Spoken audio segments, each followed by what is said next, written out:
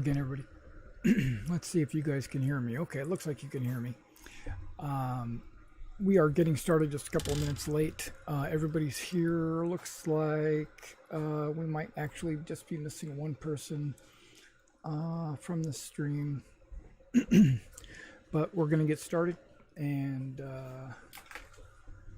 all right, let me just bring them on.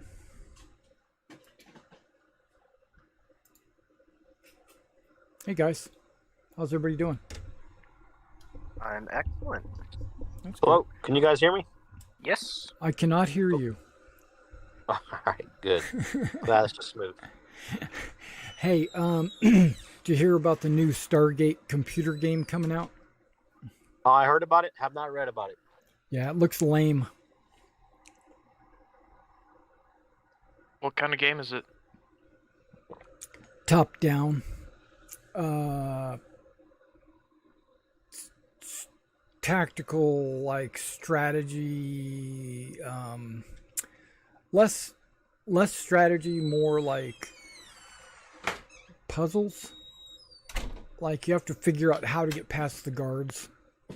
You have to figure out how to get the information without them seeing you and stuff like that. It just seems very, I don't know. It just but then again, it's in like pre-alpha. It's not completed. But what I've seen so far is it looks like it works really well. It just looks like the angle they're going for is not the kind of game I like to play. Too bad. Yeah. So I'm more excited about the Stargate movies that are coming out and the new TV series. That's what I'm excited about.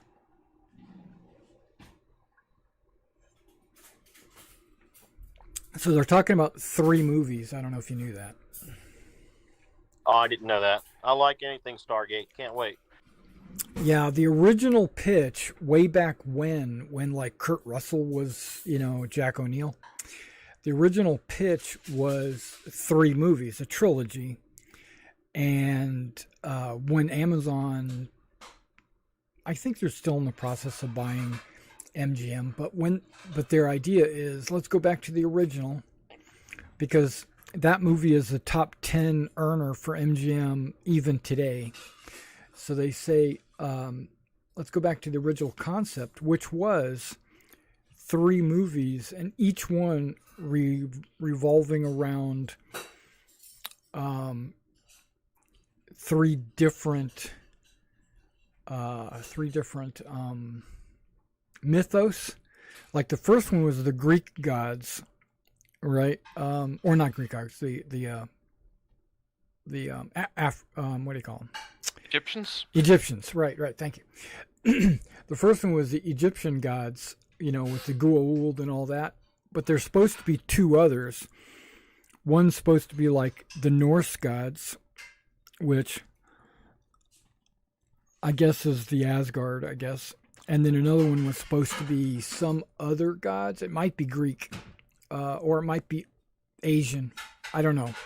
But there's supposed to be 3 different competing factions in the galaxy, and then the TV series is going to spin off of those 3 movies. So I'm kind of excited for that. Except if they're doing 3 movies, that means it's going to be probably 6 years. Yuck. So, what can you do?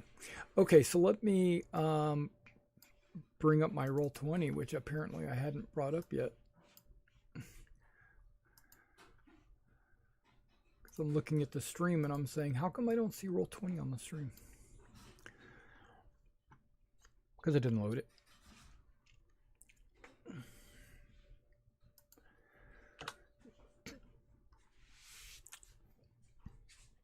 Okay, now who was it? Okay, well, Elias is here. Okay, so you were saying that potentially in the future you might be late. I've got sorted it out. With my Oh, okay. So I'm good. You're good. There's Okay. All right. Perfect. Very low chance. Okay. Well, if it happens, that's life, and you got to take care of it. So That's fine. Don't sweat it. If it comes down to that, I'm very okay with that. Okay, another thing. Adam just dropped out. Booted. Boop. Adam, see you. Yeah, Adam, you're out. Boom. So I don't know if he's switching to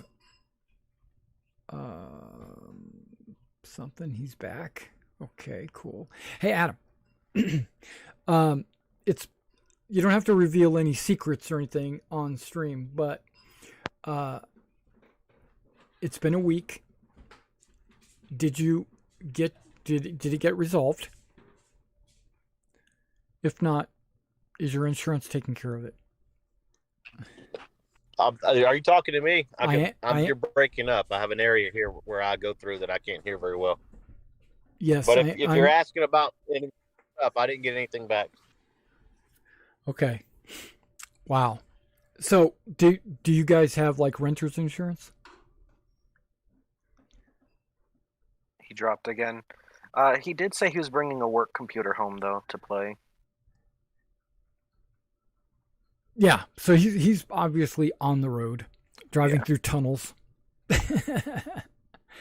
Okay. No worries. It's all good. But we're still waiting for Joe.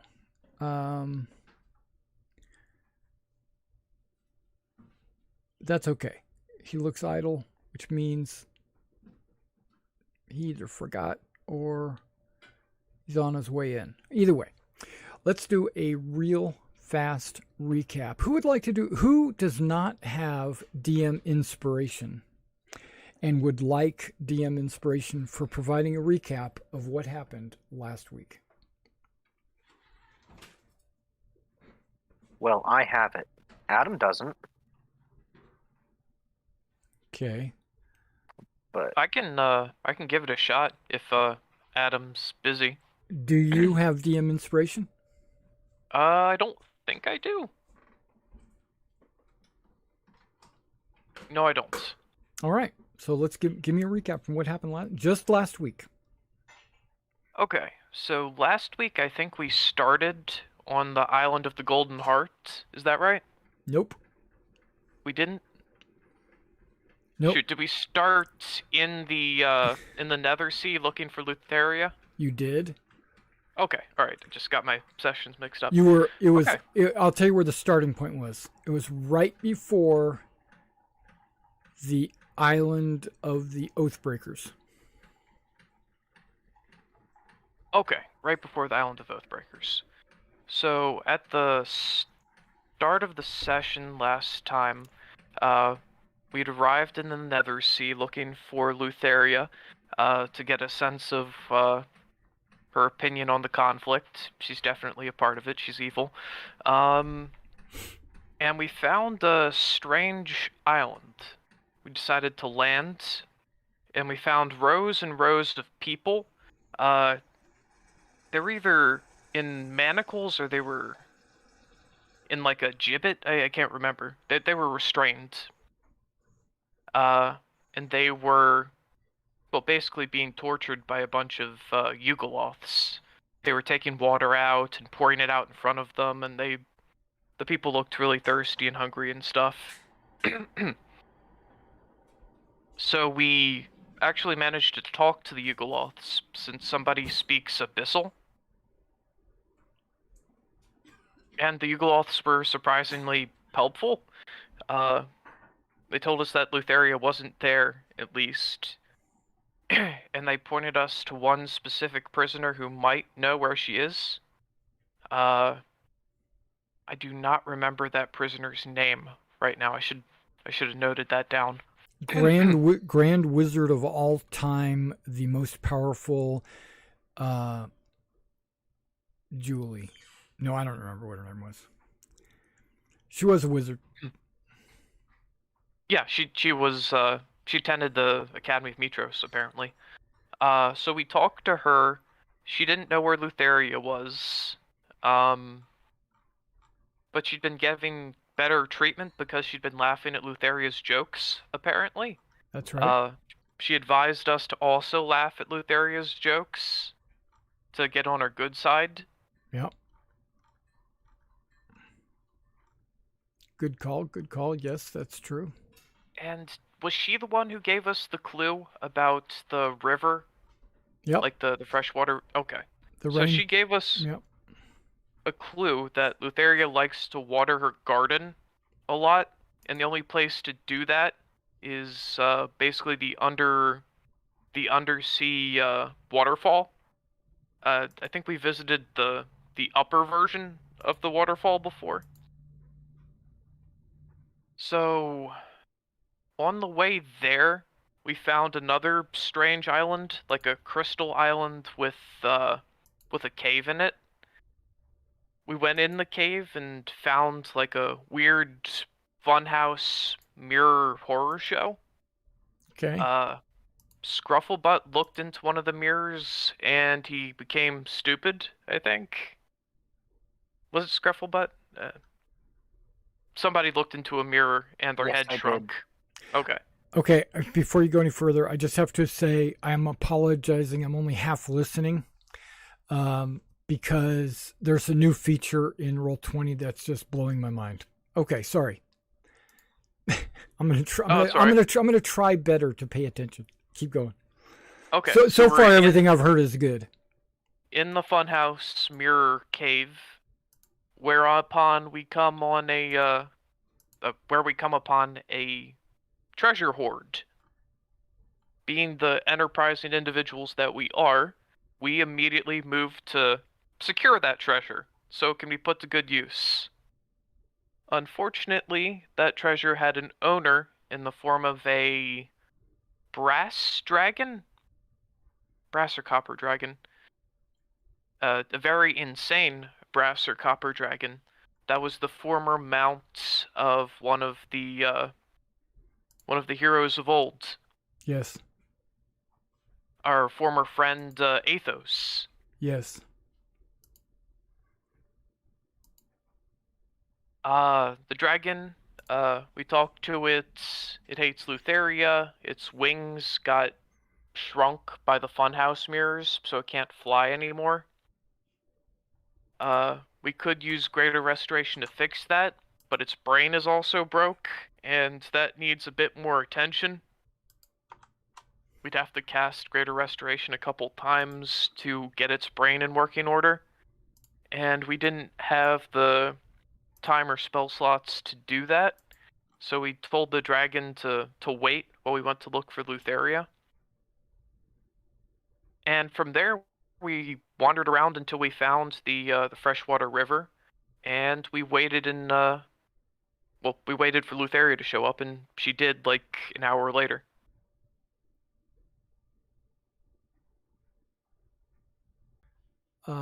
I should have a handout.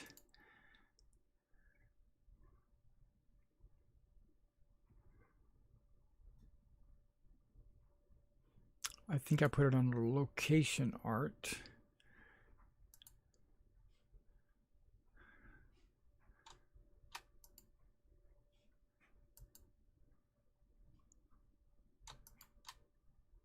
There we go. So you guys, it should just take a second for it to load or you guys to see that.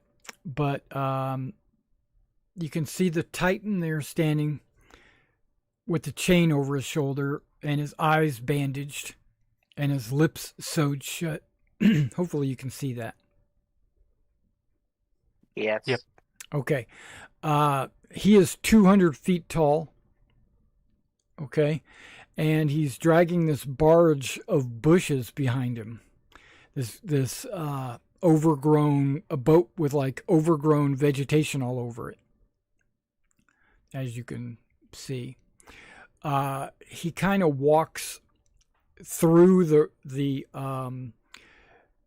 just FYI, I blocked the upper left corner of the of this picture because it was spoilery and I didn't want you guys to be spoiled. I wanted you to be pure and fresh. Okay, so he walks through the waterfall like it's a shower. You know, he kind of tilts his head up, kind of takes in the water, and then he continues to walk through it, allowing the water to, starting from the front of the ship, to kind of, as he walks through this waterfall, the entire ship gets like doused in water. But remember, it is kind of far away. It's a couple of miles away, so you're kind of struggling to see all this happen. Even if he's big and he's easy to see, that boat's kind of hard to see it a couple of miles away.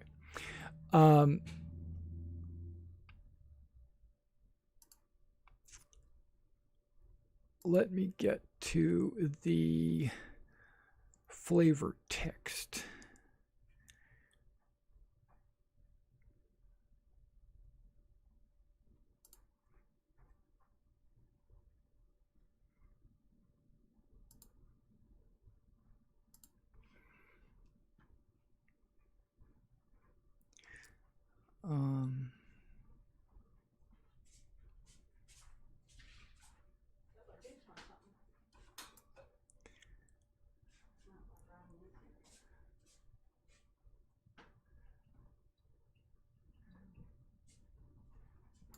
Okay, that's all right.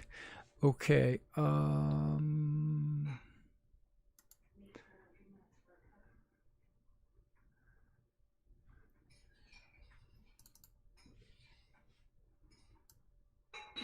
Okay, bear with me. There's 3 pages, and I don't like the way they title them.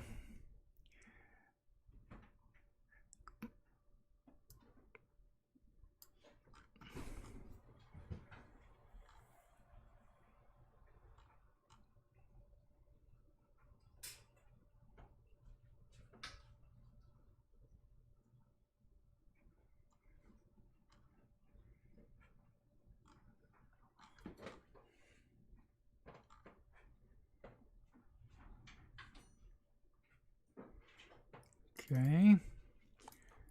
Maybe it's 4 pages.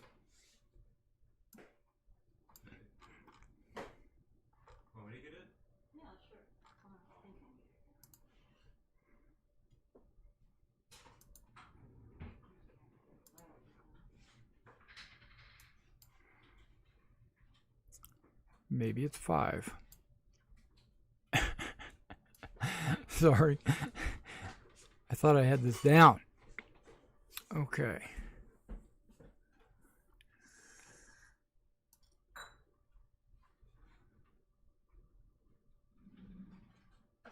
Finally.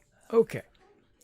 Movement on the horizon breaks the gloomy monotony of the nether sea. A pair of immense shapes come into view. The first is the upper body of the colossal male humanoid wading through the waves. Rags obscure much of his face, but it is clear that his lips have been sealed shut. Scars cover his muscular body as he trudges slowly onward, gripping onto a giant length of chain. He pulls a massive, impressive bronze barge. Lush green plants spill over the top of the barge, a verdant garden in a lifeless expanse of black ocean. Lore would say that this barge is called the Hypnos, the dwelling place of Lutheria, and is pulled by Talius, a 200-foot tall titan who has been blinded and broken of his malevolent sister.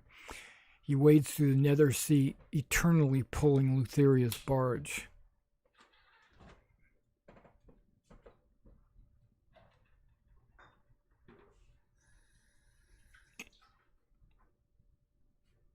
There you go. So what do you want to do?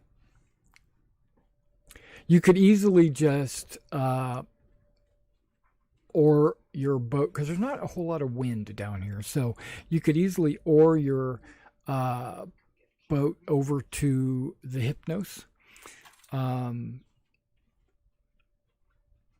Take you about 30 minutes or so, maybe less. Because you go, about 4 miles an hour, 10 miles an hour. You go 10 miles an hour, either way. So maybe it'll only take you like 10 minutes, 10 to 15 minutes. Or you can take your Pegasus or whatever.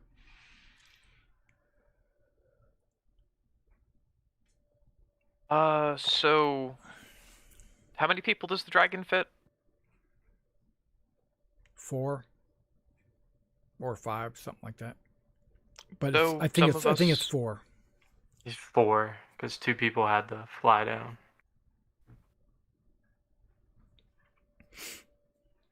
Do I know enough about my Pegasus to know if I tell it to go back to the ship, it'll go back to the ship? Yes. Okay.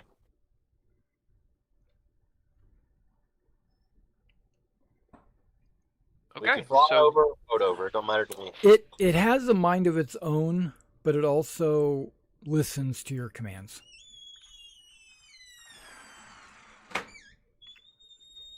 I say we mount up on dragons and flying things, and we head on over.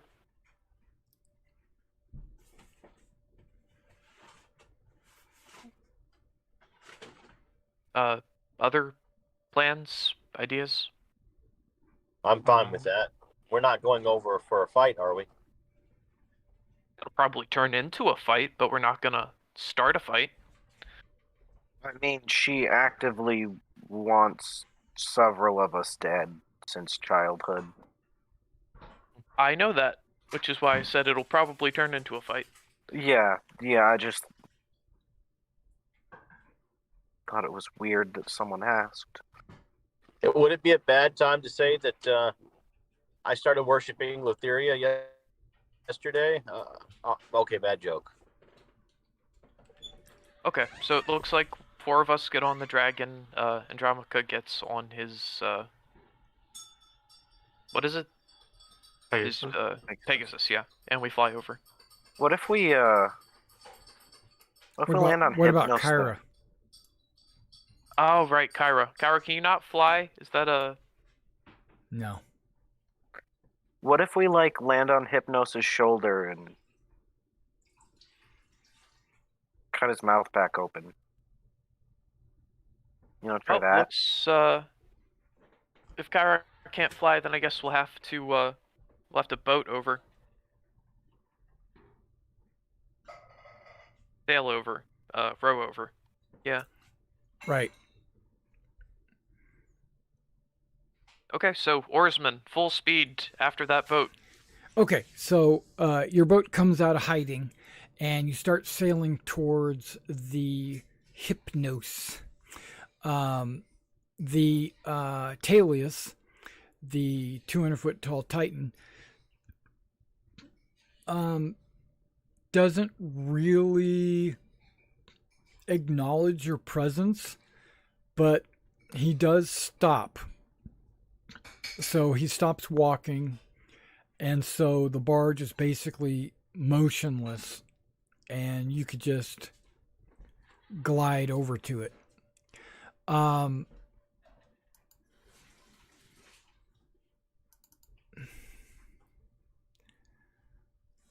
Okay.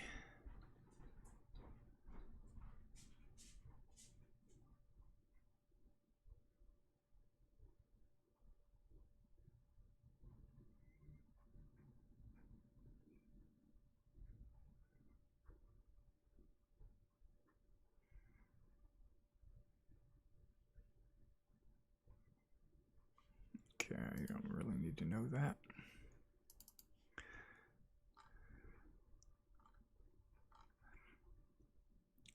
Okay, as you approach, the Hypnos in general is completely covered in plant life, right? It's there. As you get closer, you realize there would be no place to land if you were to fly over. It's got a canopy basically of plants. So if you landed, you'd be landing on the top of trees. It is a hanging garden platform featuring lush plants, vines, and trees. Fantastical flowers grow in the gardens of almost every kind imaginable. And as you get closer, you can smell the flowers.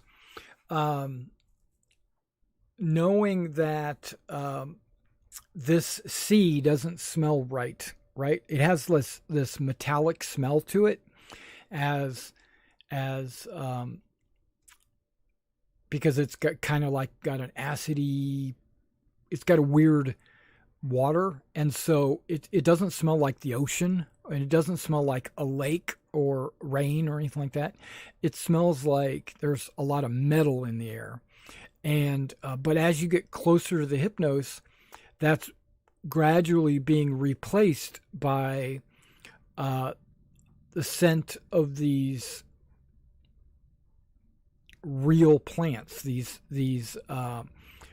flowers and herbs and trees, and so the air becomes fresher and cleaner and more pleasant the closer to this barge you get, because as you've noticed in the Nether Sea, the plants, there's not a whole lot of plants growing down there. So, because they just die, But but this barge seems to be giving off this aura. Okay, so that's, that's that. But now when you get closer to this bargigio, you see, you notice a small platform jutting from the side of the bronze barge, just above the waterline. The structure appears to be used as a dock. It seems to be out of view from the main deck, well, because of the plants. And behind the platform is a very faint outline of what might be a door.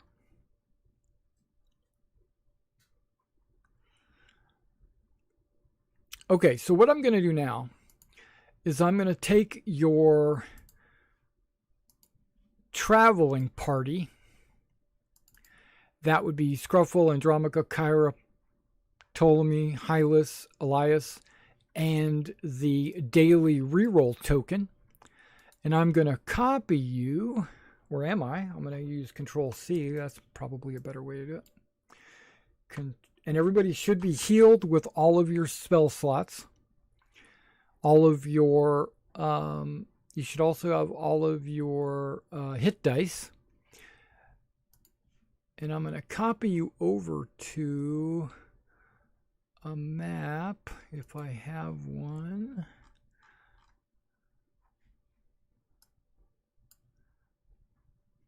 Okay, it's taking a little bit of time to load. Okay.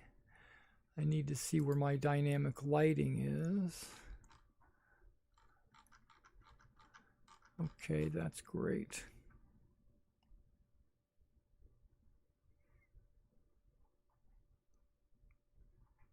It's not really that great.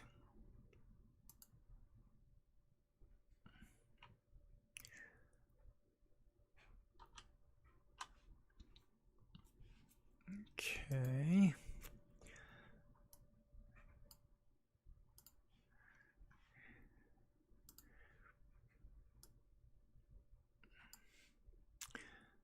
And I'm going to give you, okay, this is how I can solve this problem. I'm going to put an eyeball in there. The all-seeing eye. Whoops. You know what I did? I messed that up.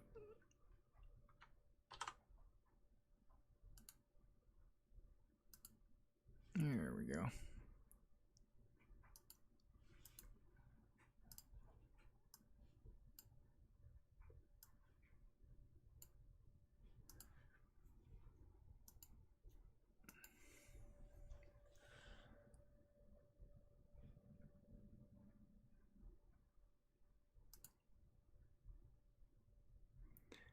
Okay, when you guys load in, just let me know what you can see. Just yourself, is that right? Yeah. Okay, so let me turn some lighting on. How about that? You can Daylight. see around me, kinda. It's like purplish. How about now? It shows a bunch of jackals. Yep. So just using Scrufflebutt as an example. Yep. Okay. So you all have access to the all-seeing eye, right? Okay, good. Which I just put, in there. And then you also have your own token. So you can see through yourself and through the all-seeing eye. You know what I'm gonna, yeah, you know what I'm gonna do? Do something even better. I'm gonna give the token sight.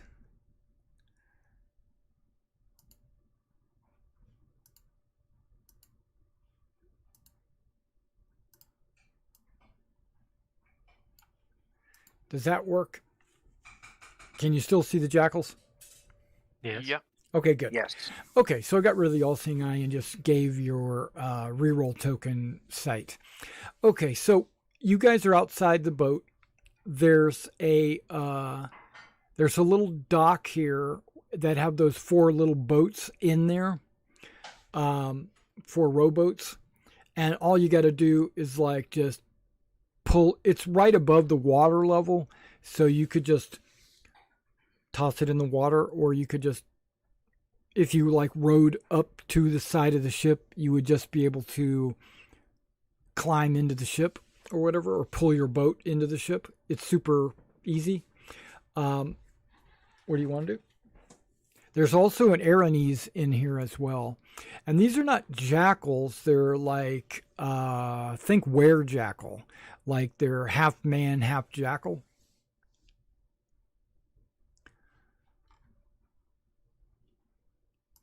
I think they're called jackal wares.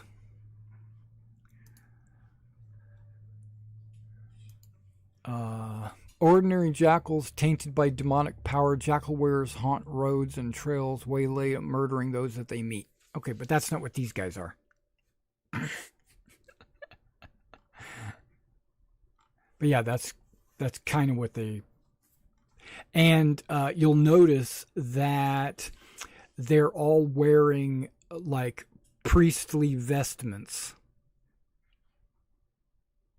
to Lutheria.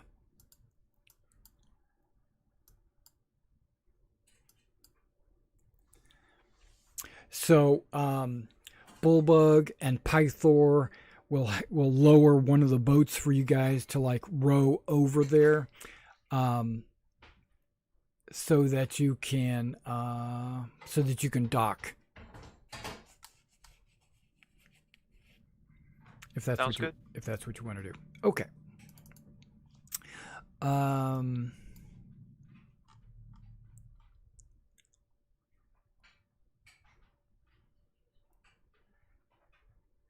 So these jackalware in there are all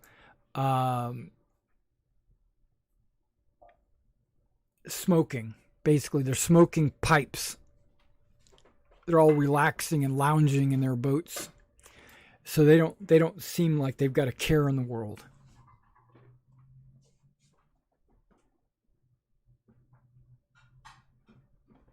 Oh, but they will. It's like, fireball. No. Yeah, fireball sounds good. I got an Aranese in there, but the description says it's not an Aranese. Yeah, I think that smell is that smoke. It is an Aranese. Okay.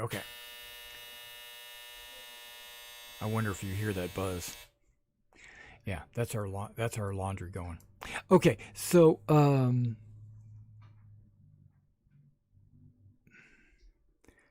She is okay. So the Aranese is actually an extremely beautiful woman. So imagine a 22 charisma, something like that. Just extremely voluptuous, beautiful, shaped body, flowing hair, eyes sparkling in the starlight. Just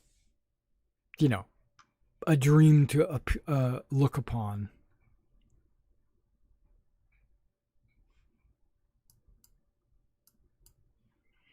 And yeah.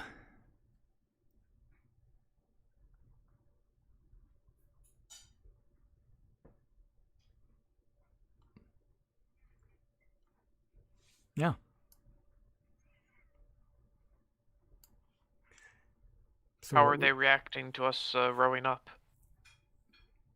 They don't have a care in the world. They see you. They see you coming, but they're just continuing to smoke their pipes. And the beautiful lady is she's also partaking in she's imbibing in the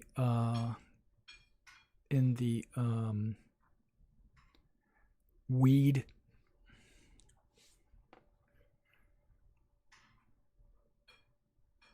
See, this would have been a perfect scenario for Laurentius. I could extinguish the pipes from here. If you guys think that would be funny. Would it cost you anything? Cantrip. Then do what you want to do. But would it be funny?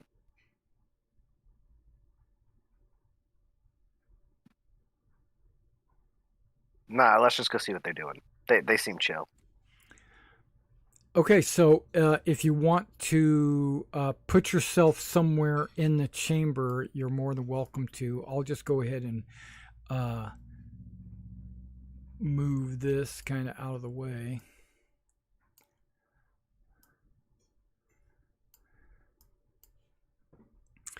Yeah, just assume that your boat is pulled up to the side of this barge and pulled up onto the barge. So if the barge moves, so will your boat. It's not going to be left behind or whatever. If you would like to tie it off to one of these pegs, like they've got their boats, you're more than welcome to do that as well. You want to do that? Do you want to leave it here where it could just be pushed into the water, or do you want to tie it up to one of these so that it would be more difficult to just discard it? Tie it up, I suppose. Okay. Now your boat is a little bit bigger than this, so you can see that these have 3 seats in them. Yours might have 4 seats, so think of it like 25% bigger than those. So maybe 3 squares instead of just 2, that kind of stuff. Yeah, so you can squeeze it up in between a couple of these boats and then use the rope as part of the boat to tie it up. I'm going to put Hylas right there, and I'm going to put Andromaca right there. I'm going to put Kyra right there. Okay. You might notice now you can't see outside the boat. Okay, so there we go. Now you're good. Not that you need it to or anything. But yeah, so as soon as you guys pull your boat up and these jackals kind of shift and adjust to allow you to get on board, they're not here to cause you any problems or anything like that. They're super chill. And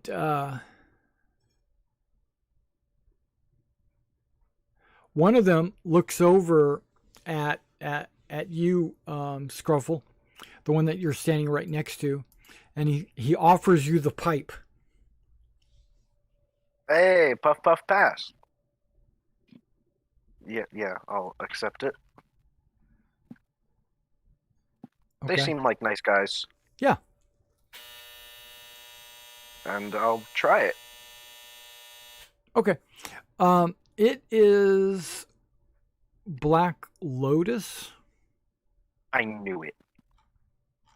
What do you mean?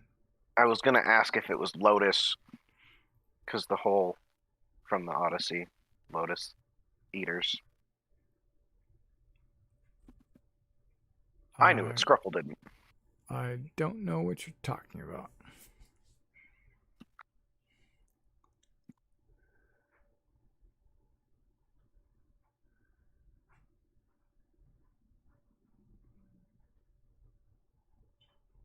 Okay, so basically they offer everyone it's very relaxing. When you take a puff of it, think of it like chamomile tea or whatever. It's just very soothing and it makes you feel better and like all your cares disappear. But also you'll also notice that this is everyone. Everyone notices that the walls all kind of get blurry, and there's this haze in the air, or not a haze from the smoke, but a haze from like you're in an extra dimensional space. Everything looks like it's like maybe you're out of phase. Everything is very dreamy. Are you having everybody smoke, or are you allowing us to? Nah, some of us not to. It's up to you to decide if you want to smoke or not. No, I do not. Okay, well you are anyway, because there's something called secondhand smoke. Yeah. Yeah, you're just not taking it directly from the pipe. But that's fine. That's fine.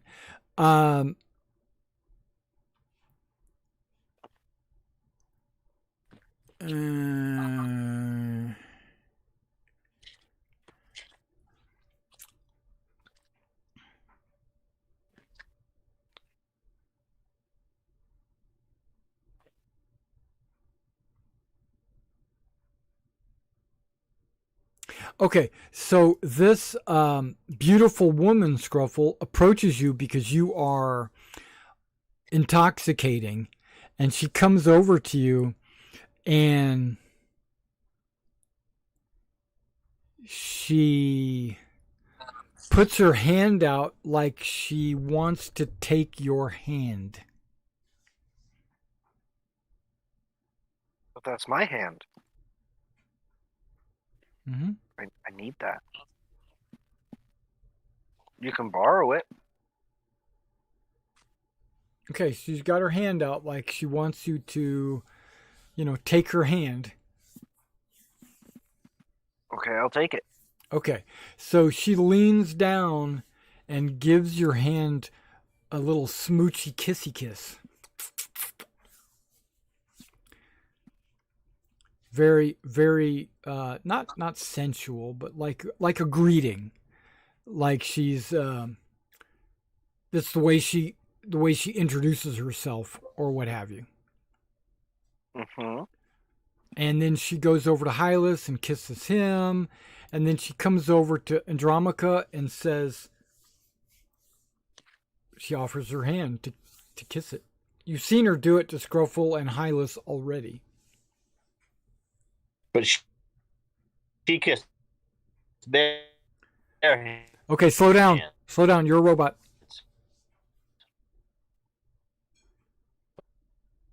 Sorry. Let me switch to internet. Can you hear me better now? Not yet. Not yet. Hopefully now. Yeah, now you sound pretty good. All right.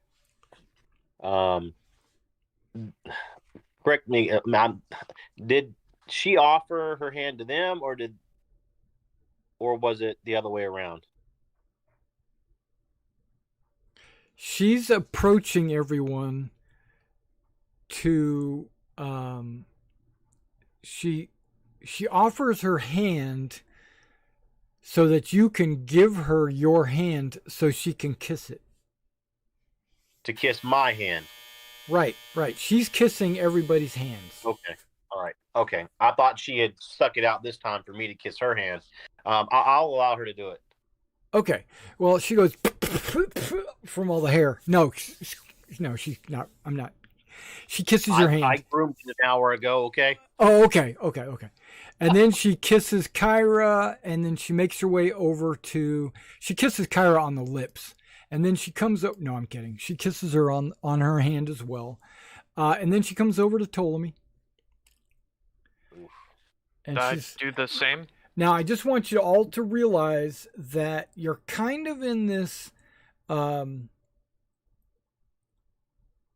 You all feel good, okay? This chamber is full of Black Lotus smoke, but it's not overwhelming. You can still smell the perfume or the scent of the barge, and this is an open air section of the ship. So it's kind of like a docking bay or whatever you would like to call, and but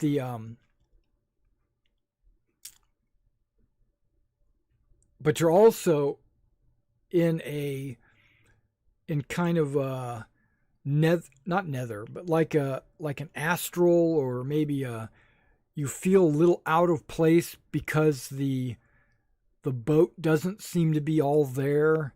You know, you got this little. If it was filmed on TV, the edges of the screen would all be in like a smoky look, you know, and so your vision's a little blurry or whatever. And she kisses your wrist, and then she moves on to Elias. And Elias, she kneels down. I'll just mage hand up. And then she ignores that and goes to kiss your hand. I'll allow it. Okay. So she kisses your hand. Everything's good. Okay.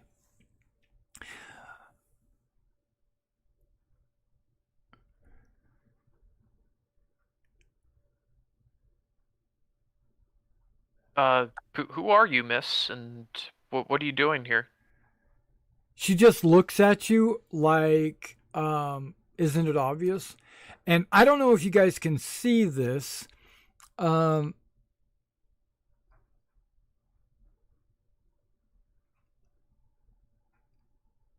everyone in the room can make a wisdom perception check.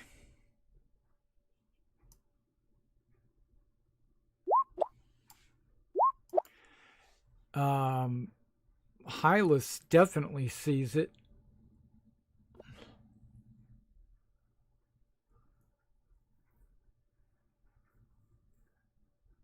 What about me? Oh yeah, Electo, you can see this as well. So it's very funny. The people on the far side of the room can see this, but the people that are closer can't. Did you roll for Andromaca? Yep, he can't see it. Andromaca's on. Oh, okay, yeah. Okay, yeah, but there is a door right here. But it is technically considered a secret door because it has no way to open it. Except Hylas and Andromaca, you can see that there is a opening mechanism built into the door. It's kind of like the door's got like symbols and designs, and it's very fancy and everything. But you can see that one of the designs on the door is a circle with like finger holes that you would stick your fingers in and then twist to open it. So you two can see that. But right about that time,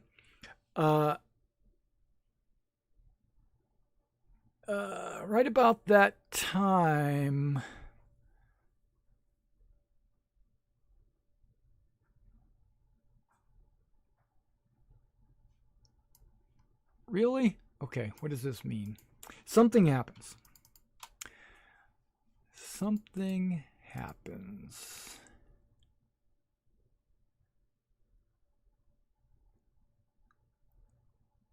Okay, everyone has to make a wisdom saving throw with disadvantage.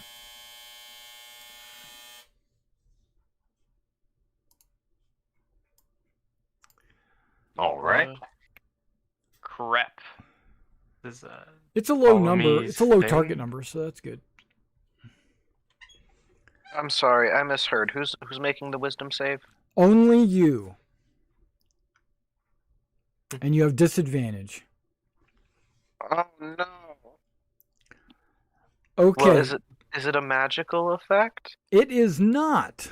Darn. Oh, is it the lotus? It is not. It is not the lotus. Okay, so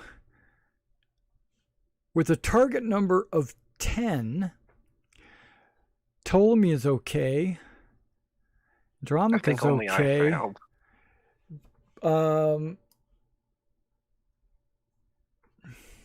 I was too busy looking real good at the door. I didn't roll for Kyra. Hang on.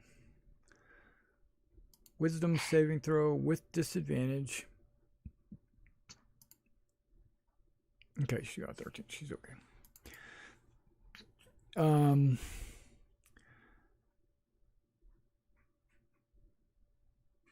Yeah, I think you're the only one that failed.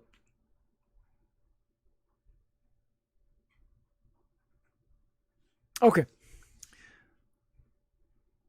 Well, does the Ptolemy thing help? Aura? Only if you're within 10 feet of him, and you're not. So,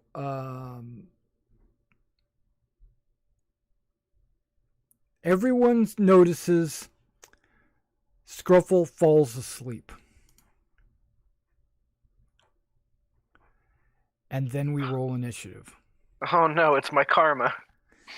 I've been putting people to sleep for so long. Right. Boop. You're asleep. Okay.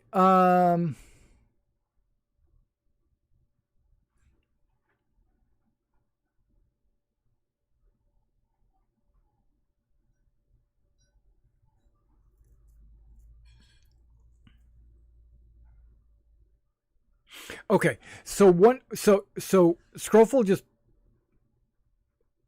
passes out in one of the boats, and one of the priests of Lutheria, i.e. Jackalwares, says he took a hit off that lotus. He must be tired.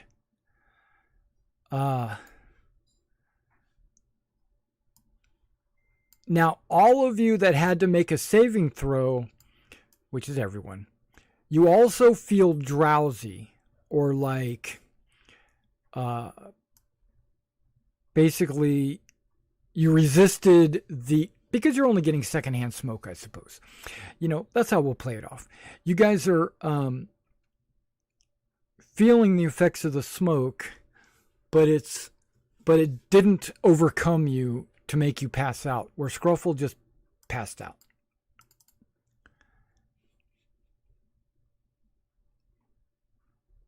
I guess it is magical. Then advantage and disadvantage cancel. Give me 18. Yeah, we'll say that. Yes. Okay, so you pass out, and when you hit the deck, you just wake up. Whoa, what? Yeah.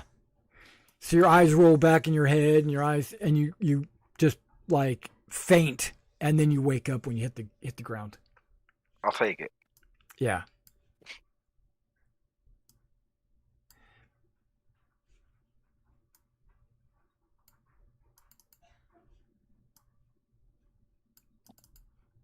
All right.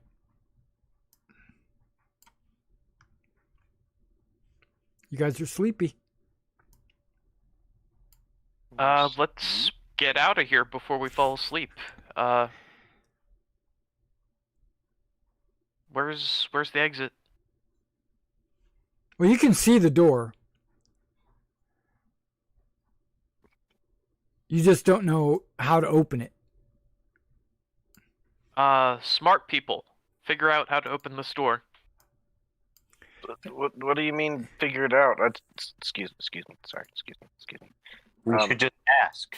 No. Look, it's right here. Look.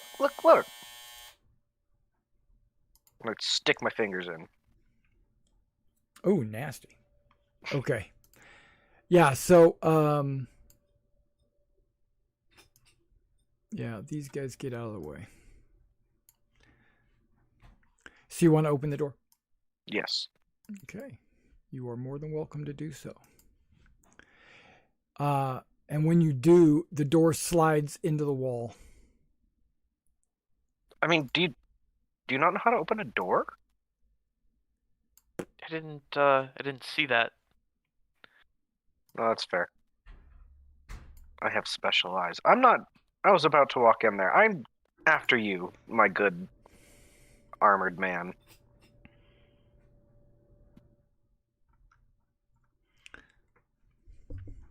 Can we go in, Derek? Is it open? It is. Yes. Yeah, yeah.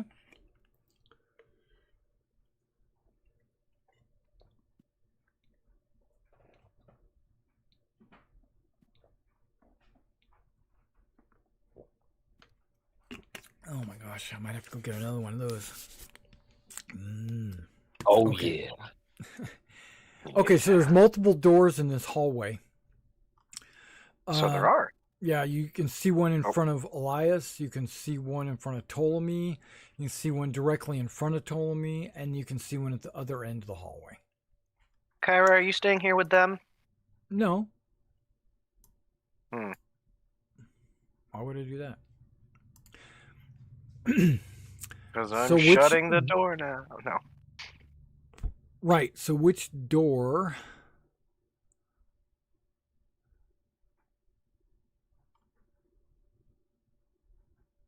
Okay, hold on. Hallway. Here we go. It's a long, dark hallway. I believe the roof is 3 feet. No, hold on. I'm lying, of course. But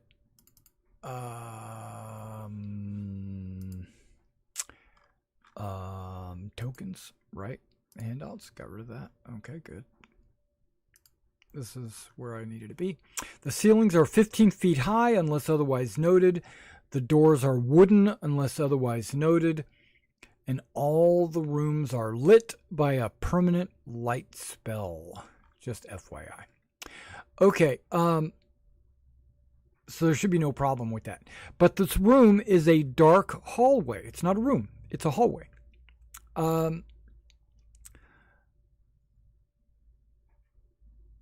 The walls and floor are lined with countless humanoid skulls. Oh. The skulls stare at you with dead eyes. I mean, how do you know if they're staring at you, right? They have no eyes, just eye sockets. But yeah, you're walking on skulls. And the walls are skulls. This was much prettier outside.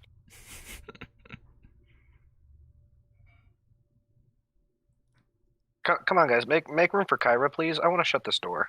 So as you walk into the hall and you're stepping on all these skulls, and you start to hear a sound very, very far off in the distance. This would be a perception check with disadvantage to hear it. Or who? Everybody? Anybody that's walking on the floor. Perception with Which I would disadvantage. assume everyone is walking on the floor. Bang. 13. Yeah. Only one more needed. One more. There it is. Okay, everyone can hear this, even with disadvantage. The skulls are laughing at you.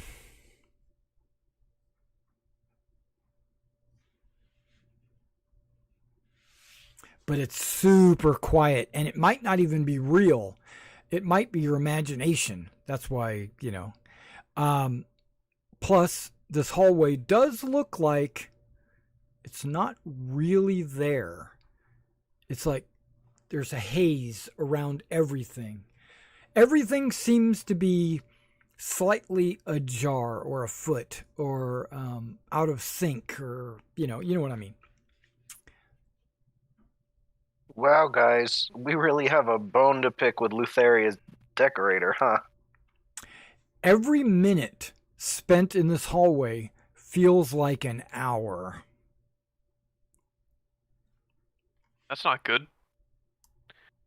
I open You just the get door. this weird feeling. Something's wrong here. Okay, so you're opening the door to the left?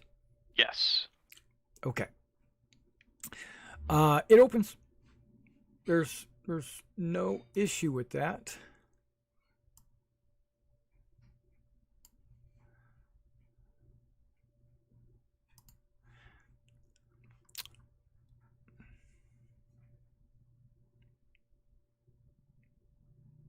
Looks like stairs going up. And a couple of barrels in the corner. They look like they might be wine or mead or water. Who knows what they are. They're barrels. Okay, you might not be able to see this. Hold on, let me make sure. Yeah, okay, I made this other doorway like super obvious. Okay, there we go. Yeah, there's a door across the hall and stairs going up. And it looks like it goes up into daylight, like the deck. I would say the lady of the barge would be up top. Yeah, Probably just glancing up, you can see trees and plants. Well, my guess would be she's through that doorway over there.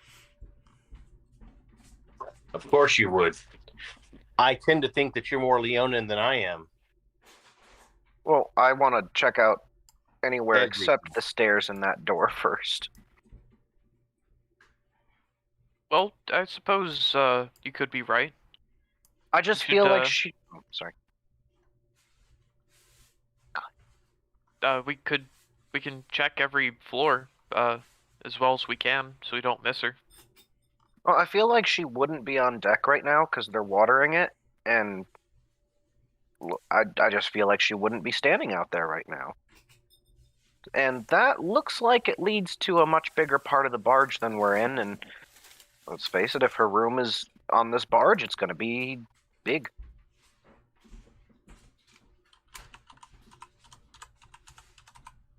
But I would think that she has to get to the top of the deck from a bigger door than this.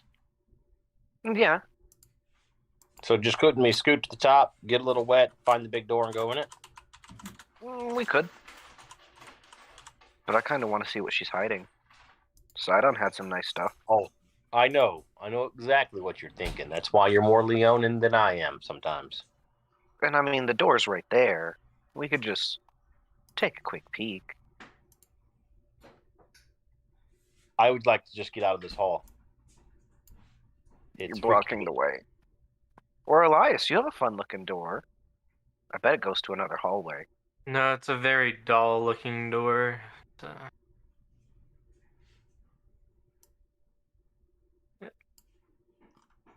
Just wood.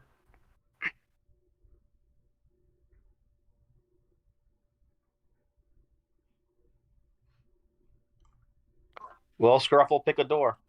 Curiosity killed the... Or stairs. Because you got a door there, you got a door there, you got a door there, you got a door there, and you have stairs. Well, then I picked this one, because I bet it goes to a storeroom. Yeah, sounds good. You guys have only been in that hallway for about 2 hours. Or so it feels.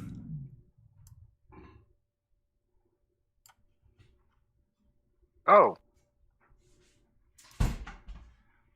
Another Okay. one. Yeah, this room is lavishly appointed.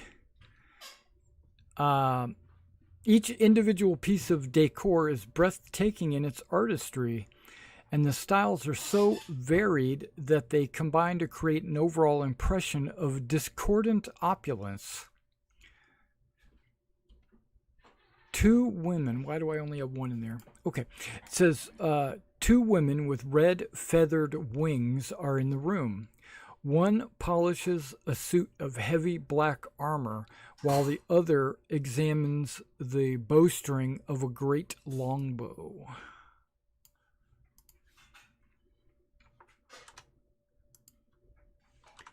Boop, look at that. There's two. Okay. There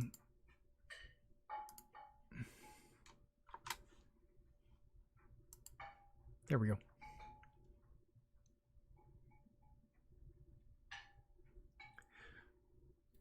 Yeah, so that they stop and they glance over at you as you open the door. They have red feathered wings. They don't look like harpies. They look like Aranis. Hey, we're looking for someone to give us a tour of the barge. Could you help?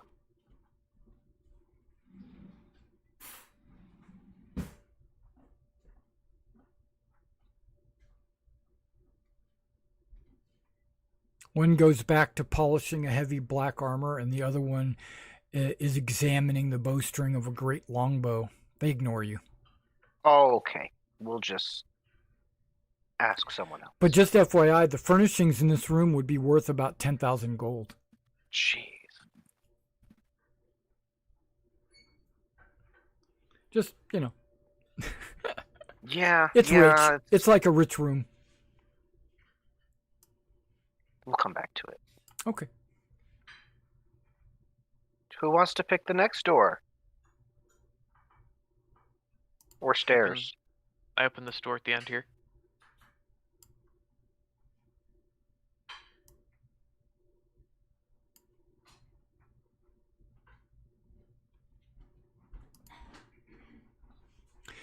Okay, so the Room of Nightmares. No, this room appears to be an armory. It's guarded by 4 wild-eyed men. They kind of just are standing around looking at stuff. They're muttering incomprehensibly to themselves. Like Robert. 4 items hang from skeletal hands that emerge from the walls. A great axe, a great sword, a shield, and a set of something you only saw on the giant turtle. A set of plate armor. Incredible.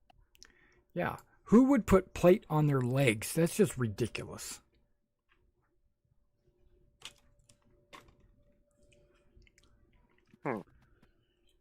Well, I know you said they were great, but they don't look so great to me.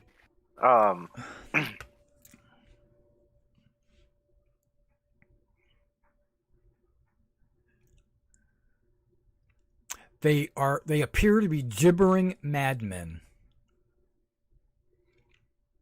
Okay, well, you guys have fun Well, doing whatever you're doing. do you think we could use any of that? We could get the You axe think for that they Bulldog. would let us use any of that? And there is a door at the far end of this room. I mean, we could always give it a shot. A Bulldog could use a new axe. And that armor looks absolutely ridiculous, but if it's guarded, it must be useful. But it does cover your head to toe.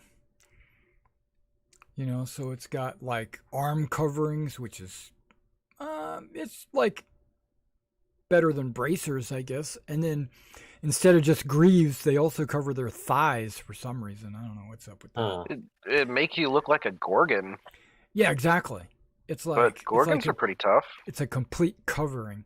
Plus, there's a great axe, which is I don't know, Bulbug. Like you said, Bulbug might like that. And then okay, you can see like there's an axe there, there's plate there, there's a great sword right there, and there is a shield hanging on the wall right there.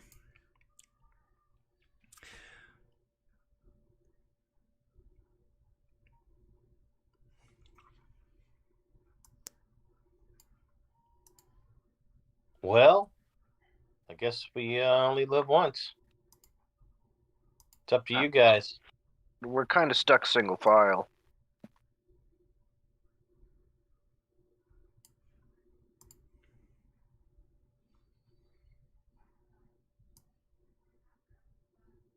That's not that much of a problem.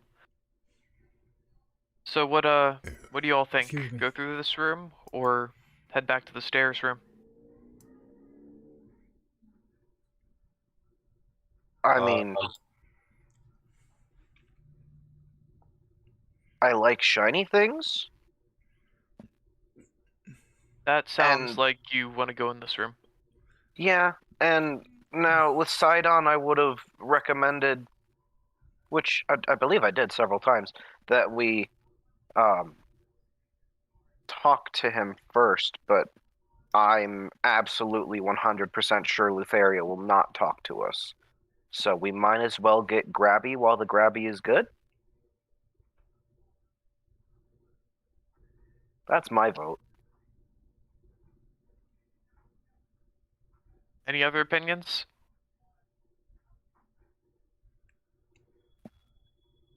I'd prefer not to touch one of her weapons. I mean, she is the Lady of Madness and Dreams and all kinds of craziness. I have a feeling that everything there would be cursed. It's about to Good Be point. just say the look same at it. thing. There's something wrong with them. Everything here is wrong. Yeah, I'm on the probably cursed side of things too. Look at the pitiful guards. They're just full of madness. They are. We don't want to start a fight as soon as we got on the boat. Yeah, but why put guards on a cursed item? I Cursed bet items Because can still be useful. nobody would walk in here and do it. I think they were expecting nobody to walk in here in the first place. Well, then by all means, if you take one, then I take don't know how to use any of those things. well, they That are doesn't mean you talking can't take one. gibberish. They're crazy. They're I mean, crazy if you're guardians. cursed, I'm not cursed. So, doesn't matter.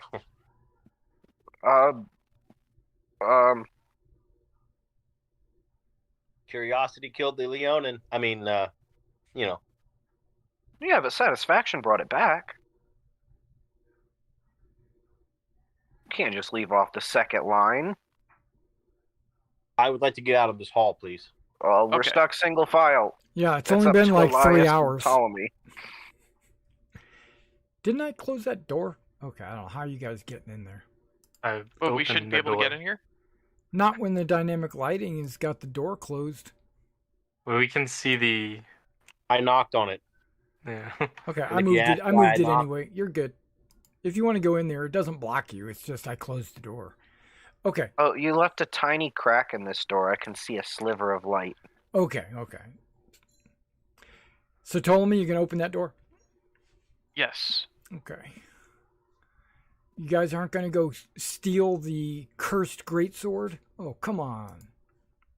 All right. I don't think it's cursed. I know, right? I'm sure she has cursed items.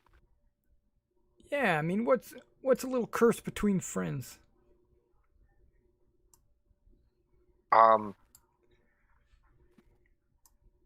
What? Guess what you see? More hallway. Yeah. But there's doors on the left and right. So this is probably where the crew hangs out. We should probably head up. I don't know why she would be all the way down here. That's a good point. Well, she might have prisoners like Sidon did. Well, every door down here is Because that small. went well the last time. Yeah, we got a whole bunch of friends. I don't think a Titan can be walking through these doors. Right, I was getting ready to say a 200-foot tall Lutheria is probably not roaming these hallways.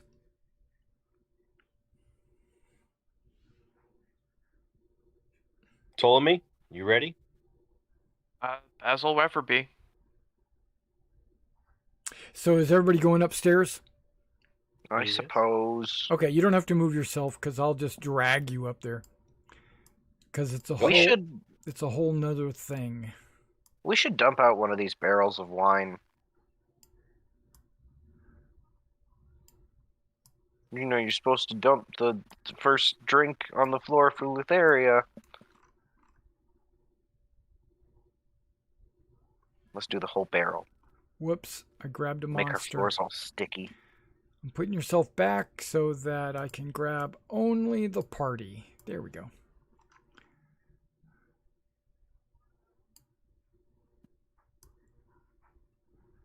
Oh.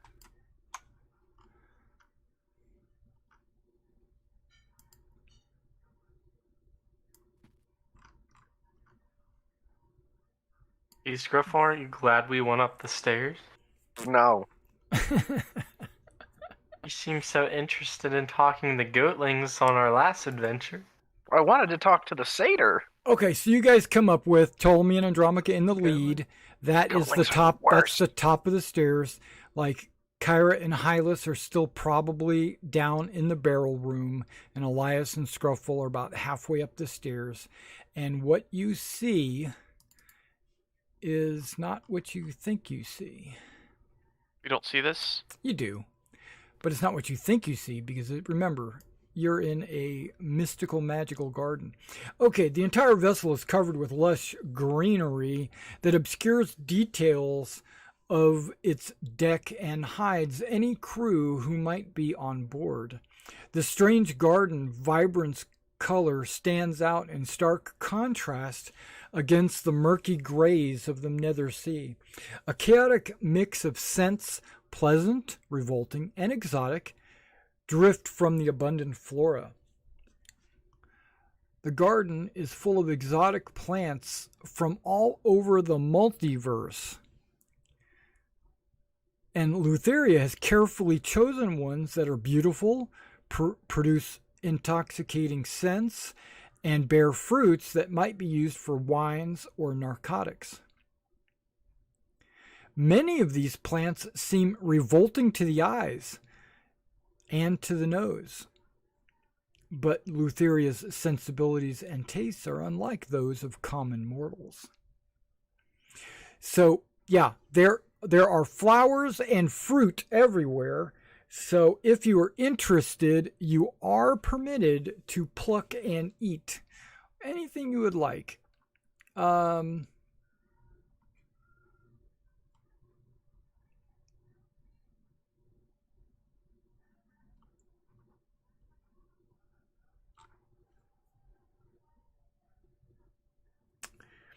Yeah, so it looks like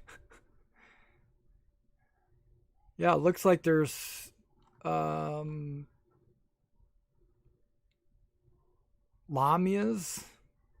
goatlings, satyr minstrels playing music.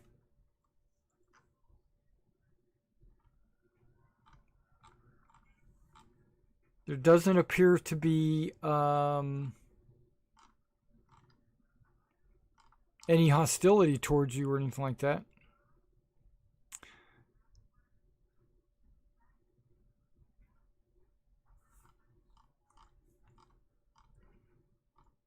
Are they paying any attention to us? No, not really. I mean, they see you, they know you're there.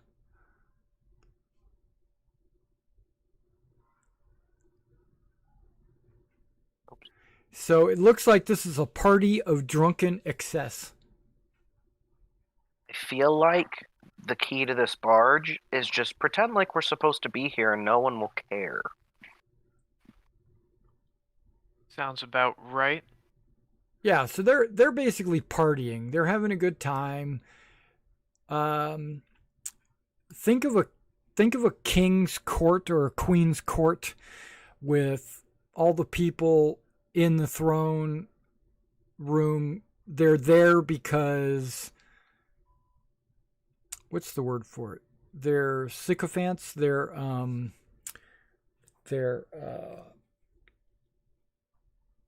there because they know somebody, not because they're useful. right. It's like they're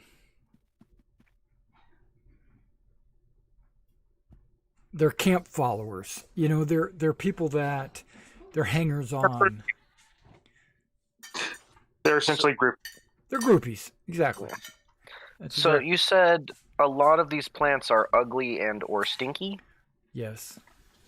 I'm gonna browse a bit and try to find one that's not, and I'll hazard a bite. Yeah, of okay. fruit. So none of these plants you recognize, okay? You don't need to make a nature roll. It's impossible to know where, because these come from other places. Yeah. Like some of them might be from the Forgotten Realms.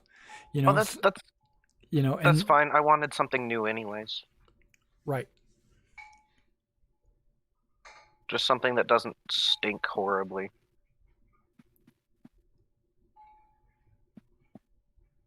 Okay. So You're a fool, Scruffle. so you're not randomly grabbing one, you're actually looking at them. Yes. So there's a white tree with blue fruits. Hmm. There's a yellow star flower. There's a flower with a large mouth. There's purple weeds. Small See a mouth? small tree with red flowers, black roots with white flowers, squirming black slug tubers, violet fungus, black lotus flower, and pomegranates? Okay. So which one? See, I wanted to make a joke that I was looking for pomegranates. Oh, you found them. But the fact that they're included in a Greek setting in the underworld tells me don't touch.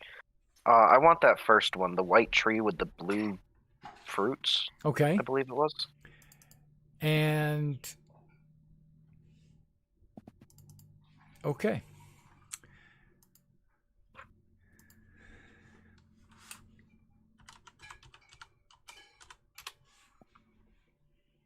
I'm no fool, Andromaca. When's the last time you think a mortal was able to explore a place like this? I need stories to bring back. They probably never made it back to give the story, so let's not go that route. For 1 hour, you gain 10 temporary hit points. You're also under the effect of a bless spell. So these are nice. Yeah.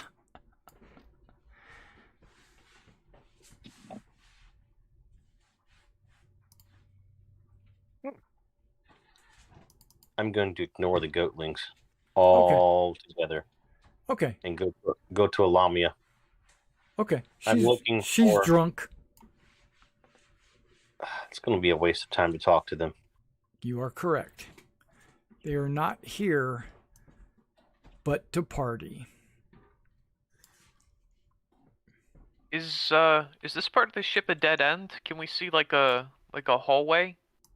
Or Nope. I guess not a hallway, a passage What somewhere? are these big circles?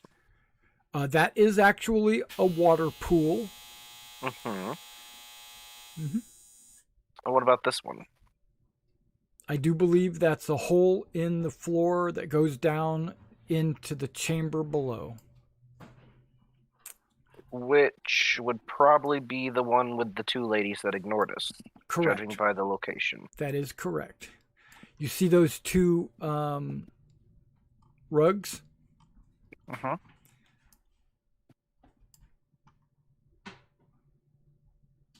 Convenient. Yeah. It's those two rugs. And if you notice, right above those, I don't know if you can notice this, but there's a slight outline of light that is focused on those rugs. Oh, I see. Yeah. So that's coming through that hole in the ceiling. But this other one actually is like a little ankle deep water.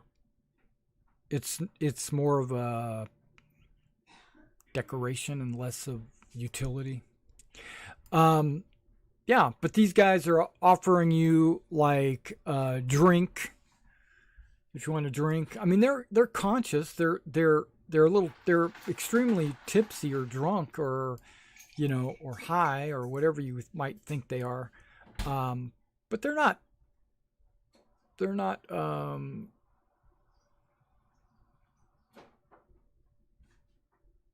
I mean, the satyrs they're playing their musical instruments, so they must have some of their faculties, and the goatlings are giggling and playing tricks on each other, and so they have their faculties, but they're just drunk or high, if that makes sense.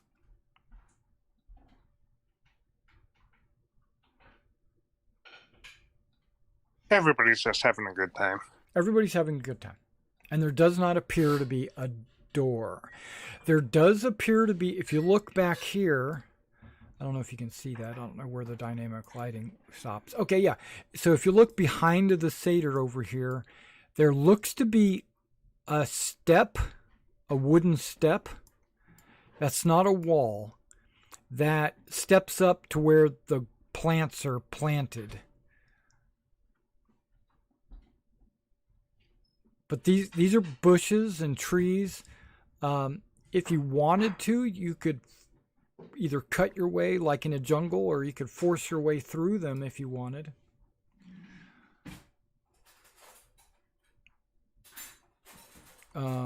Because this is only half of the deck. Well, yeah, why don't we just try to go through these plants here? Okay. You guys? Sure, we can try. Okay. I Better really than think the- it's a bad idea, but yeah, whatever. Well, it's better than the skull hallways. So Scruffle is going to, and remember these trees, they're not really there. It's like you're in a dream. Also, this deck is not covered by skulls. This is actually a dirt, like it's a deck of a ship, but it's covered in dirt. Okay, so Scruffle disappears into the foliage. And I'm going to put you right there. Literally? Yeah. Or metaphorically? Well, 6 of one, half a dozen of the other. you see him force his way through the bushes, and now he's out of sight. Okay, I follow after him. I got you. I'm doing the same because it's Scruffle. All right. Kyra Look, my follows bad along. decisions usually go well. What about My Hylas? lord. Hylas, what are you doing? You know, I'll follow the crowd. Okay. Everybody else is going through. Might as well. Elias goes through. Okay, so let me go ahead and put you guys on the other side of the bushes.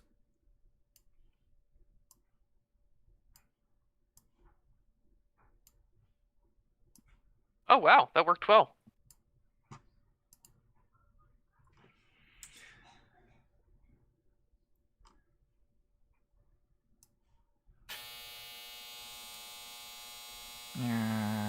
Okay. Okay, so this takes us to a whole nother chapter. Confronting Lutheria. Okay, I have a handout I would like to share called Characters Met. I think so. Who said that went well? Because you're a liar.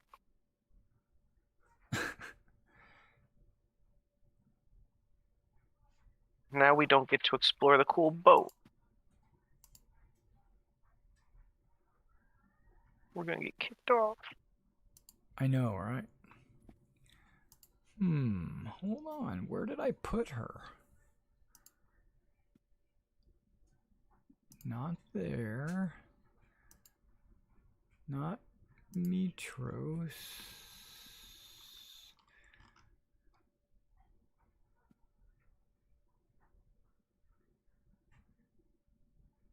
Okay. Maybe I just modified her important NPC handout. Okay, let's take a look here.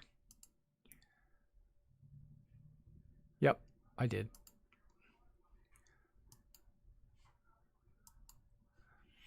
Okay, so there you have it.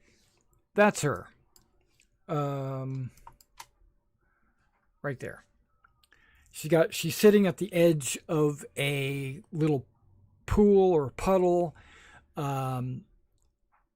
She's got, if you scroll down on that handout, you get what her icon, where they got her icon from. And you can see that she's holding this scythe. And that scythe, if I scroll up high enough,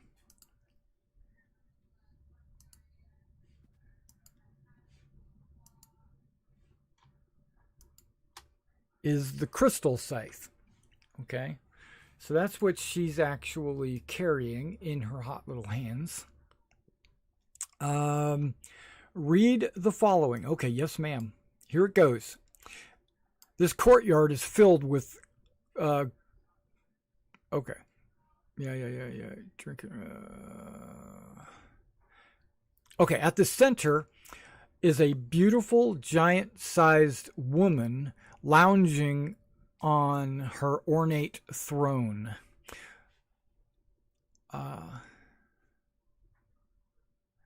The black-eyed woman immediately locks eyes with you. Okay, if I was to move her, I don't see a throne over there. Okay.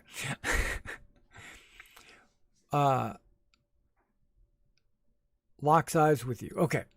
The heroes of the prophecy. I suppose you have come to kill me. That would be boring. Very boring. Wouldn't you prefer to join the festivities? Despite the cup of wine in her hand, the woman's voice remains sober, but her eyes brim with madness.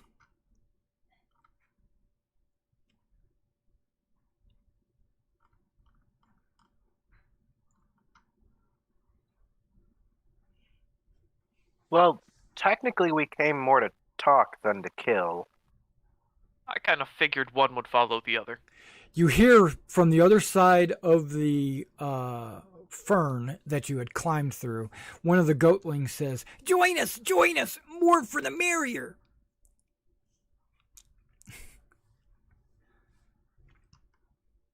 I yell back, you're a creep. Thank you. And you too, you're more creepy than me.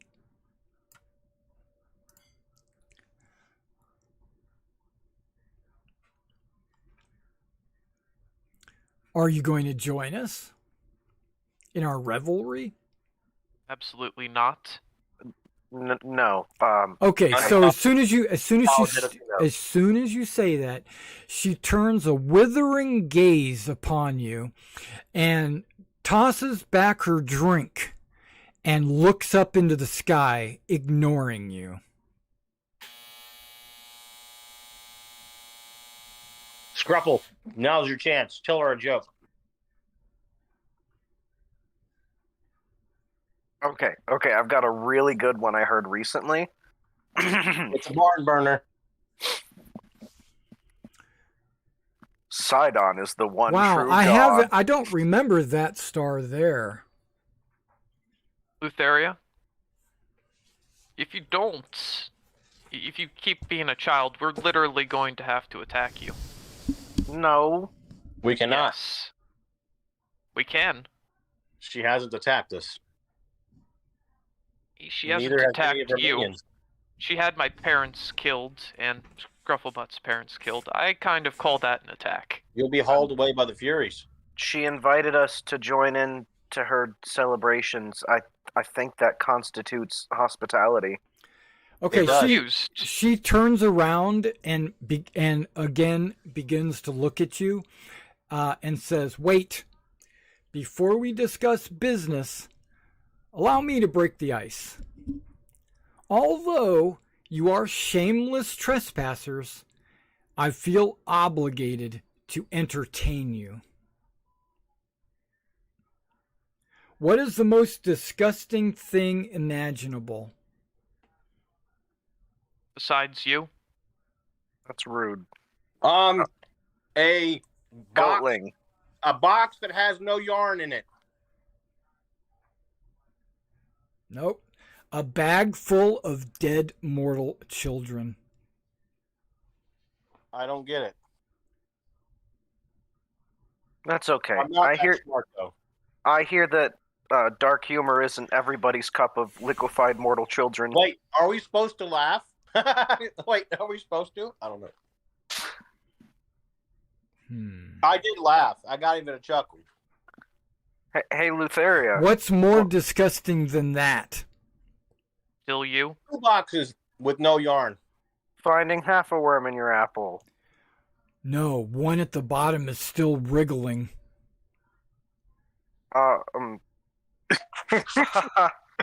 Hey, Lutheria. What's the difference between a bag of dead mortal children and a chariot? I don't have a chariot in my garage. What's the difference between an onion and an innocent mortal child?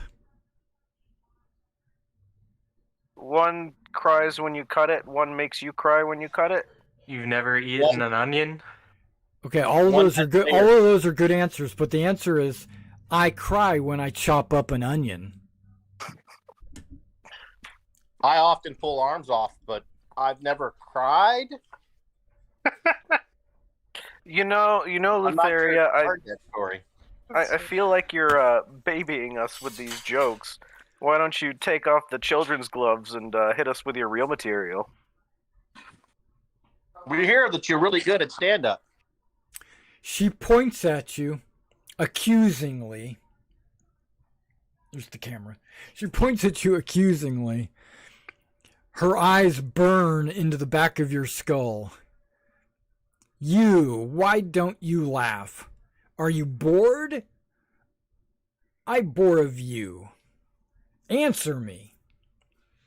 Who's she pointing to? All of you. Anybody that didn't laugh, which is all of you. I laughed at do you one have of them. No, you didn't. Do you have any of your mama jokes, Scruffle? I left. Well, I did, but I feel like Pythor took them all. Why did you not laugh?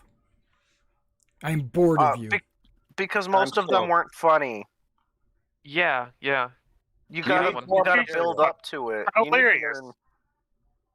You know the first rule of else write your jokes for you. the first rule of comedy is the Constructive criticism is great. timing.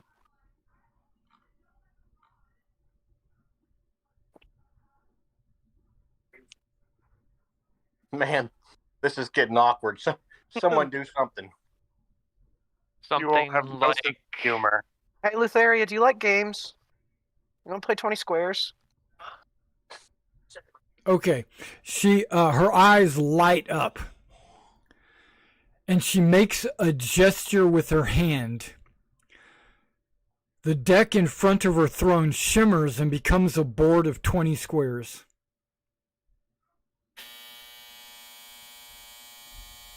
It has been much too long since someone has had the courage to challenge me to the royal game. But what shall we wager? Oh, I know! With another wave of her hand, Lutheria summons 7 goatlings to stand on the board, stand in the board's starting row. Then she waves her hand again, and 7 of your comrades from the Ultros appear opposite them. Hi, Frank. They stand completely still as if paralyzed. We shall wager their lives. That's I a don't little want boring. And then she grins and strokes her crystal scythe. Why don't we wager Nope. something more interesting? No, you don't understand. You challenged me. I choose the wager. It is locked in. Pretty wimpy wager. Before the game begins, 3 winged forms sit down on the deck to watch the game.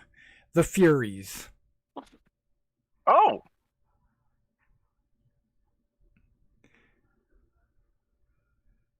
I'm And named then after one of you. you can tell that with an insight roll, and you can get insight with advantage. Just one of you, that is. It's considered a party roll, so somebody that's good should roll it. Not me. Silas. Kyra, which one of those is Electo? All right. Go ahead.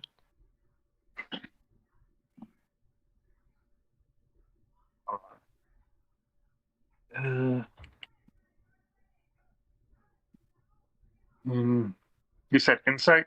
Yes. Okay, that's pretty good. You recognize that she's upset. Or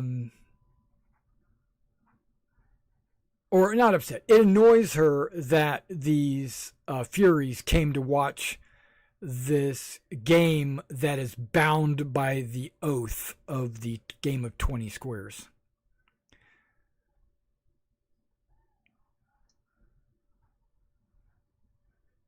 Lutheria, you weren't thinking of cheating, were you?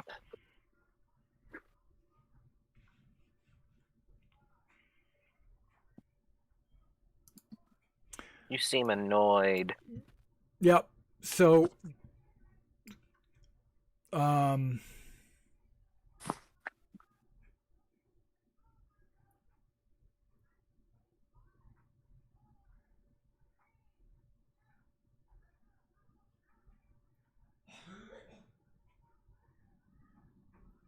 okay, Lutheria's got a character sheet. Okay. I'm going to need it.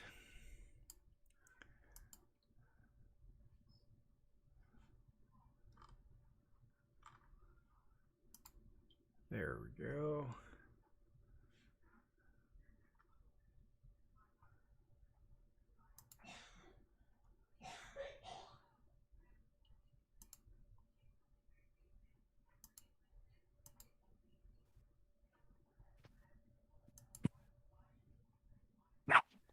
Am I the only one scared to find out what happens if Lutheria cheats? Well, she can't now because Furies the are Furies are here. here. Okay, so Scruffle, you challenged her to a game of 20 squares, so you will get to play the royal game. The game is considered to be sacred and has been played by gods and mortals since the dawn of time. Kings sometimes use this game to resolve disputes that would otherwise result in war. The game requires 2 players and it is played by moving pieces across the board comprising 20 squares. Dice are rolled to determine how quickly the pieces can move, and the object of the game is to reach the end of the 20 square course before your opponent. This requires a mix of strategy and luck.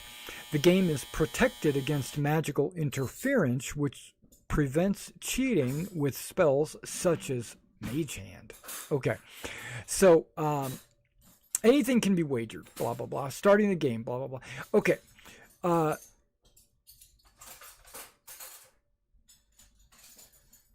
It is customary to cut your thumb and make a blood handshake, but that's not required.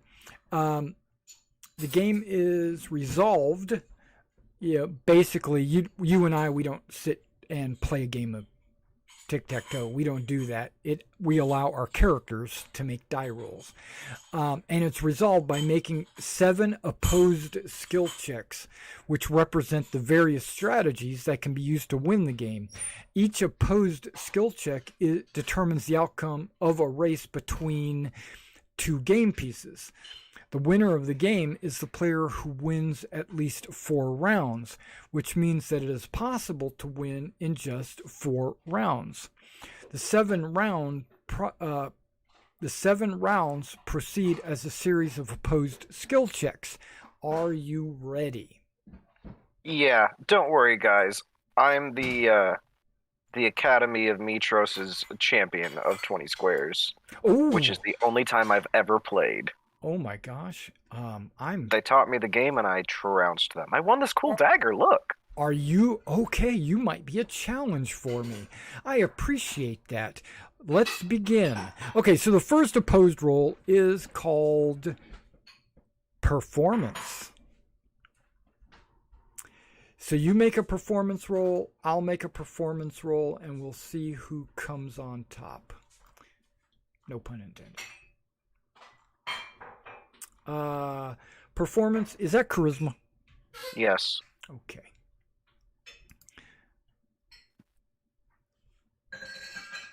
What'd you get? 24. Ooh, that's pretty good. Unfortunately, you lose. And one of your crew has been killed. Oh no. He lies dead on the board as her goatling is saved, released from the spell, and goes back to partying.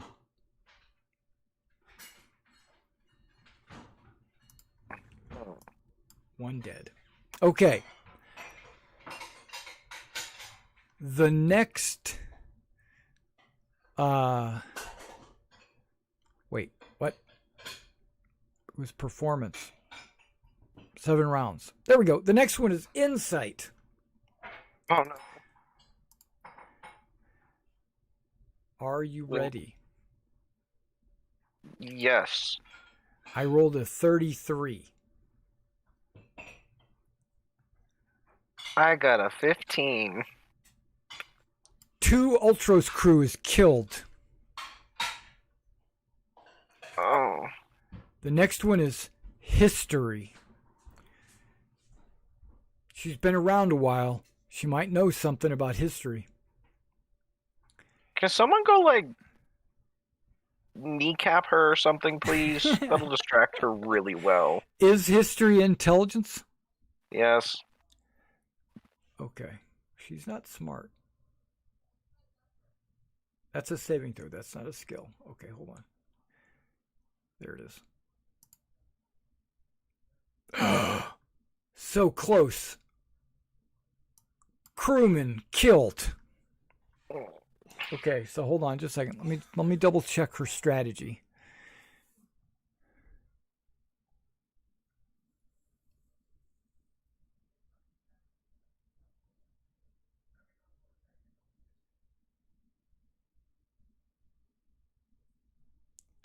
What is everyone's passive perception? Mine is 18. Well, Okay. Not nearly that high. 13. Mine is 19. Okay. So with your 18 and 19, one of you can make a perception roll with advantage. I'll do. Hylas. Yes, Hylas should. All right. Okay. There goes. With advantage, you got a 13. Would you- Okay. Can we use a nightly reroll on that? You can. Yes. Use a nightly reroll. Please reroll that one. So whatever your first roll is, it's a 13. It was meant to be a 13. Was meant to be a 13. Yep. Okay, so what that basically means is you don't see her cheating. Okay, so the next roll is, but you feel, you just know she's cheating, but you can't catch her. You tried to catch her cheating, and you just can't. There's no way she beat my performance. But the Furies would know. Yeah, the Furies are watching. They're paying close attention. You said, what was the next one? We just finished with history, right? Yes. The next one is something, is deception.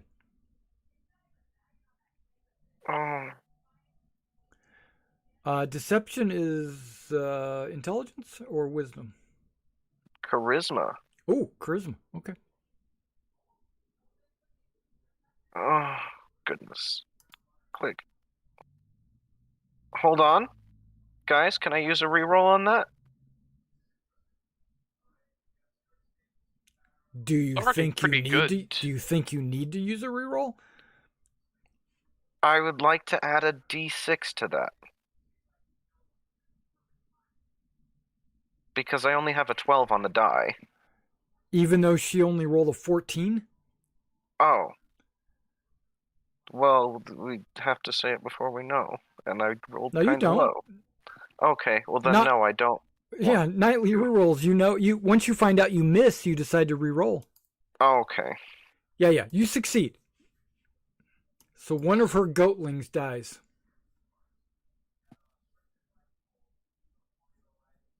That was my worst roll so far, and it's the only one that was good enough.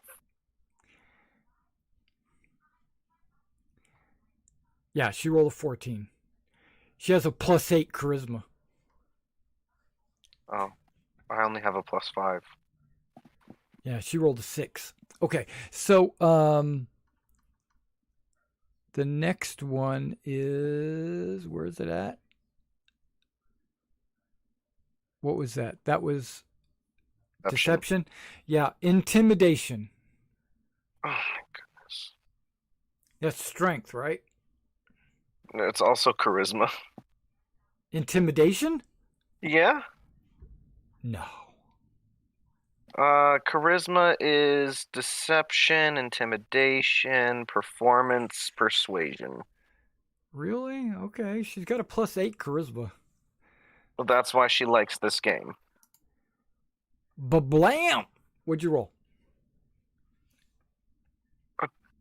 27 with You win. the highest I can roll. Yeah, she rolled a 14.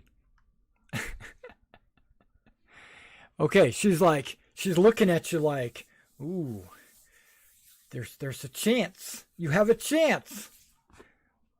The next one is perception. No, it's not. It's persuasion. Oh, that's fine. I have a +9 to that. Perception, I only have a +8. Okay. She Click. rolled. Yes, you fail. I might have to re-roll that one. Okay. Go for it. It's to save the crew. 50% And chance. to not lose the game, because the first to 4 wins. Yeah. Re-rolling would give me a 50% chance of getting higher. D6 guaranteed chance to get higher. But I could get a lot higher. I'm gonna do the D6. Click. Oh my goodness. You lose.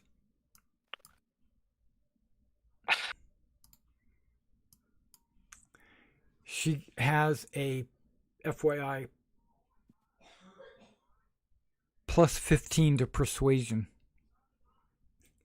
Oh. Yeah. It's pretty good.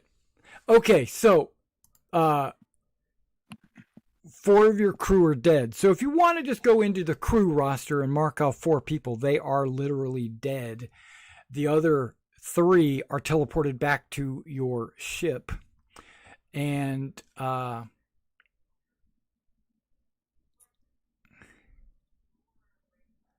she kind of like does the, oh my gosh, I won, I'm the best. Okay. You see, this is why we can't have nice things. You just like Oh, to wait, kill. I take this back. She slaughters all 7 of the goatlings. No, wait. Am I reading this right? Hold on. If the heroes lose the match, she slaughters all 7 of the Ultros crew.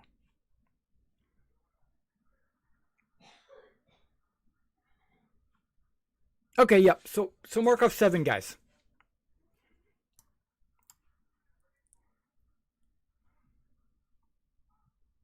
I know that's horrible, right? She's such an evil person.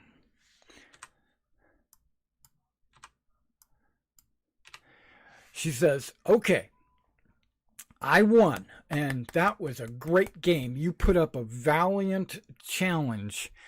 Um, and the Furies kind of are satisfied that nothing was amiss, and they fly off.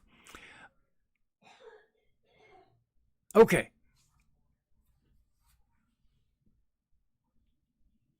What can I do for you? We got that out of the way.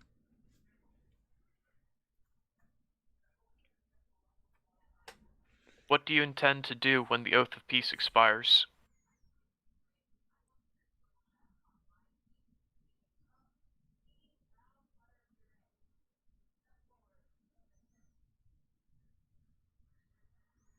In what way? What do you mean? Will you join your husband in destroying Mitros? Destroying the settler races? No, she does like a little play acting and says, "Whoa, whoa, whoa, whoa, hold on, whoa." I have no interest in my husband's schemes.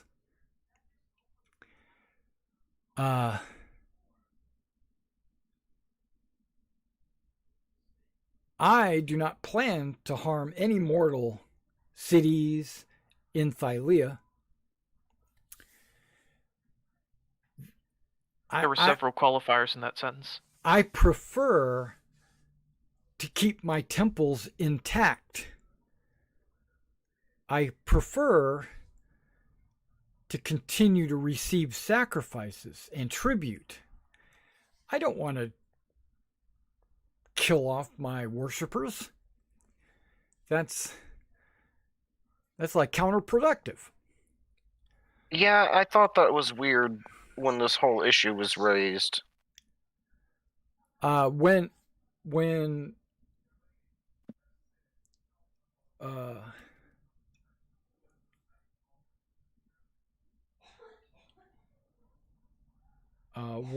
the Oath of Peace expires, if you want to go take on my husband, if you want to interfere with his tasks or negotiate with him, that I will not interfere with those.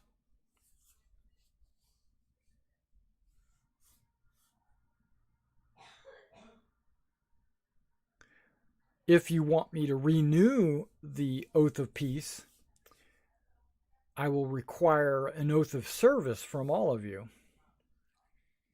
No. Oh, Lord have mercy. Well, so why would you even go that route? Why can't you just be cool doing you and we be cool doing us, and then you just leave us alone and we leave you alone? That's exactly the way it will be. But I have my worshipers. They worship me. They serve me. They sacrifice to me. And as long as that continues, I have no problem. I have no desire to come to the mortal world and start just. I do not have vengeance. That's my brother.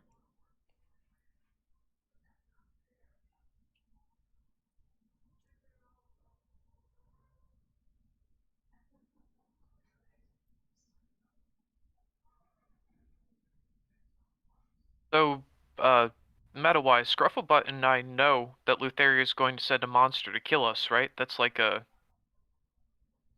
destiny we know we have and that she's intending on completing. Is that what I told you? Is that written down on your backstory somewhere? Yes, it is. What does it say exactly?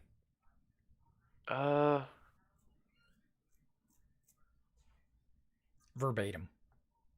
Alright, Could we take a 5-minute break? Yeah, go ahead. I just want to hear what he has to say real quick about his backstory.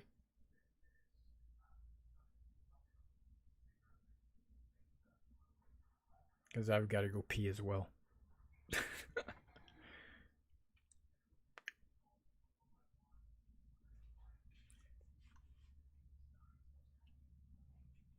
not in the backstory, it stops just at the point of the Horn of Balmetria and the 3 tasks. Okay, hold on. Let me open up your character where it says we're talking about the doomed one, right? Right. Okay. It doesn't have the Lutheria part in mine, but it says to defeat the creature that has been fated to kill you. Where does it say that in yours? The defeat Heroic of tasks. heroic task, the defeat of the creature that has been fated to kill you. Forge an artifact to protect you from your doom. And it does say up in the beginning, it says you come from a famous and distinguished family with ancestors that include Dragonlords and gods. However, you had the misfortune of being born under a fell astrological sign, one that portent a doom of epic proportions. Your parents died shortly after you were born under mysterious circumstances. All your life you have been plagued with ill luck, and you have long suspected that your death will be as ugly and as spectacular. The prophets and fortune tellers of Mitros make signs against evil when they see you on the street, and you have always been treated with the prejudice and superstition's dread. Nevertheless, you've been called by the fate to the temple of the oracle and can blah, blah, blah, blah, blah. The oracle has promised that your doom can be avoided, for she alone knows what will protect you.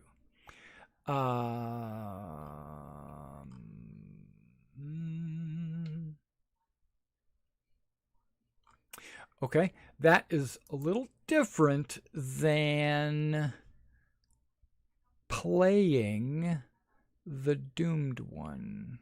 Where is that? I might have put that under Scruffle. Running the doomed one. Okay.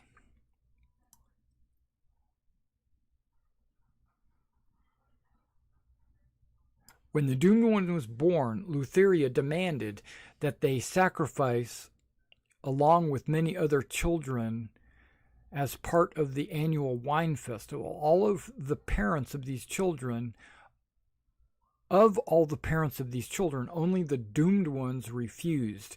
Consequently, Lutheria slaughtered the doomed one's parents and directed her entire army of servants to torment the child endlessly as a practical joke.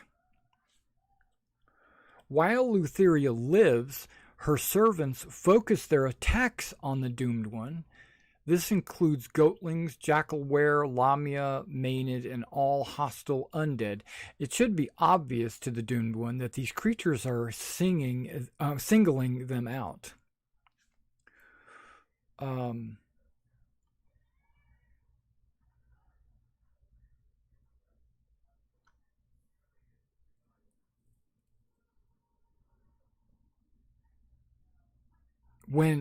When the Doom One confronts Lutheria on her throne, she will take no action. Yeah, because in her mind, she's already made you pay. She's killed your parents, and she sends her troops to fight you as a practical joke, not as a. She's not trying to kill you, per se. She just gets a pleasure of seeing you tormented. If that makes sense. Okay. Yeah. But you might take it differently. That's between you and her.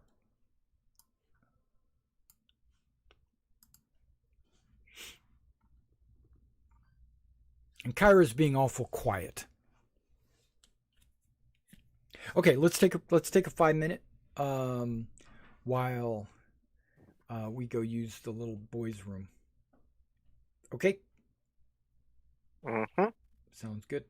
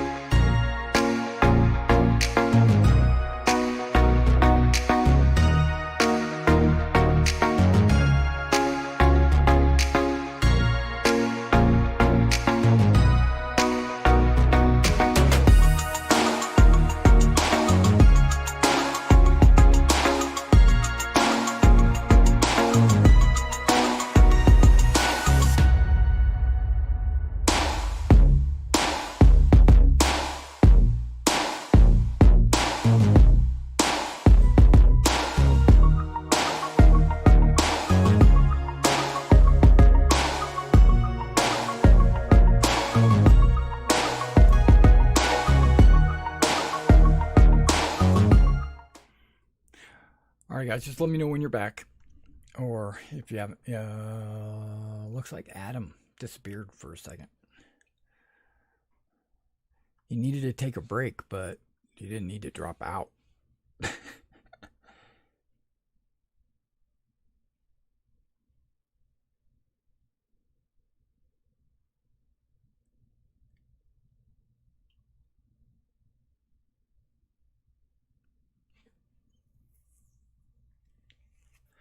Deck of many things, huh? Oh yeah, I did 8 draws from it, and they all came out great. And everyone else who drew got only bad things. So, have you decided when your game was going to start? I still don't know until we finish that one. Okay. It'll be the week after we finish it, though. So, give me like an estimate, like a month, 2 months? Less than that. Okay. It should. So, less than a should month. be- yes. Okay. Should be probably 22nd or the 29th would be my guess. Okay. So, because I'm still trying to work on my backstory. Okay. You've got time.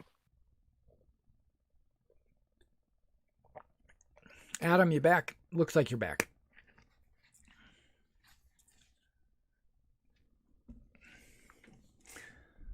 Yes, I am back. Okay. Elias, are you there? Yeah. And Yeah. Ptolemy? I'm here. Okay. Joseph, you there? Yep. Okay, so everybody's back. All right, very good. Okay, so Lutheria is just okay. Let's go meta a little bit here. If you remember Scruffle and Ptolemy earlier in the adventure, when you met monsters and they had a choice to either attack you or one of the other party members, they usually chose you because you guys are part of the doomed ones. And, so I would say, oh, you're a doomed one. I'm going to attack you. And that was why. Because Lutheria had directed them to attack you. Okay, so any more conversating? She's willing to spill her guts or whatever, talk to you. She's also slowly getting a little annoyed in that you're bothering her. If that makes sense, because she's got her things that she's got to do.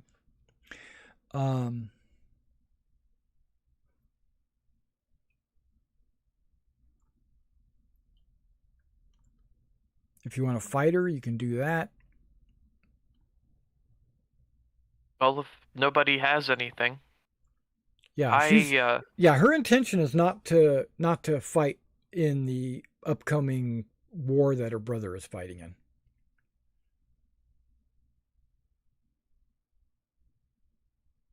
I'm sorry, go ahead. what was I going to say? I can't forgive Lutheria for all she's done to me and to countless others, but I'm capable of prioritizing bringing her to justice. Putting that on the back burner. I What just say have all a of you? problem with it being called an oath of service. I don't like that word. No, we don't have to do that. In fact, I refuse to. I mean, I don't want to go and fight a war with a deity or nothing, but geez, that's kind of why I'm here, I guess. I mean, we had planned to do that. Well, I Yeah, was I'm hoping, just saying we hoping defeat for the her best and second. preparing for the Oh, worst. yeah. I'm genuinely upset about that game. Yeah, more crimes at the feet of Lutheria. She just murdered 7 of our people. I mean, I blame Scruffle for this whole thing. No, If he that just was more godly. She would be like, okay, cool, let's go ahead and let's extend it, and it's not a service thing, and we're just, you do you, and I'll do less of what I was doing. But you're not that cool, so the offer didn't even come up that way. That was the best game of 20 squares I've ever played. Not the one where you won the tournament?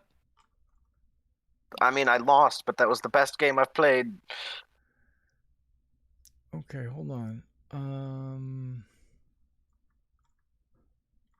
She's extremely happy that she beat you because you're a legendary champion of the University of, you know, the great games. You know, and you're the best that mortals can put forward. So she offers you all something. What does she offer you? It says that she grants you this thing. Maybe it's on our character sheet. I don't think so, but we'll check.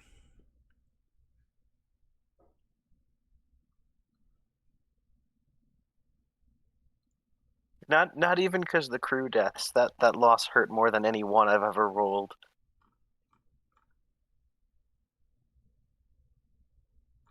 Yeah, her titles are the Lady of Dreams, the Queen of Hypnos, the Mistress of Death, Goddess of the Underworld, Queen of the Nether Sea, the Mad Goddess, and the Twin Titan.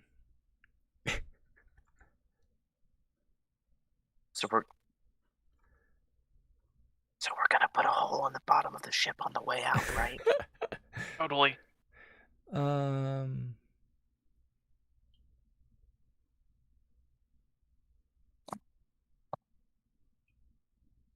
You see, doing an oath of anything with her doesn't stop her husband from doing the bad stuff. We're not doing any kind of oath with her. Good. Okay. No, but she's willing to just give you something.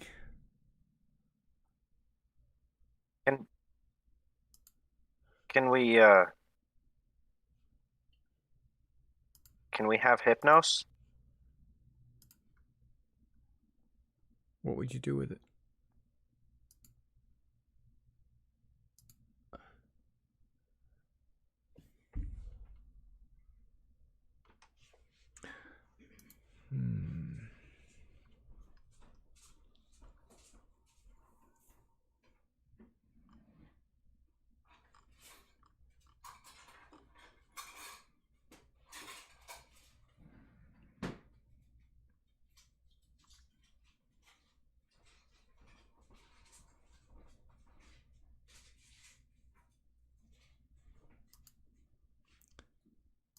Okay.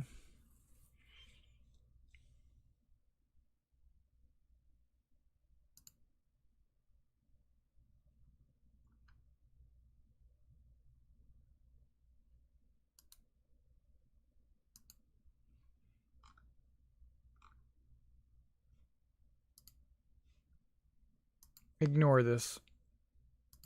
Okay.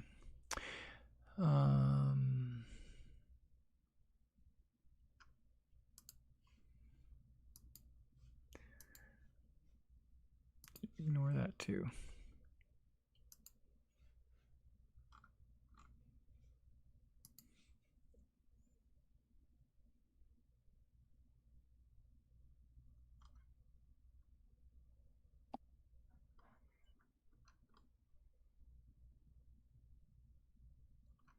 Here we go.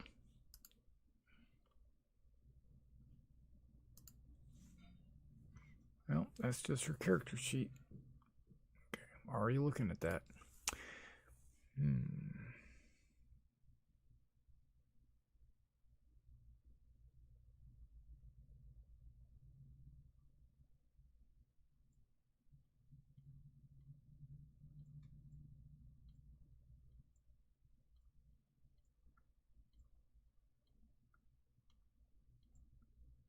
Yeah, it doesn't say what she offers. It says she gives you something, and then it doesn't tell me exactly what it is.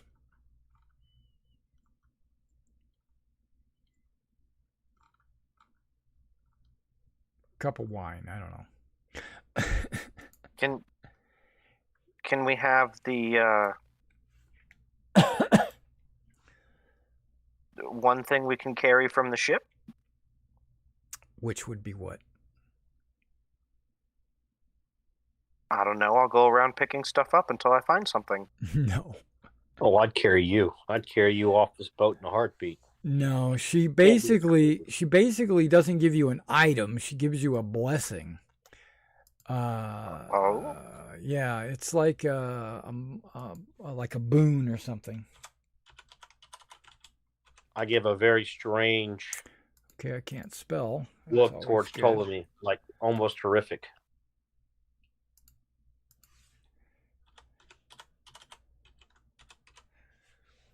But we're not asking for it. She's just doing it regardless, correct? Well, she's Oh. happy that you pleased her in. Oh, here we go. This works. I'll use this.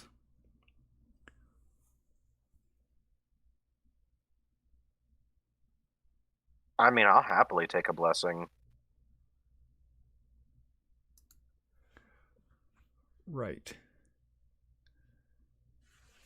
I don't know. Roll20 is going like really slow for me tonight. Trying to open pages and it just gives me like this white. Okay, here we go. It's not like she's a demon queen or something. She's a deity, a very old one who just had a disagreement with your guys' ancestors. What point are you trying to make right now, Scruffle? I don't think it's going against any of our, let's say, past commitments to accept this blessing from her. Oh, I absolutely don't accept anything from her, but you do you. I mean, you technically do every time you drink wine.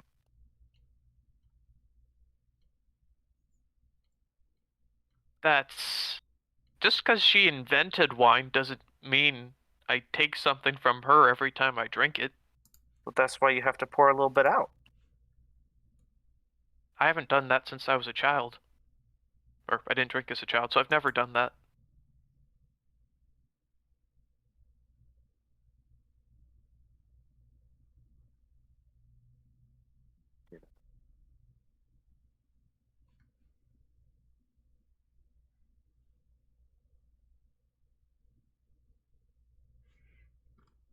Okay.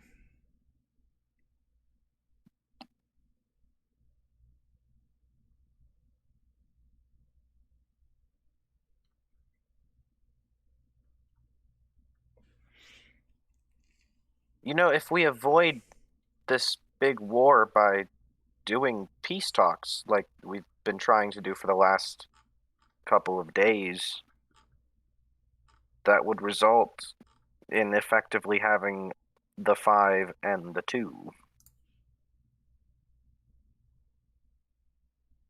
What do you mean? But they would still be equally important in everyone's daily lives.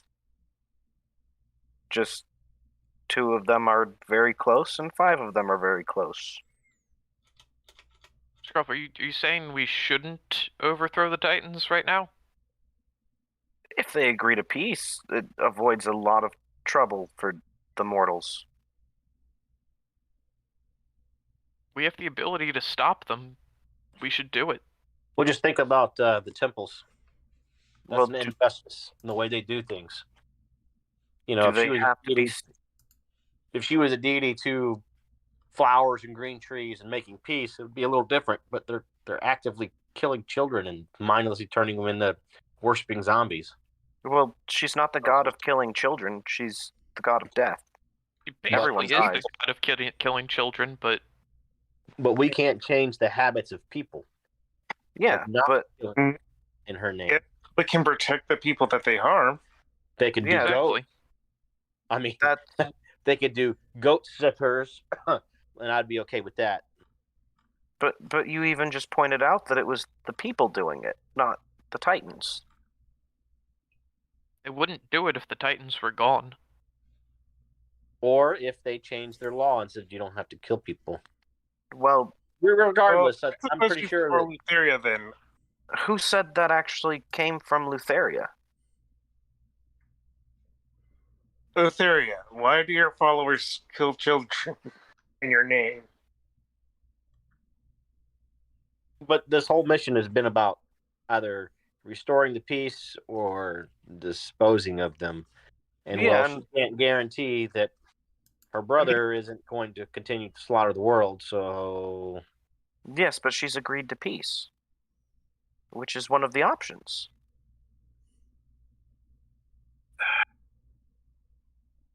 She's just actually. Didn't she just say she wouldn't fight in her brother's war? That doesn't mean she isn't going to start one of her own.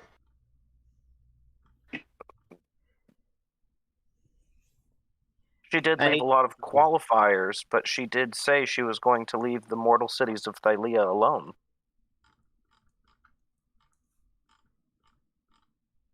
Because everyone sacrifices to Lutheria, just like they sacrifice to the Five.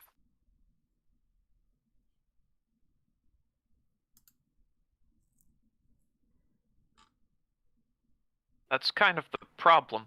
That's the thing, one of the major things I have a problem with, people sacrificing to Lutheria. The whole sacrificing children thing. You and Yeah. I were to be sacrificed to her.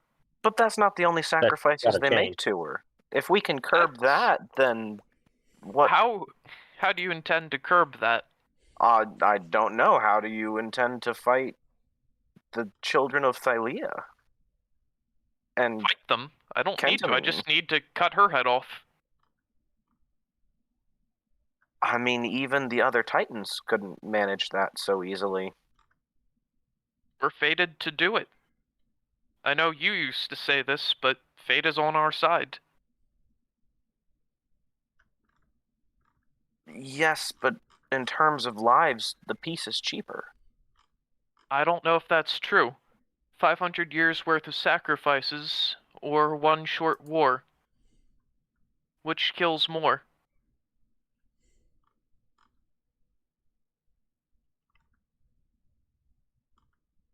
The problem I is we think don't it's the know. 500 years of sacrifices.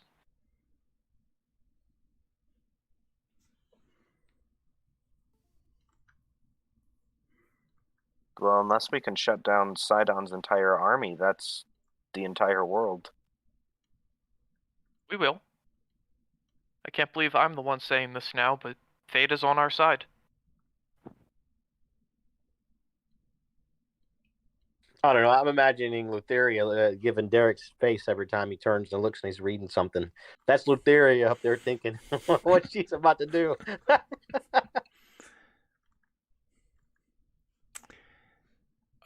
Yep.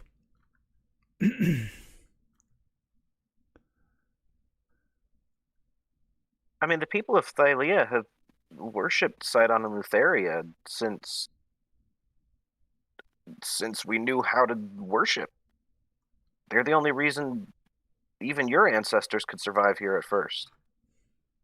And that gives them a right to do all of these things? No, but it means they're not inherently wrong. Just some of the things they're doing. They're evil.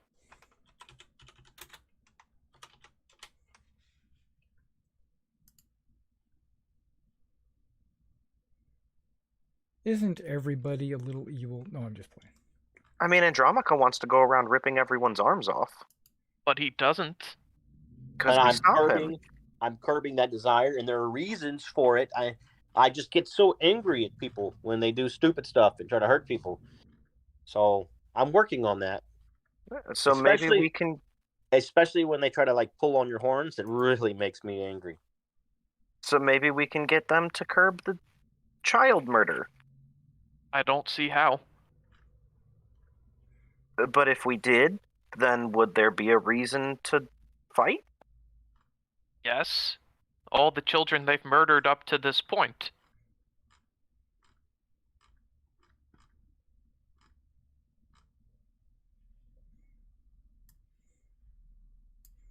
They weren't murdered, they were sacrificed. Ptolemy doesn't see a difference. Pythor does.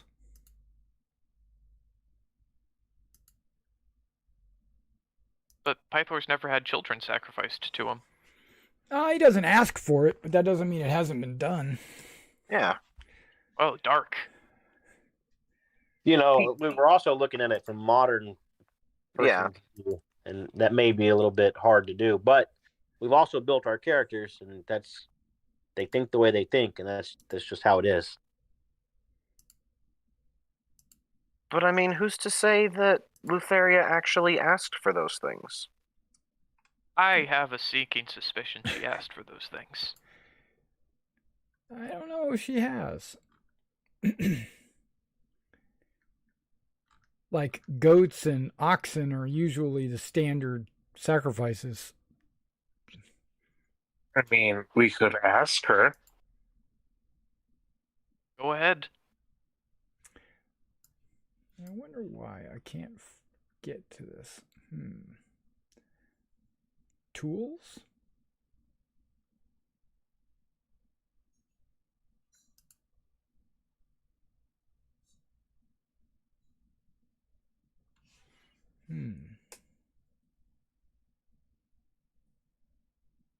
Why does this say that I have a Zweihander? I never purchased that.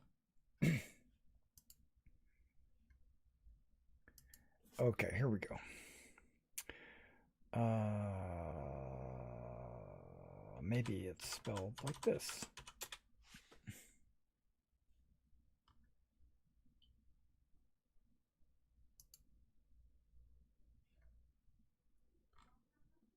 And of course, it takes me to Theros. That's not where I'm trying to get.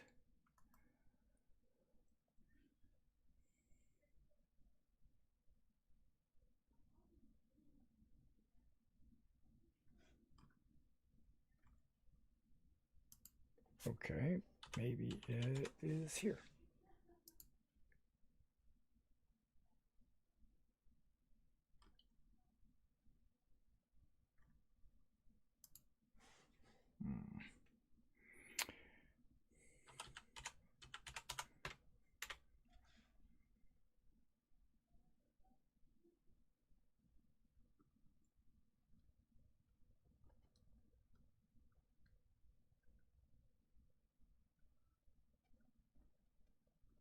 Sorry, I'm taking a second for this, but I want to make sure she gives you what she's supposed to be giving you.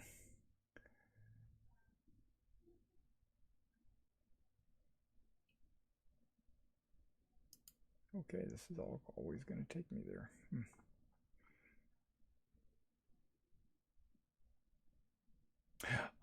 Maybe it's there. Okay, here we go.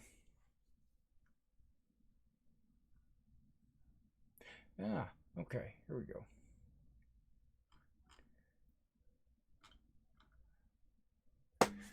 Okay, so I might be able to find it in my Roll20. There it is. Okay.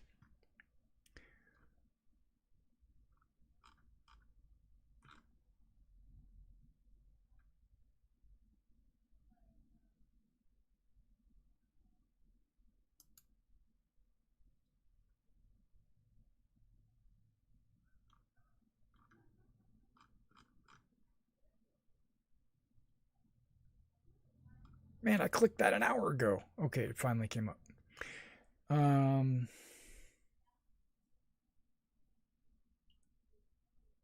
Okay, yep, that's what she does. She waves her hand and a little sparkly light goes over all of you except for Kyra, but it goes over all of you and you receive till the end of time. Okay, this is a permanent blessing unless Lutheria revokes it. Advantage on death saving throws.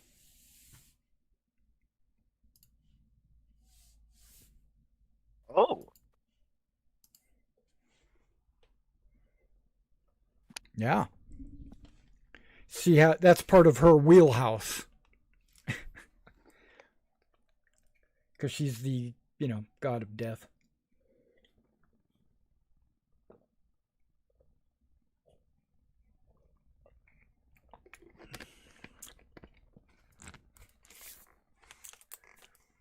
Wine punch. Okay.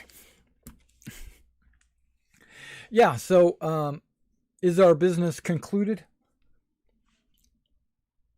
For now, I think. What do you mean for now? Come on now. I'll see you when you die, but yeah. Okay, I get you. Oh, Well, I don't- go deal with my brother. You know, I'm gonna stay down here and do my thing. You know, live the good life, and you know, maybe I'll see you in your dreams. Maybe I won't. Oh, well, I don't actually plan on ever dying, so I might not see you then, but I'm good for dreams. We haven't made an oath of peace or nothing, have we? No, we've made Just to 0 clarify. oaths. No, that was just reciprocation, or just she was pleased with winning the 20 squares, so she gave you a gift.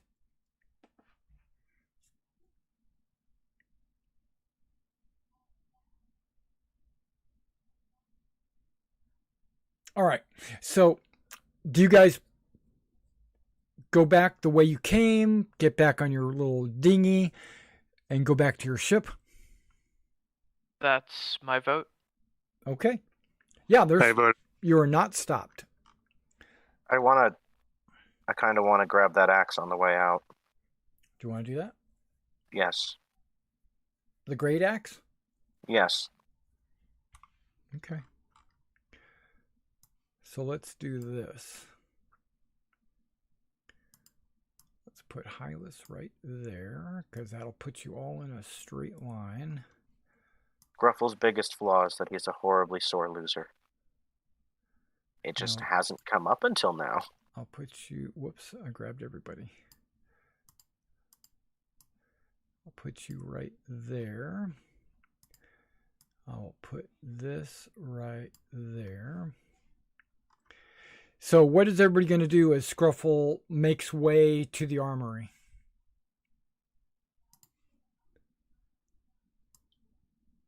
Oh, absolutely follow behind him. Yeah.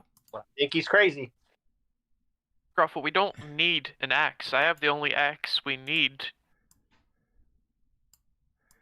I'm Yeah, gonna This even isn't use it. about axes. This is personal. put Andromaca and Ptolemy right behind you. Okay, yeah. I'm going to try to squeeze past this guy. You can. He's oblivious of you. He sees you, he knows you're there, but he mumbles as you walk past. Okay, if you're not moving your token, then you're not doing it right.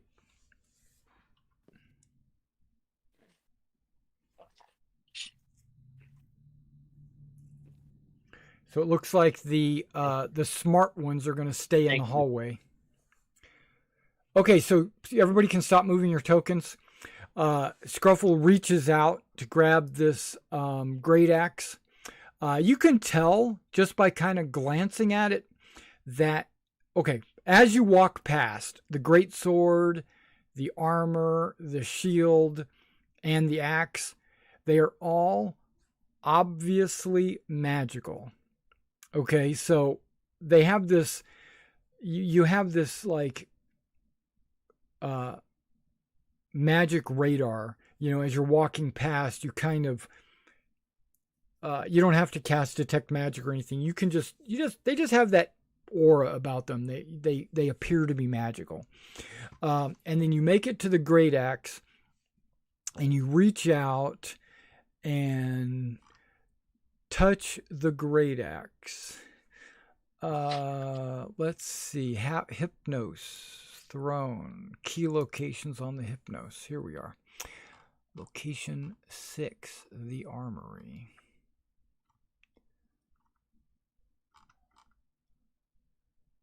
Hall of Armaments.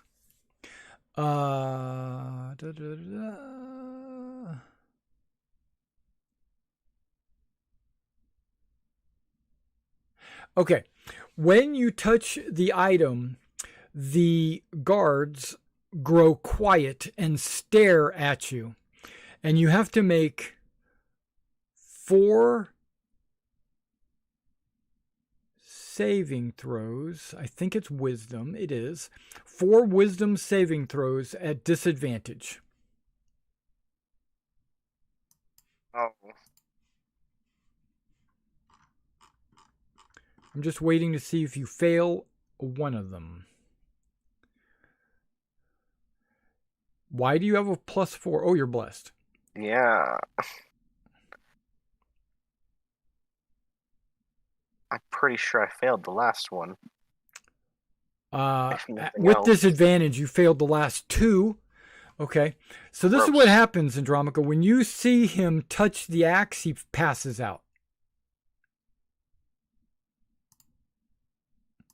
Huh. Even with your magical effect, remember, your magical effect gives you not disadvantage, but still a 6 is a fail.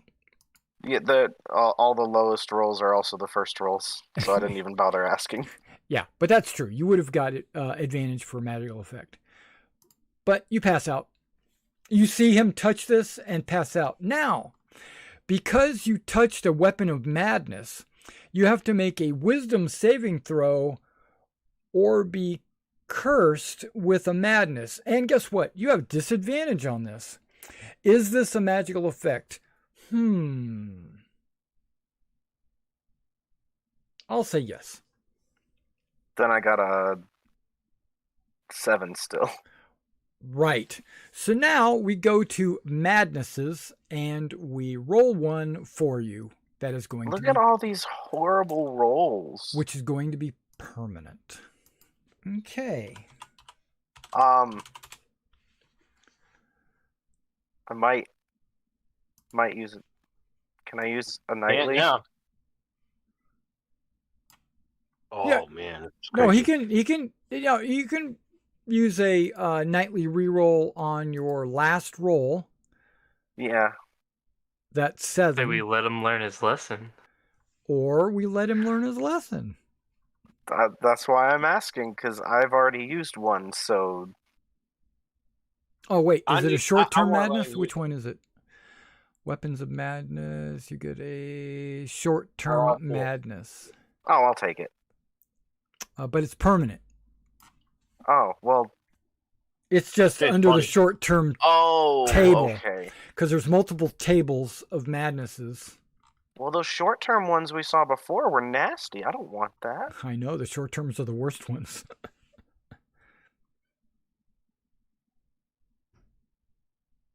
Can I?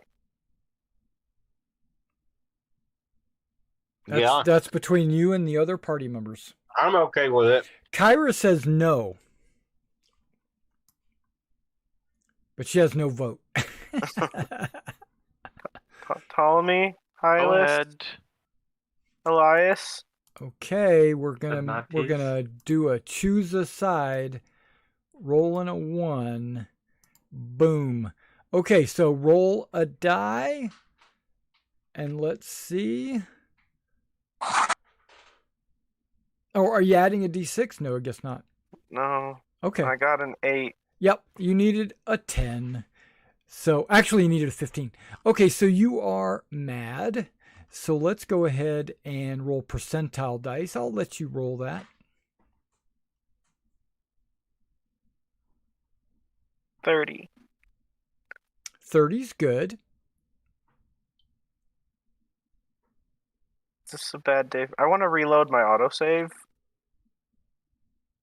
Okay, that's cool. Remember, this is not it comes on the short-term table, but it is a permanent madness. Yeah. And your madness is you are screaming, laughing, and weeping, and you are incapacitated permanently. Permanently Eyeless. incapacitated. He is permanently incapacitated, but right now he's unconscious. Isn't that also incapacitated? Oh yeah. But when you wake up, you're going to be incapacitated. Okay, let's drag him back to the ship and we can see what magic works on him. Okay. That's no problem. You can do that. I like this Scruffle better. He's got good though. Okay. So he's unconscious for 1 hour and then he'll wake up. And when he wakes up, he just starts giggling and laughing to himself, and then he starts crying. I feel like that's normal. It's not normal. You can see his eyes. He's like he's gone over the deep end. Okay. While you guys are on your ship, I'm going to give you a hint that might or might not. Can you see that? Right Yeah. there? Yep. The wisdom save disadvantage. Yep. You all have a disadvantage on wisdom saves forever. Forever, wow. Yep. So, I'll put you back on, where is it? The Nether Sea? Where's the Nether Sea? There it is. Boop. Nether Sea. All the way at the top. You guys are right there. You're on your ship, which is closer to this. It was literally a couple of hours, so it's the end of the day. It's time to rest.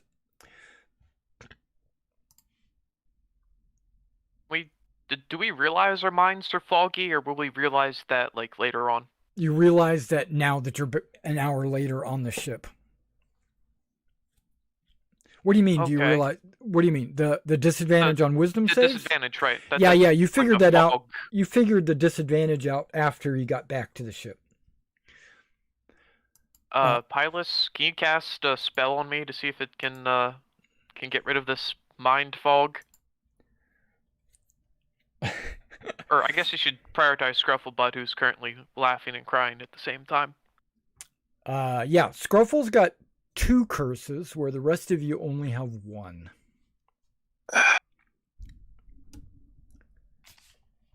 Oh. So you need something that can remove curse. Eh?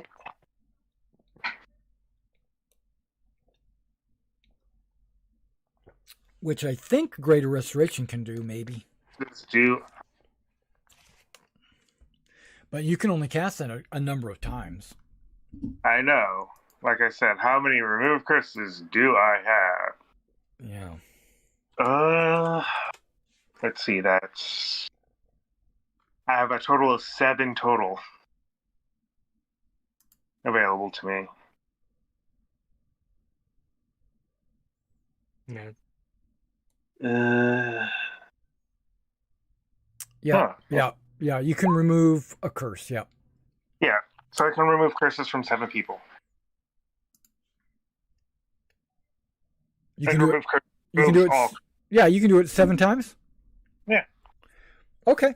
Yeah. So you get Kyra, Andromaca, Ptolemy, Hylas, yourself, Elias, and then 2 on Scruffle. No, it would only be 1 because it removes all curses. It removes a curse. Oh. The text says all. 1 curse.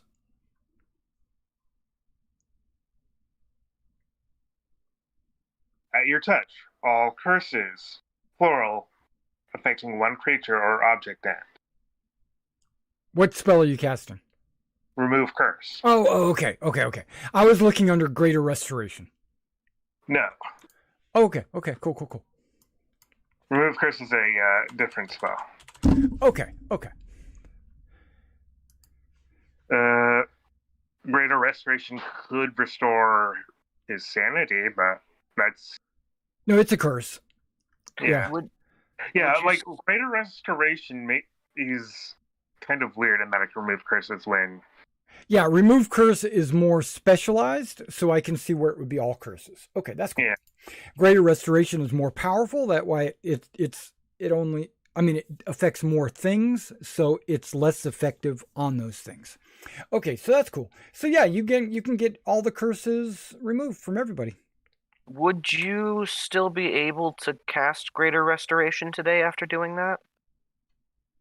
Great Restoration is a 5th level spell, which and remove curse is 3rd level, so it depends on if I still have that left or not after removing all the curses from everyone. Well, would you? Well, there's only 6 curses. If you use remove curse, there's only 6 casts. So yeah, I should still have it.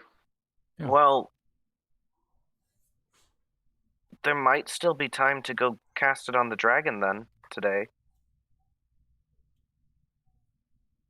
No, the day's over. Oh, okay.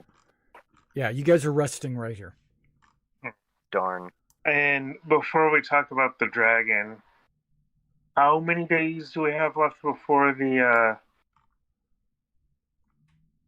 The end of time? Like 3 Yeah. or something. before Now, let me jump to the landing page, and I can tell you after this night, there will be exactly 3 days. Yeah.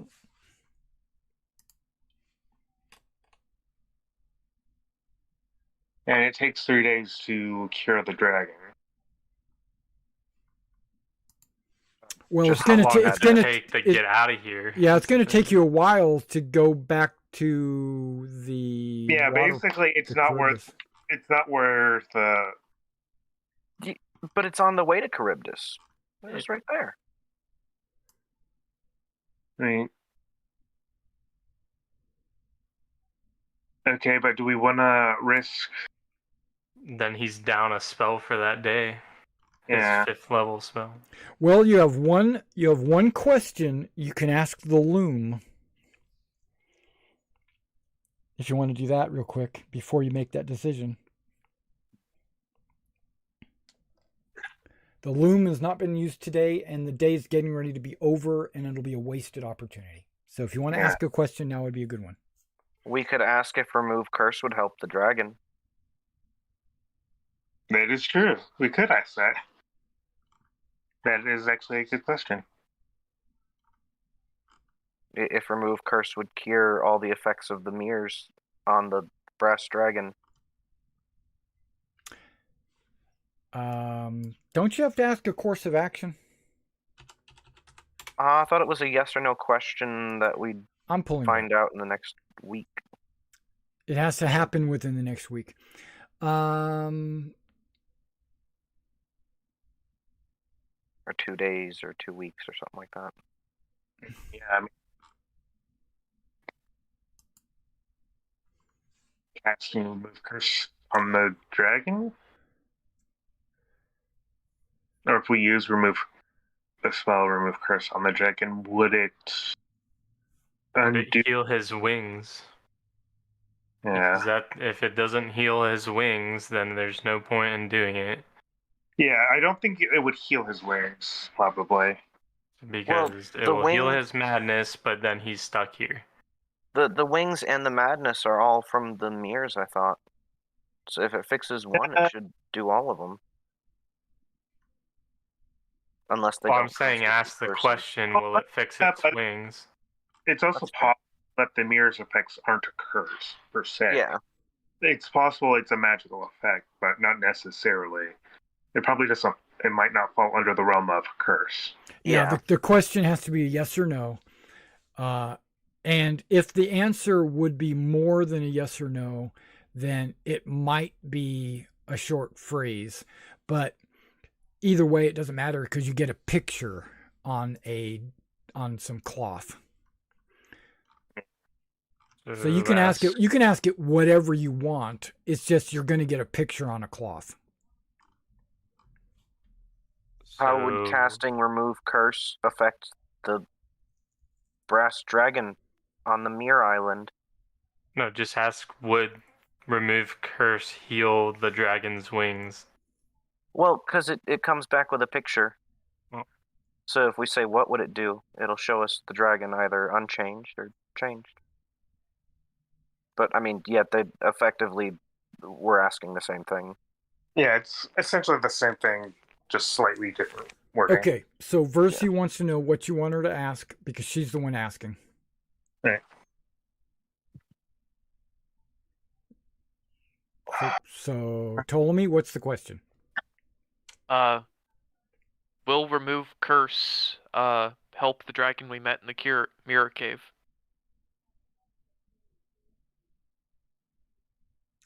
Okay, so you get a picture of an empty mirror cave. So it'll either disintegrate it or let it fly away. Yeah, it does show the broken mirror island, and it shows the mirrors on the wall and the water, and there's nothing on the island. There's no dragon, there's no treasure. Does that mean the dragon is left? I would say so. That means he will go and find the ancient dragon master. Do you mean Athos? I do. How many miles can we travel in a day? If you remember, okay, just a second, I'll get to that in just a second. If you remember, the dragon said he was taking the treasure and going to find Athos. That was his mission in life. He was going to leave and go find his master. Now that he knew that he was alive. Okay, so how far do you travel in an hour? I do believe it might be 5 or 10 miles an hour. It should be in a handout. The Ultros party ship, which is right there, 5 miles an hour. Why don't we send the Ultros towards Charybdis? We take the dragon and the Pegasus, speed over to the island, and then we can fly back to the ship because they'll only be about part way by the time we're done with all that. How fast does your dragon fly? I don't have a page for it. Okay, so just so you know, even though this is a huge dragon, it is still considered functionally a young dragon. Even though its body is big, its stats are young. Just so you know. And so I'm going to find out what that is.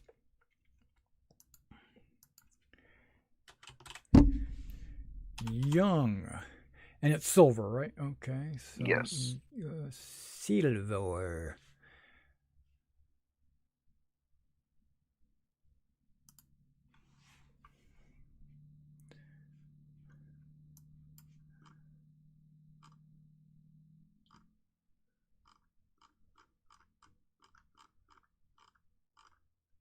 Here we go. 80 feet. No, fly 80 feet. Yeah. So that basically means it can fly 8 miles an hour. Is that right? 8. Should be 9. Right. I don't know. No, because the DnD says that if you've got a 30-foot walking speed, you can travel 3 miles an hour.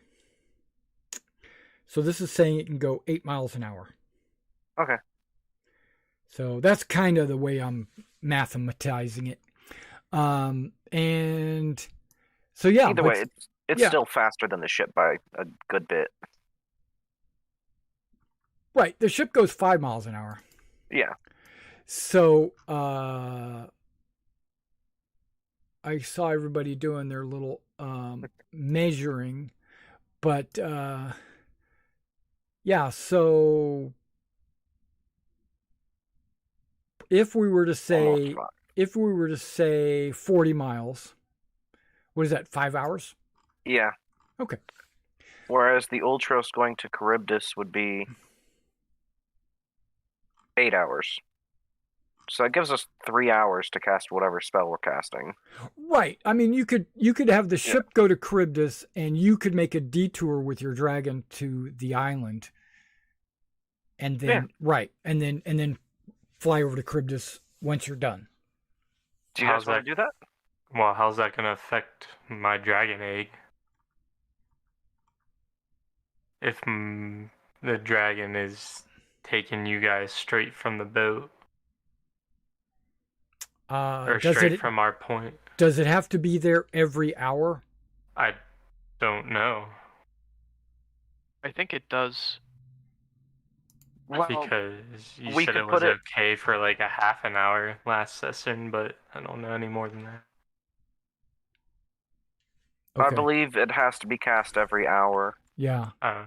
Yeah. So- Dragon eggs. Raising a dragon. Maybe that's it. Proper care. No, that's after he's born. Okay, hold on. Dragon eggs. That's probably where it is. Because where do we have to go when we get topside then? Yeah, once an hour. If it's not looked after properly, then there's a 10% chance per day that it'll die. So if it misses its hourly recharge, then at the end of the day, we'll roll percentile, and if you get a 10, it'll be dead. Which is a very big risk. If you don't want to take it, I would understand. I absolutely do not want to take it Right. for no reward. Right. Why are you even taking the risk? That's my question. I don't want to. I was in favor of Knowing not that the giving- dragon is not there. Well, I thought it said it would only leave if its wings were fixed. Because it couldn't get out until Well, then. what did the Dowley say? It showed an empty cave if we cast... when we asked what would happen if we cast it. No, that's not what you asked. No? I'm not going to remind you what you asked, but that was not the question. Tell me, what did you ask? Look, the dragon isn't there. It doesn't matter. Oh, okay, well... If remove curse would help the dragon, Yeah. more or less. Would it help? Yes, that's what you asked. Don't forget there's the prison box on the other side of the island. Well, I was told not to mess with that. You don't want to free the creature that's inside? Oh, I absolutely do. Oh, okay. But I was told not to touch. You don't want to explore any more of the Nether Sea? I do. You only have 3 days, and if you get to the surface, you'll have to really speed up to get to Mitros, if that's what you want to do. It is. I'll just use gust of wind, and we'll be tired when we get there for the end of the world. Yeah. Actually, you won't if somebody casts Greater Restoration. Oh yeah, Greater Restoration. So you could do it for free, basically. He'll just be down 1 spell slot. Okay, so that's the plan. Go to Charybdis. Yeah. Figure out how to exit the Nether Sea. And then head back to Mitros as fast as possible. Okay. Okay, so it's the next day, and everybody's rested. Everybody got their spell slots back and your hit points. Your the bless is gone, right? Because that was only 1 hour. And then the your temporary hit points are gone because that was part of the eating the apple or whatever blue fruit that was. And then all your curses are gone, so you don't have disadvantage on wisdom saving throws anymore, and you're not mad. Okay, that's always good.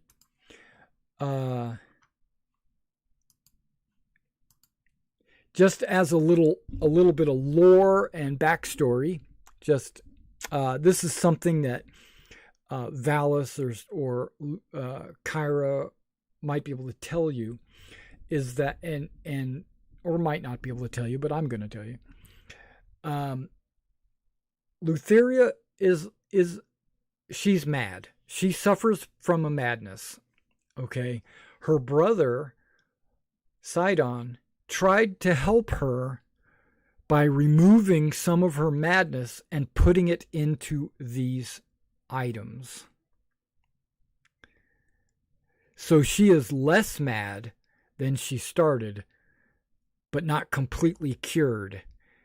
And part of her madness is in those weapons and armor.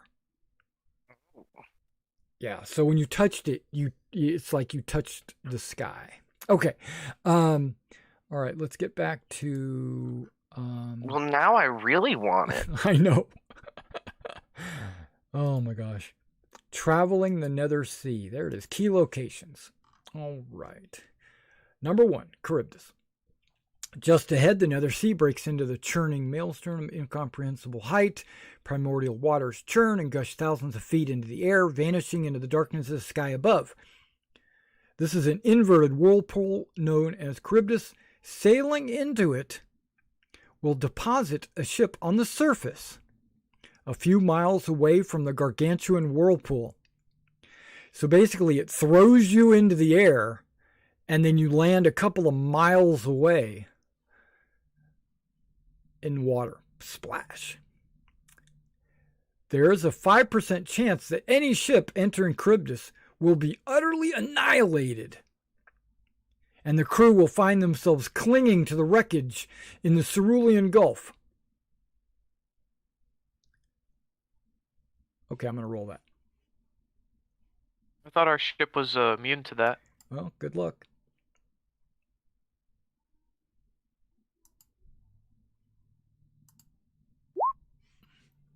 What did I roll? I rolled an 84, so no, you are good to go.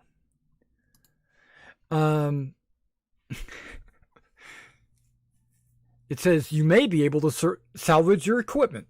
Okay.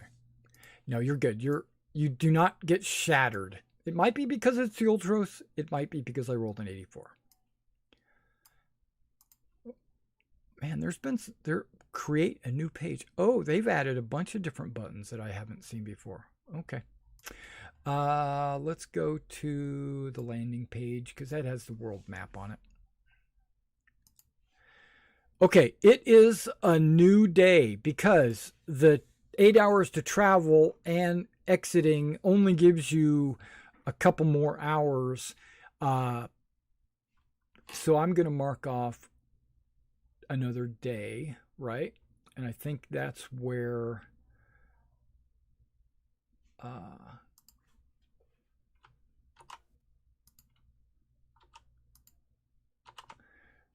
so unfortunately on the 28th you don't have any land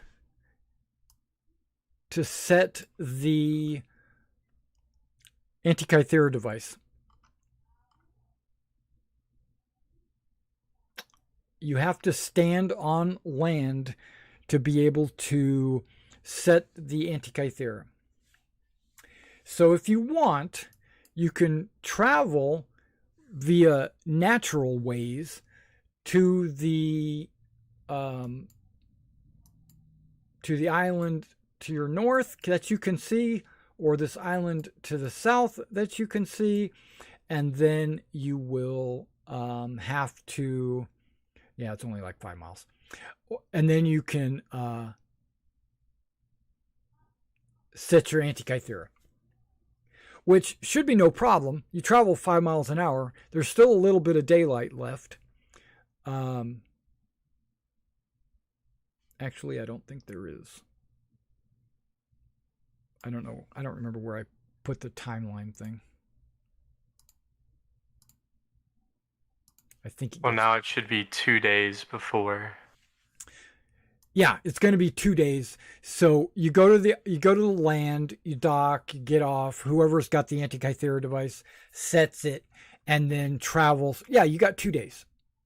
And that's what he was saying. That's what he's saying. He says if you use gust of wind, it'll only take you 2 days to get anywhere in the Cerulean Gulf or Forgotten Sea. And so I'm assuming you're setting it for Mitros. Yep. Okay, and then using the gust of wind. Correct. Okay. And my dragon egg hatches.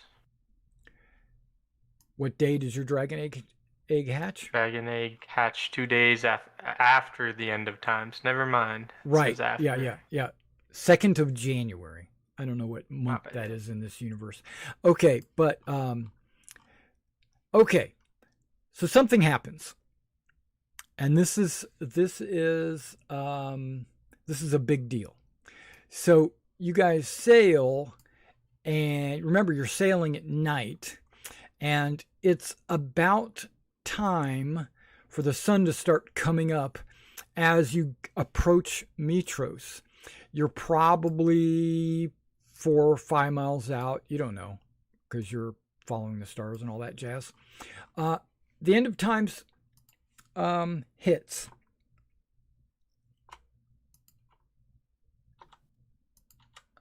And something happens.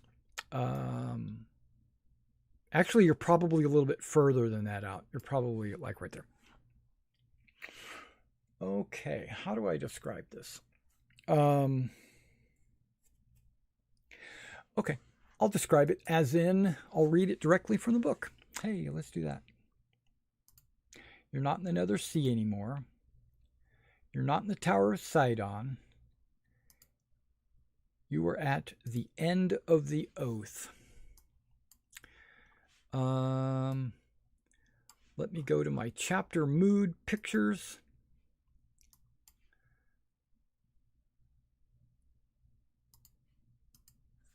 Okay. To back, boom.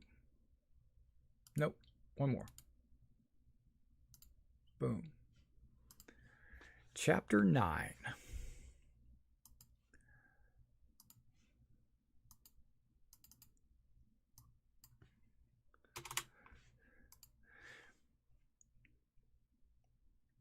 As the sun dawns,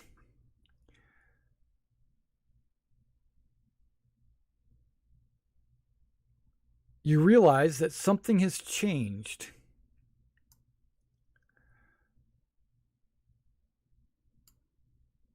A strange wind blows from the southeast, driving black storm clouds across the heavens. The sky itself darkens to a menacing red. You feel deep within your bones that the oath of peace has come to an end. Now, it seems, the lands and seas and sky of Thylia are filled with anger. Kyra and Pythor call you to the deck of the Ultros. I assume you all go to the deck.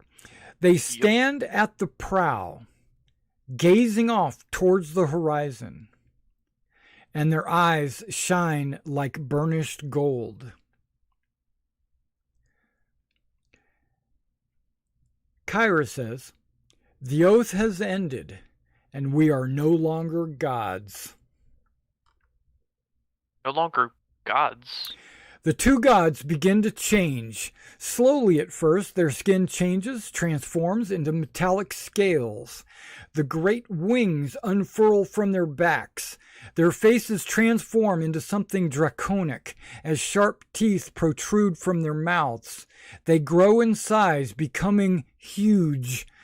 The deck of the ship can no longer quite accommodate the bulk of their massive forms. Kyra looms up as Pythor takes flight. Both are now bronze dragons. Terrifying, magnificent, and dangerous creatures. Somehow, you understand that they have always been dragons, but they were held in this guise of immortals for 500 years by the power of the oath. I called it. You did.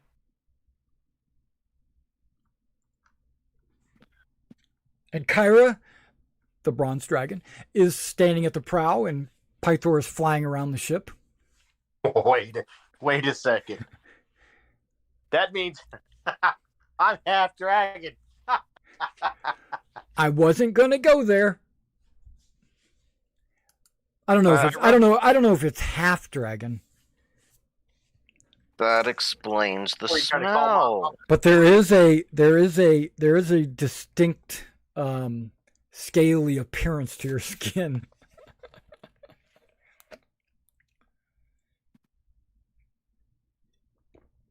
Ira, You just thought it think was there's- psoriasis.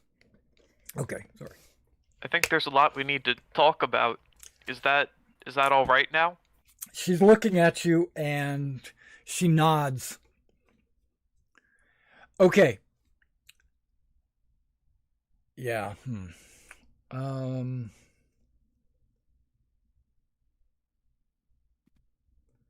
There is a lot to explain. Long ago,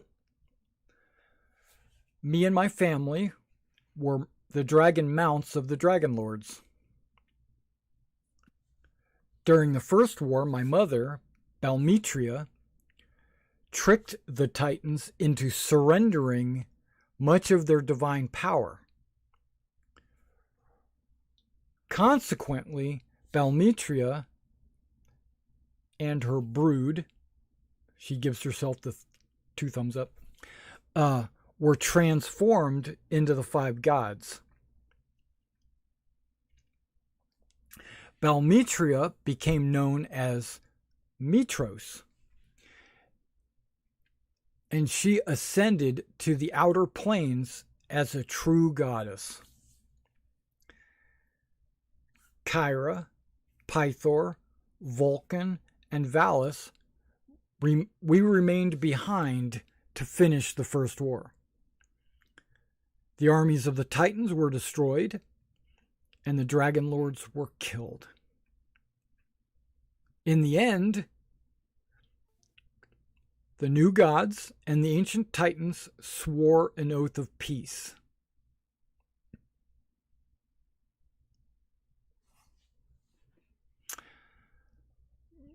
One of the conditions of the oath of peace was that the gods, all five, would eventually surrender our power now that time has come and we are no longer gods. So if you're a paladin, you have no power, and if you're a cleric, you have no spells. No, I'm kidding. You still retain your abilities. Kyra, Pythor, Vulcan, and Valis are still capable of taking mortal guises, but we no longer possess divine powers that were stolen from the Titans. Mitros herself has gone completely silent, although priestly magic still continues to work.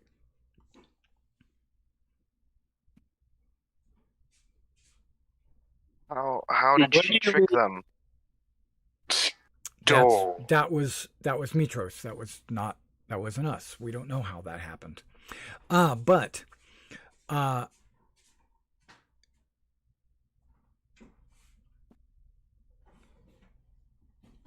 okay. In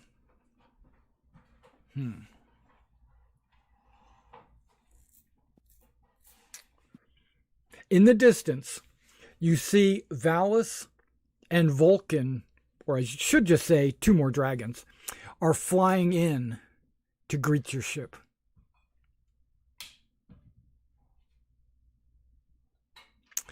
Grandpa. They arrive, and Vulcan says, "Is Vulcan a bronze dragon? What is he? Wait, hold on. Hold on, give me a second, because I don't think they are. I don't think they're all bronze." Wait, the dragon we freed from Sidon's tower was the soulless shadow dragon copy of Mitros. Balmetria, right? Of Mitros, yeah, Balmetria, correct. So, in a way, doesn't that make her kids your sort of like siblings? She's a copy. She's not the original. Okay, hold on. Pythor. Pythor. Drunken stupor. No, that's not right. Hold on. Pythor. Copper-haired man. Must be Copper Dragon. True form. Here we go. He's bronze. Okay, so Pythor is bronze. Kyra is bronze. Vulcan is an ancient bronze.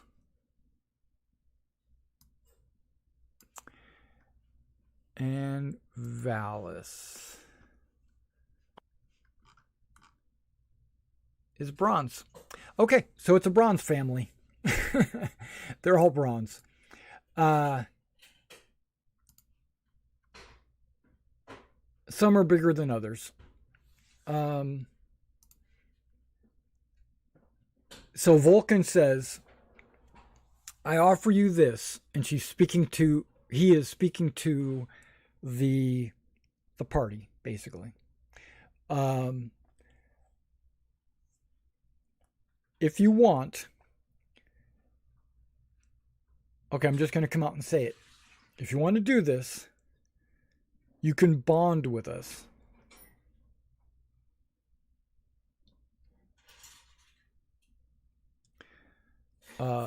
And Oath of the Dragonlord, Paladin of the Dragonlord, all of that is not in effect here because this is not a newly born oath. This is like a after the act oath, and it would require a sacrifice of a magic item. So if you want, they are willing to bond with you. And that wouldn't affect our current bonds with our young dragons. Correct. They would still also be bonded to you. But being bonded gives you like a telepathic link to them. It gives you control of their character sheet. Gotta love that. And I think you get their resistances while riding them. I think there might be other reasons to be bonded here. Hang on. Oath.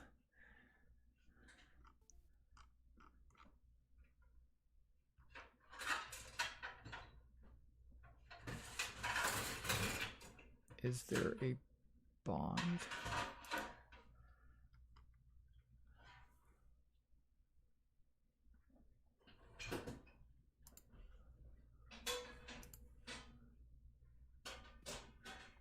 I love how it just says there are several ways. Okay.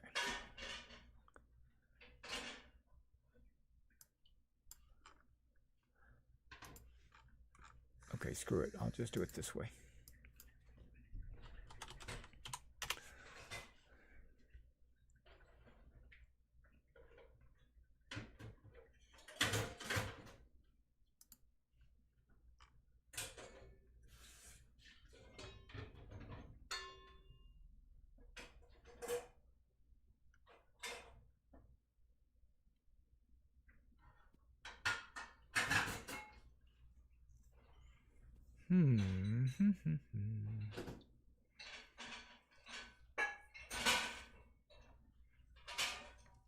Okay, that didn't help.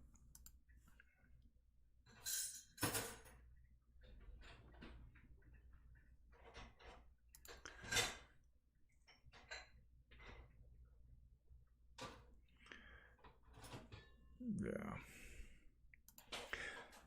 The heroes are now given an opportunity to bond with their 4 dragons, and each hero has an opportunity to choose which dragon they would prefer to bond with. And if the dragon agrees, the hero should follow the convention and tradition of Thylea by swearing the oath. But that's not a requirement. That's just a tradition. Yeah, I think you get the resistance while riding, plus you get basically control of a dragon. And that now, what you call it? There are basically 5 dragons.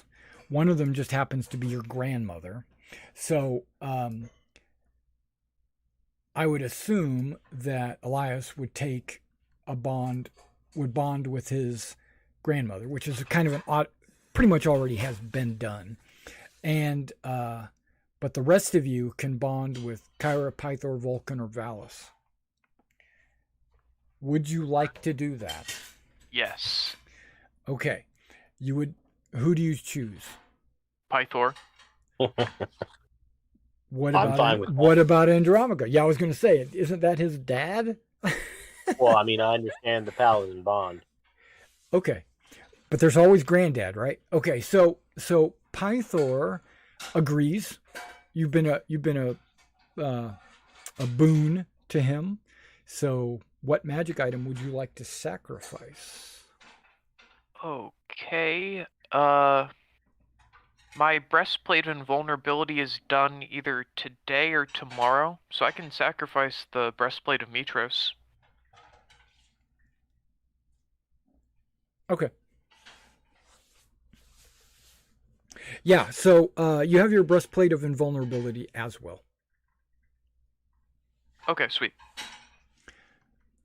Yep. Then yeah, I can just sacrifice the breastplate of Mitros without worry then.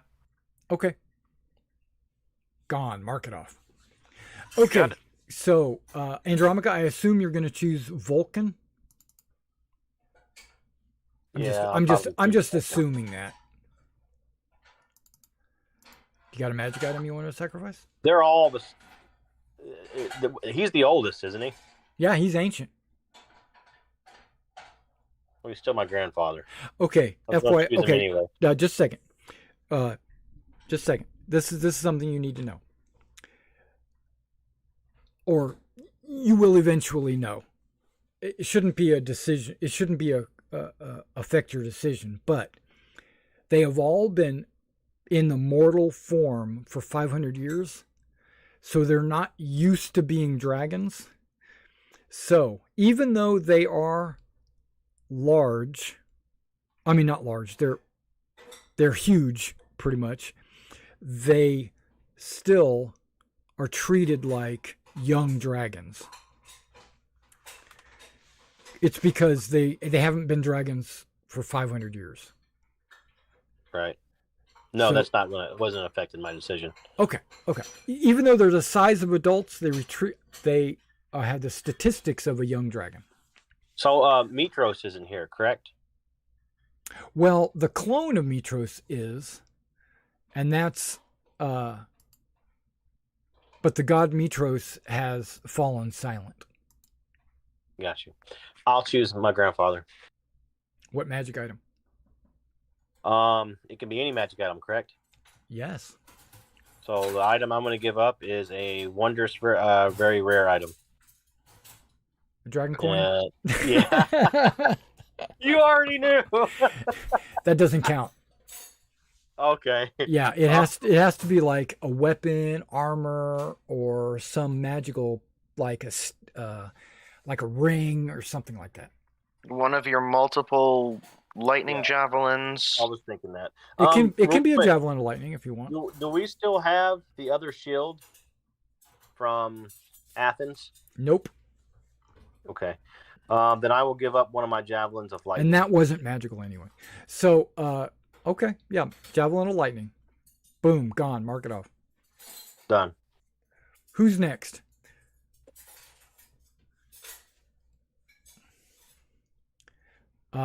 It's either Hylas or Scruffle, and I assume Scruffle wants Kyra, but that's between you and her. I don't know. And then there's also Valis, which I assume the cleric would want to be Yeah. attuned to Valis, right? Yeah, I'll take Valis. Okay, so Valis is she agrees to this. She thinks that that's a good bond, and so what magic item would you like to destroy? I mean, sacrifice. What's the difference? Right. Let's see. I'm going to sacrifice the breastplate. The +1 breastplate. Okay. All right. Mark that off. That is a big sacrifice. I mean, No, that's good. I don't You know. want but- She something appreciates to that. sacrifice? I mean, I still have my other breastplate that I have to find too. Well, Yeah. if someone else wants to offer you something, that works as well. Yeah. Do Doesn't- I need to Since I've already- sacrifice something? You don't. Okay. I have something that I'm not using that if you want to sacrifice. Yeah, you can do that. I mean, if you're willing to offer it for me as a sacrifice, so I'll take it. Yeah. What is that? Here are my gloves of missile snaring that I've never used. All right. Yeah, that works. And Save your breastplate. I put on my other set of gloves. Okay, right. Okay, so Valis and you are bound. All right, Scruffle, what you sacrificing? Well, I swore an oath to Nendry. That has nothing to do with it. You can be bound to multiple dragons. Yeah. Oh, you can? Yes. Yes. Oh, I thought this was more like a You're not swapping them out. You're one and done kind of deal. no, you're doubling up. This Oh, is different. Their original, and this is just me guessing, is they had a previous oath, and now but the people that they were bound to are gone, and now they're just binding it to us temporarily, or something along that line. No, yes and no. Their previous bond mates died of old age or whatever, or in battle. And so they lost their bond. But when they became gods, that bond was severed. And so they didn't die, or their bondmate didn't die, when the other one died. Yeah. So now that they're back to being dragons, they can assume a new bond, but that bond is going to last until it's forever, until it's broken. Yeah. I just assumed you could only do one dragon. I was going to turn down Kyra to keep Nendry. Um, I mean, there's something that says you can only be bound to one. Yeah, you can bond to all of them. Yeah. well then, But they're not agreeing to that. Kyra is like looking at you, and she bats her big draconic eyes at you. Kyra, you want to go cause some chaos? I want to help the people of Thylea. Well, yeah, by causing chaos amongst the Titans' forces. You're always trying to stir up trouble and touching things you shouldn't be touching. Yeah, isn't it exciting? Yeah, what's the magic item you're destroying? Necklace of Adaptation that I bought in Mitros a while back. Necklace of For like Adaptation. 1,000 gold or something. Yep, that sounds good. Yeah, necklace, that sounds great. Mark it off. Destroy it. Gone. Crushed. Crushed. Okay, and they say, mount up. Oh, I'm dumb. I should have said my spare horn of the satyr. Well, you can sacrifice that too if you want. Nah. Okay, they say mount up. We got somewhere to go. Mounted. We got somewhere to go. Valis and Vulcan say Icarus has gone crazy. We got to go stop him. He's what now? Icarus is crazy. He's like, that's why we came out to find you. That's not the only reason, obviously, but we, in addition to coming out to find you, we came out here to rush you back to the city so you can help stop him from destroying the city. Icarus has gone mad. And the king is nowhere to be found. Sounds about right. I know, right? I guess it's time to kill Icarus. Do I have time to attune to the breastplate of invulnerability? Yeah. No, yes. Of course. Go ahead and swap out any attunements that you might need for having made the sacrifice, swearing the oath, and the flight times. Yep, that's no problem. Okay, so I don't know if I want to do this, but I'm going to do this. Now that you're bound, you pretty much have control of their characters. So, I'm going to give you control of their characters. And if it gets crazy, it's just deal with it. Dragonlords, handouts, sheets. Here we go. So, Kyra, do you have a horde somewhere, or do I have to help you start from scratch? FYI. Yep. Thank you for asking. That's a very good question.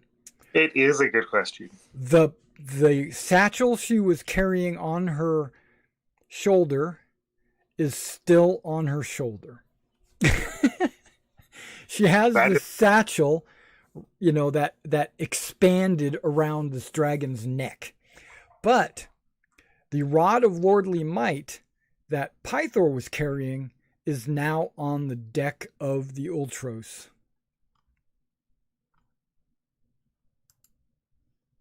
Anybody looking at that? If not, I might have to scoop it. I'll take that. Well, are you sure? It's Andromeda's property. Oh, that's true. Okay, go ahead, Andromeda. It's his birthright. Yeah.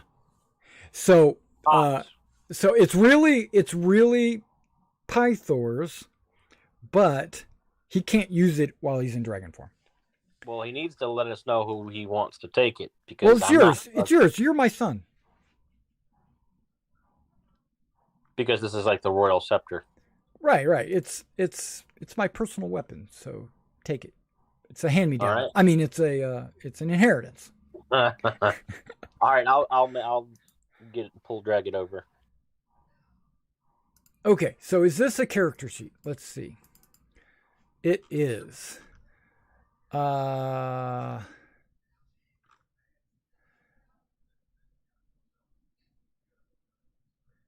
Edit. Can be controlled. There you go.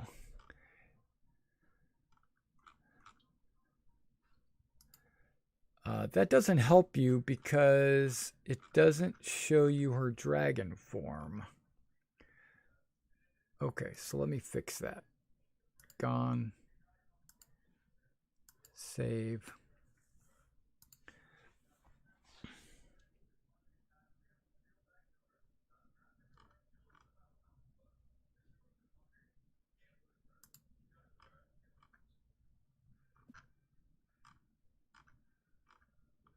Nendry's got a pretty decent horde, I think. These are young bronze dragons. Okay. Bear with me just a second. They're not really young, as I said. It's just the stats of a young.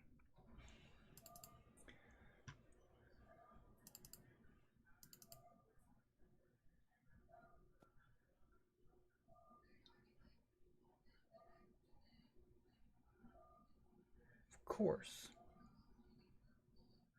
It's always the case.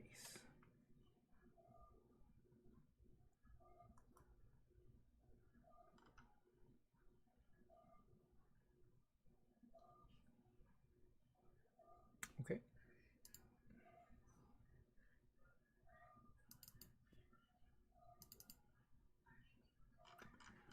Let me scroll down to young.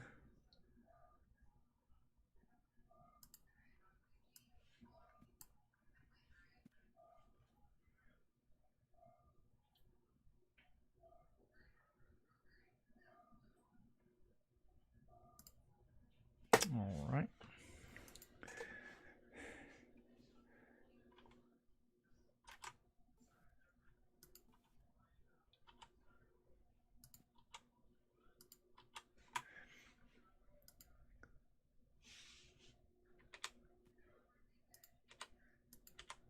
Okay.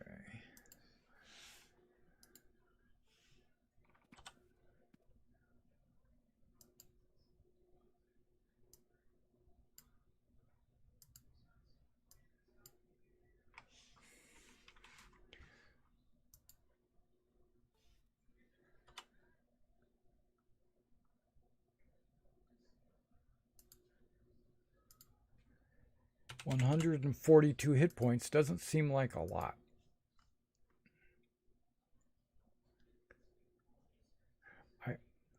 I think most of you have more hit points than that. No, I'm kidding. I don't know.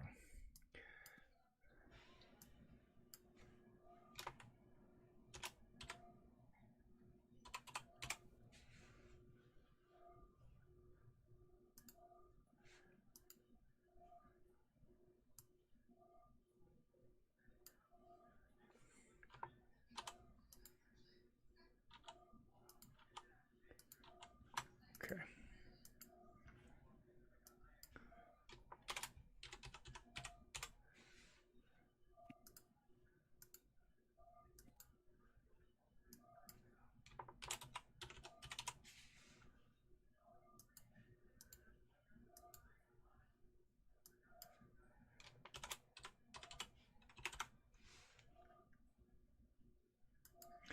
Okay, there we go.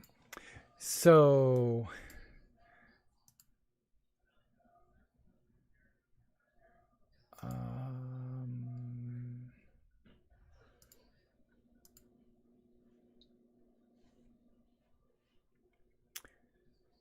My character sheet goes to a different page.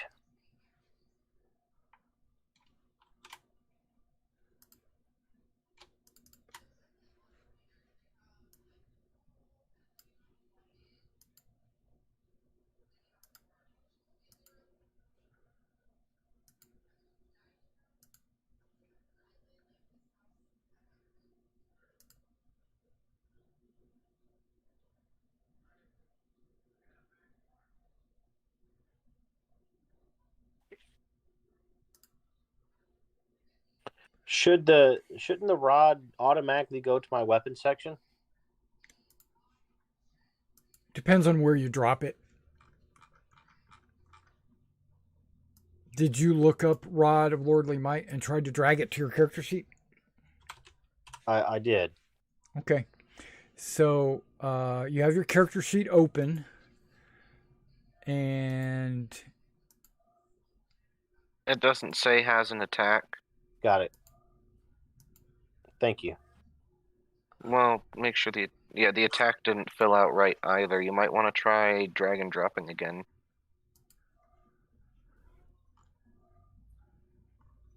Because I feel like that should come with it already written up. yeah, that is. No, it did it again.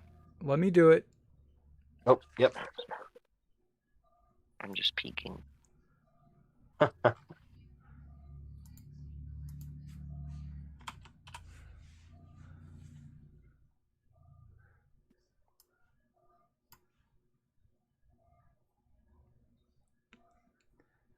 Give it a million seconds because everything's going super slow. I blame poor flossing habits. Oh, Lord. It's the dentist thing to do.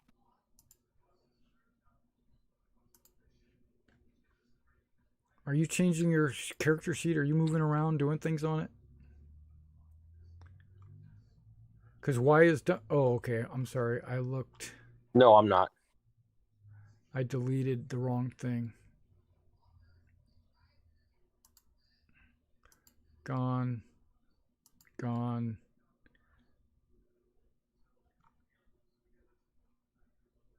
Gone.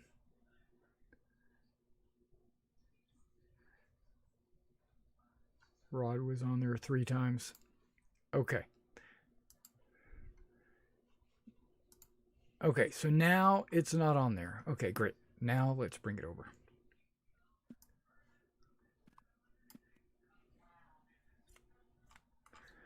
Okay, it's equipped, and I don't see an attack for it.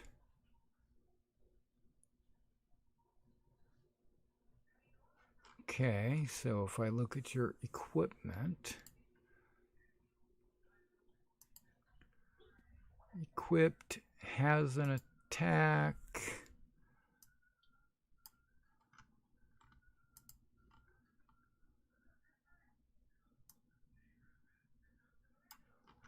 Character sheet is super long.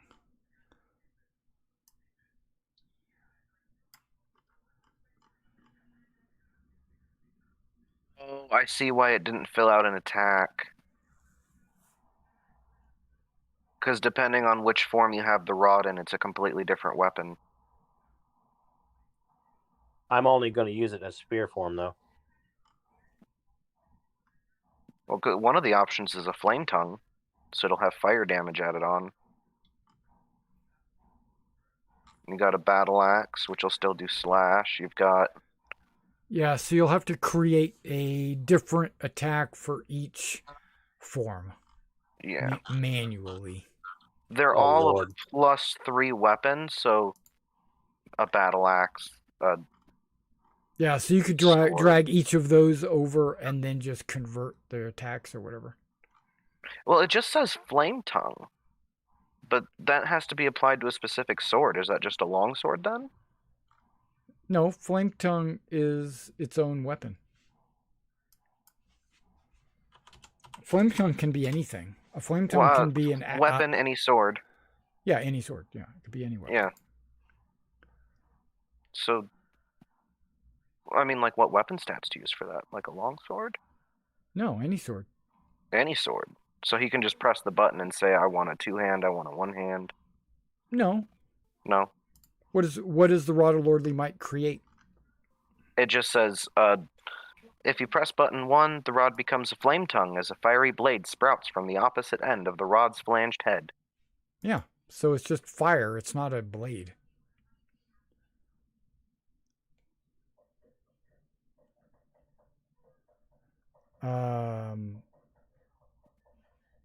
Yeah, so it does 2d6 damage. That doesn't make sense. Yeah, because normally a flame tongue is added on to a sword in the game. So Yeah. you find like a long sword that can go on fire. That's why I was confused about that one. Yeah. So it's probably let's just call it a Makira or whatever. Okay, so There are so many effects on this rod. can you guys move the tokens of the dragons? Yes, I can move all of them. Yeah, you should be able to move all of them. Do you have their character sheet? Like if you hold shift and double click on the token, does a character sheet appear? No, one did not. Okay, so even on your own?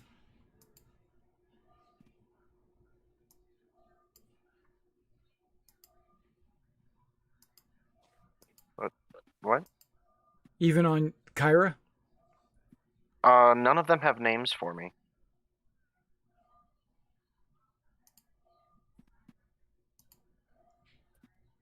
Okay, give me a second. I don't have C and edit on there.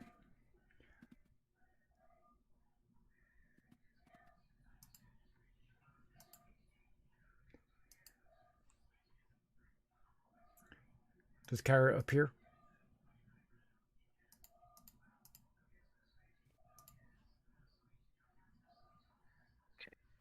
Yes, it did. And if I open thing, no, it lets me edit her little health bubble, so I have edit, but no character sheet, so probably not in journal. would be my guess.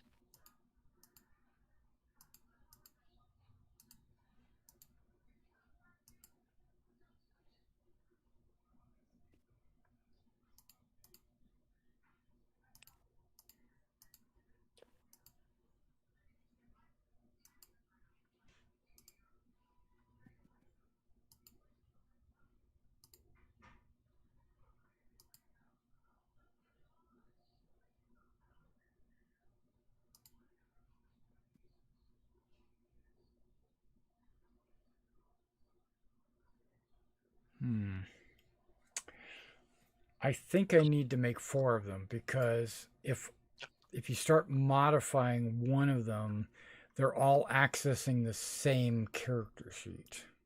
Yep. Yeah, you changed some hit points. Okay, there we go. So yeah. Give me a second.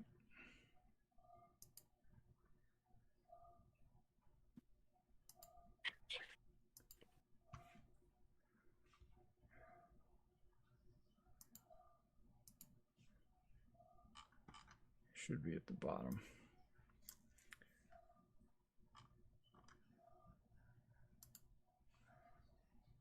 Okay.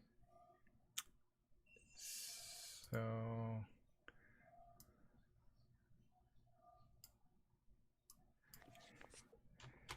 Kyra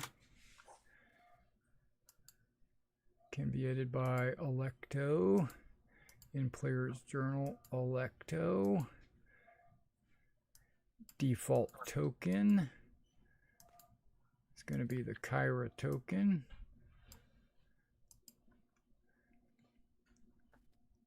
Save.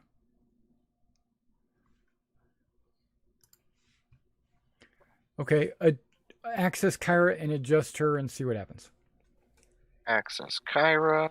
Don't mind if I do. Nope. Okay. Wait. Okay. I got it. I know what I did.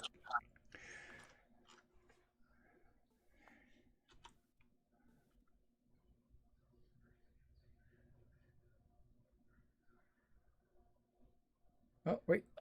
There she is. Right there. There we go. Now try it. Yep. Yay, there we go.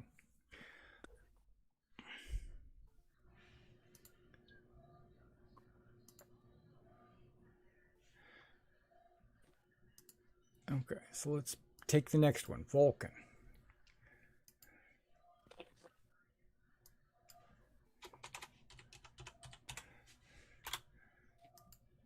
And that one is Andromaca. Okay. Okay.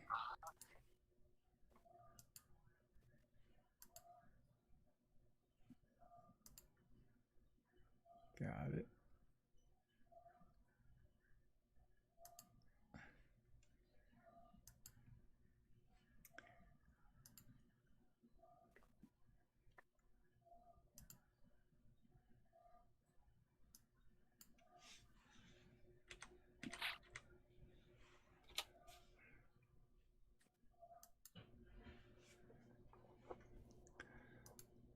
All right, Andromaca, let's see if you can move around Vulcan.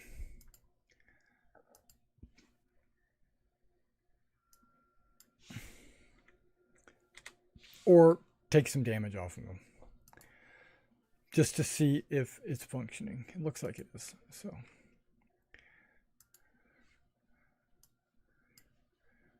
Okay, this is going to take a minute. Just because I'm having to go through each one. Who are we working with? Valis? Okay.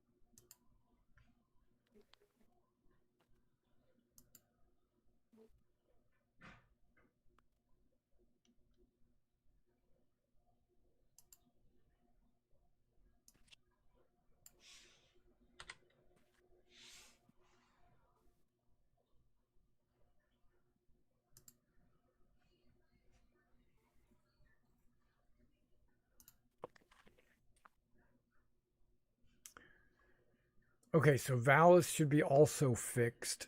So last one is Pythor. Okay.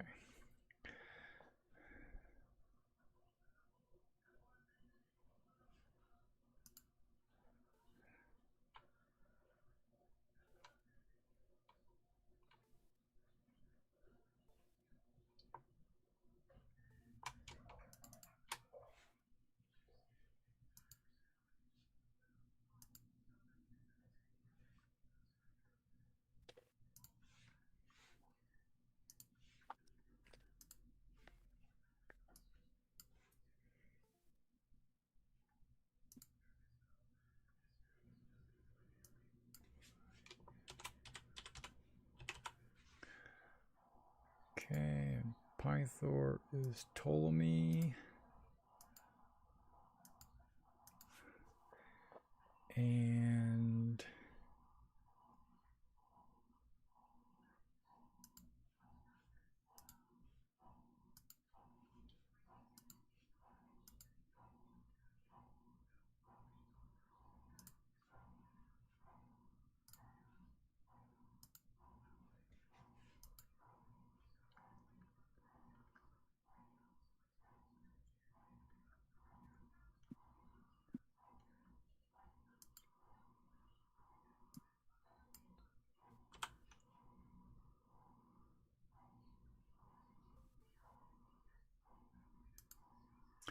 okay, so Pythor should be fixed as well. And then I need a silver dragon. Let me go find that.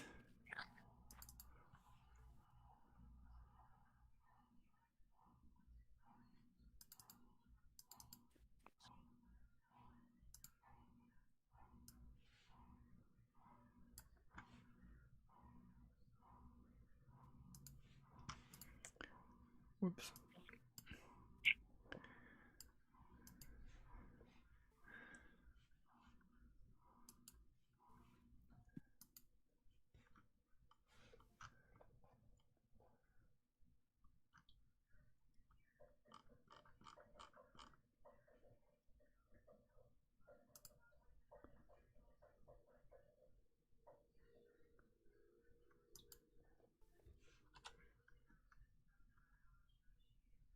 Well, you guys are dragon heavy right now. You guys are going to be able to cause some serious death and dismemberment.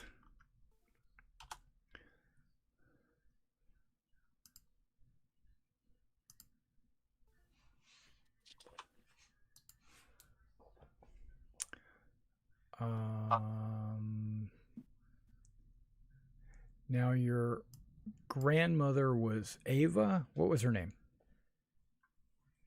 Ava. Ava, okay.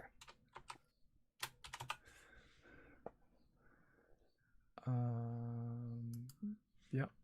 So there's that. And then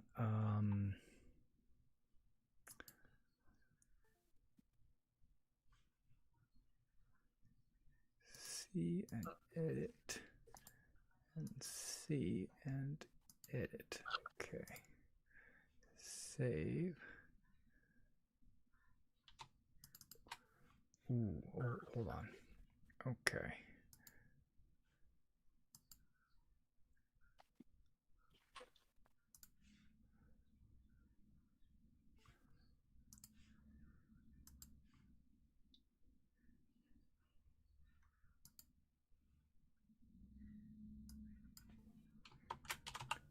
Ava in sub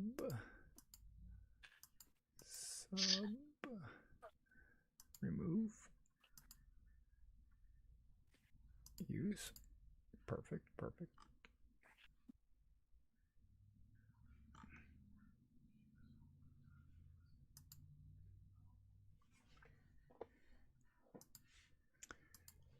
let's change that.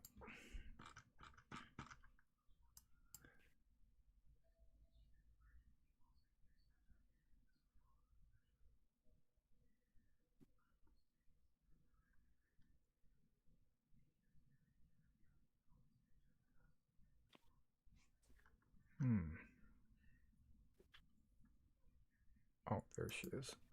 Okay.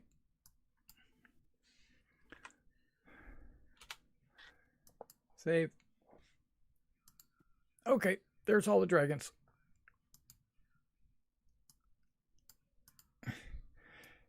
Yeah, so you should be able to pull up their stats and make die rolls for them and all that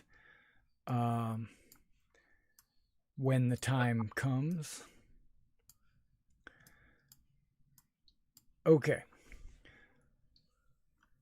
So the Forgotten Dragons ask you to mount up, and we're gonna go to the city. While we wait for the Ultros to land, to beach or to come ashore or whatever. But in the meantime, you guys are going to fly over there. Cool. Great. Okay. Perfect. Hey, Derek. Yes.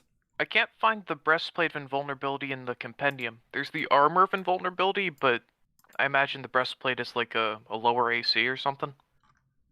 Well, you could get the armor and then just edit the stats. Oh yeah, that too. What does breastplate of invulnerability do? I imagine it's a breastplate that just does the same thing as the armor of invulnerability. Right, and what does the armor of invulnerability do? Makes you take half damage from certain categories of damage types. Okay, so that means no. Alright, let's see. Sorry, I'm dealing with a cat right now. Go away. Shoot. No, that's fine. Go away. Cats are evil, you know. They are, aren't they? It's okay. Okay, here we go. Armor and vulnerability. You have resistance to non-magical damage while you wear this armor. Additionally, you can use an action to make yourself immune to non-magical damage for 10 minutes, or until you're no longer wearing the armor. Once the special action is used, it can't be used again until next dawn. Yeah, so it's a breastplate that has those abilities. Okay, simple enough. So what's a breastplate's armor class? It's, 14 plus dex? I don't know. Yeah, What does it say? 14 plus dex, up to 2. Okay. So yeah, that would be correct, because this armor, the armor of invulnerability, has disadvantage on stealth and weighs 65, where a breastplate wouldn't weigh that much or have disadvantage on stealth. Right? Right. Right. So yeah, it has the breastplate's armor class, but with the ability of resistance to non-magical damage. You can use an action to make yourself immune to non-magical damage for 10 minutes. Once per day. That's pretty cool. Yeah. Unfortunately, there's going to be multiple fights in this day.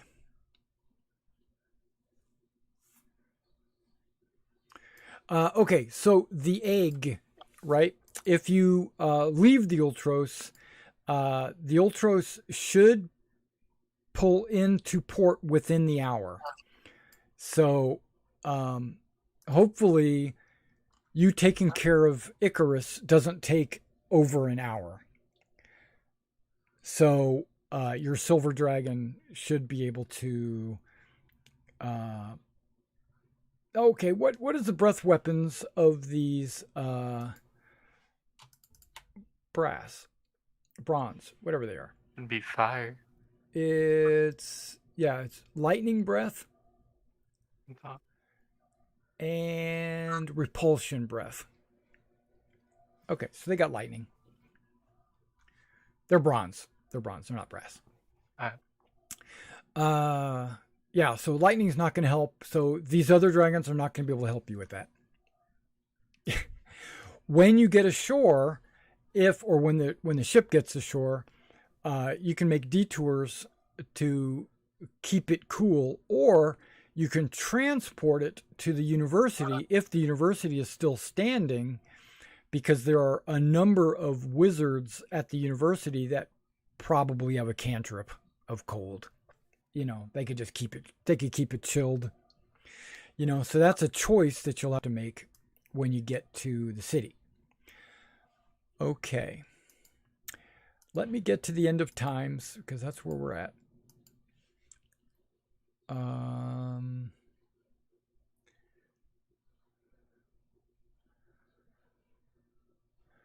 Module. The Battle of Mitros.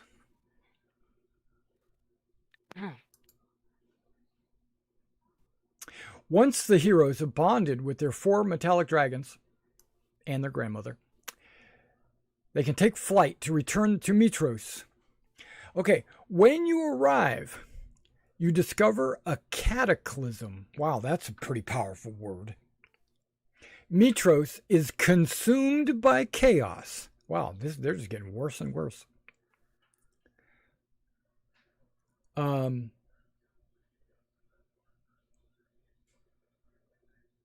I love how it says, and King Acastus has only worsened the many dangers that threaten the city. No, he hasn't. But okay, he's nowhere to be found. Is that bad? I guess so. The city of Mitros looms on the horizon, shadowed beneath storm clouds. Rays of golden sunlight stream down from the sky, illuminating a cityscape of smoke, fire, shattered temples, and screaming mobs of citizens. The city is besieged. The great powers of Phylea have finally gathered their strength to end the age of mortals. Dun, dun, dun. Okay.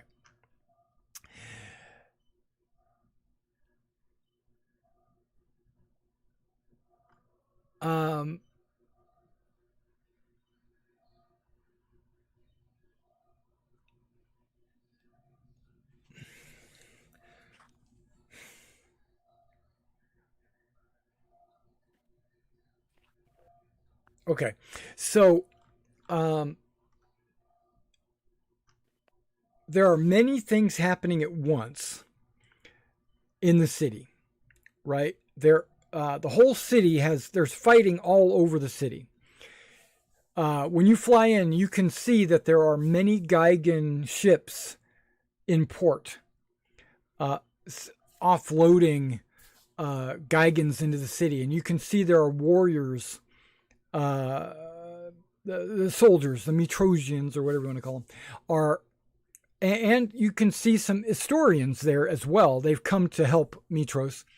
There are, like, the city streets are choked full of soldiers and Geigens and Cyclops, and there are a number of. You might even see some Amazons running around. You might even see some lizard men in the city actually fighting. Some elves from the Island of the Dragon. You might see some gnomes from Indigo Island.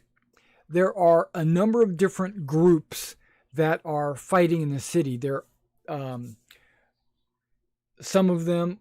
You see some wizards intermixed with the troops, kind of like, think of them like war wizards or battle wizards.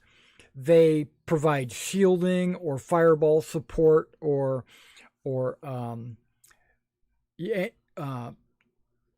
protection spells and stuff like that. And then you also see some clerics or priests of the various gods behind the scenes, but they seem to be a little weakened because the gods have disappeared. So but they still are doing their best to heal the sick and wounded, and you see them like carrying stretchers and stuff like that. The priests have pretty much been delegated to medic duty or doctor duty, but I mean, they still have some protection magic and stuff like that, but they're protecting the sick and wounded. They're also protecting the thousands and thousands of civilians that are running around with their heads cut off. They don't know where to go, what to do. There's no guidance. You can tell, those of you that have been soldiers, like I would say Andromaca and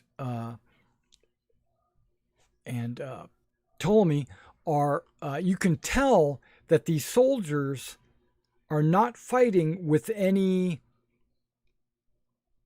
sense of cohesion. Like the individual groups and the captains running those groups are, they've got their shield walls up, they're fighting like a unit and stuff like that.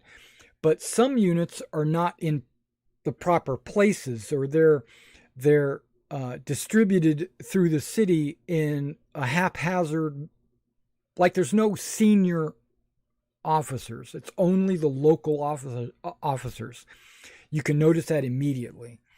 They're running to the sounds of the guns, like they're trying to get into the fights, but they might have been, because you're in the air and you're looking down, they might be better used over here on this dock, because these Cyclops are having a way with the civilians over there. Or maybe they could have been used to help the gnomes, because the gnomes might be outmatched, or whatever. There's no real cohesion. But the most important, whoops, what was that? Okay, the most important thing you notice is this dragon, the king's silver dragon, Icarus. But saying all that, I'm going to step out of character, out of pull you all out of your immersion here just for a second. This conflict is set up in chapters where the players and your dragons have to participate. Like you'll have to go to different areas in the city to resolve, put out fires, basically. You're going to have to go put out fires. If you want, and this is highly discouraged, but if you want, you can split up and put those fires out yourself. Like, I'm going to take Kyra and we're going to go put out this one fire, and then that's what you're going to be doing for the day. But if the party sticks together, then you all can go around to the different fires, if that makes sense.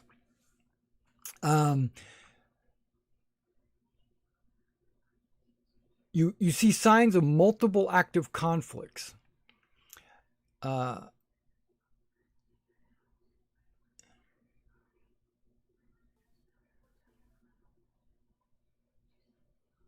So, the dragons speak to you while you guys are in the air. You're flying. Just imagine you're in the air. You're flying. They're flapping their wings, all that stuff. But they're also able to speak to you. And Kyra, specifically Kyra, more Kyra than anything else. But Kyra, Pythor, Vulcan, and Valis. And you get this feeling because you're bonded with them that you can read their minds pretty much. They're torn between their loyalty to you and their desire to protect the city and the people. And each time that you undertake one of these tasks,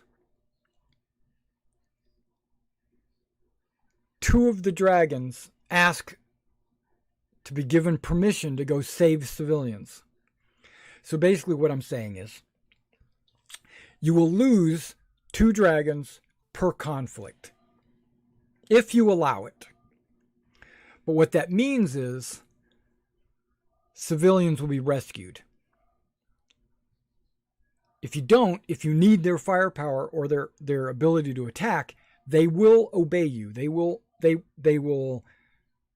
not obey, but they will relinquish their anonymity, whatever, to your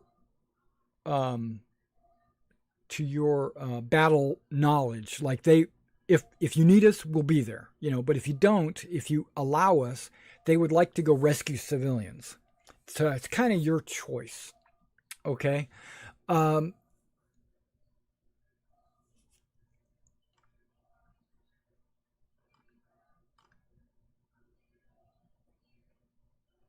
If you want, you can split up and do multiples, but then remember, the dragons are still trying to break free.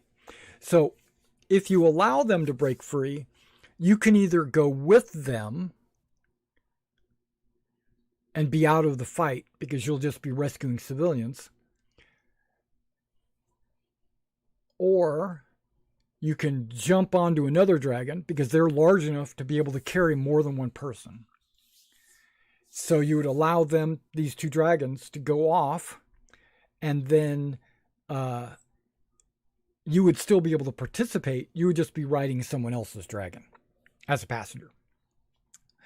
I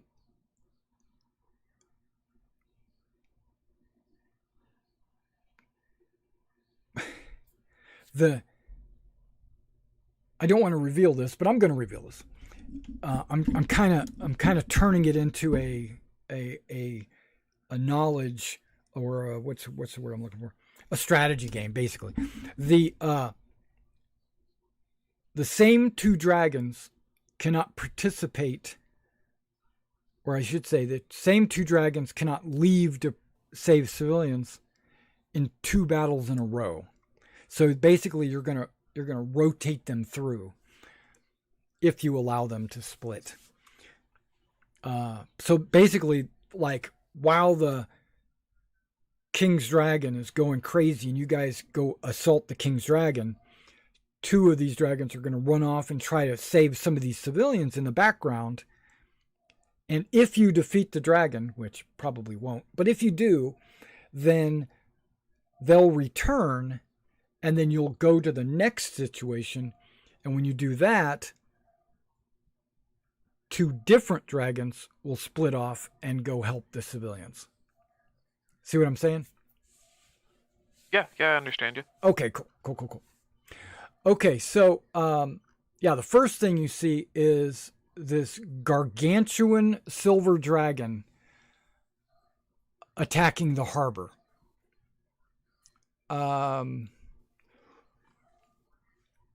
That is chapter 1. Let me pull that up. Towering over the city harbor is a gargantuan silver dragon. His roar thunders across the ocean, shaking your very bones and sending a chill down your spine. Not only is he a silver dragon, but it does. Okay. The dragon crushes several buildings beneath his massive claws and snaps his jaws at the crowd of fleeing citizens. Many are crushed by his fearsome jaws. Kyra grits her teeth. It's the King's Dragon, Icarus. He has gone mad with power. Okay, so when you arrive in Mitros, the harbor is already under attack by this ancient silver dragon.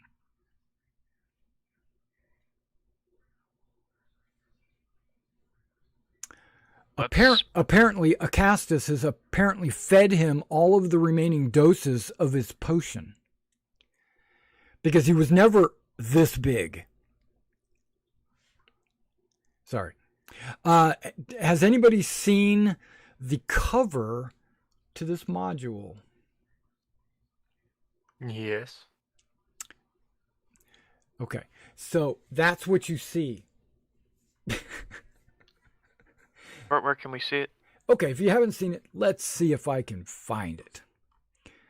Not needed. Okay, there we go.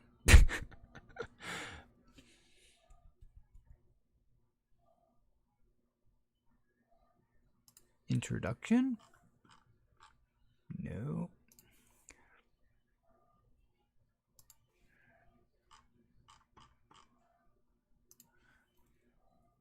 Oh.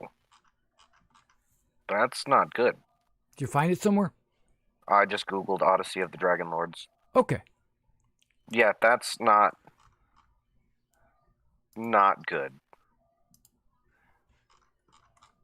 I don't know where they would put a. Maybe it's under introduction. Hey.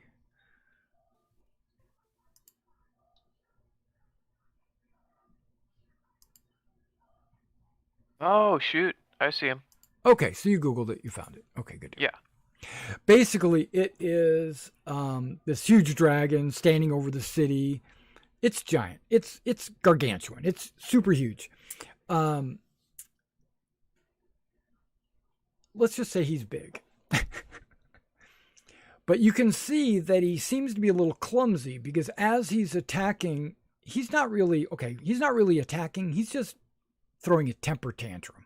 He's crushing buildings, biting at the civilians as they run around. And So it's Godzilla. it's Godzilla, yeah. Rather than protecting the city, the dragon has been driven mad by the cumulative effects of the potion of aging. He will destroy the city unless he can be stopped.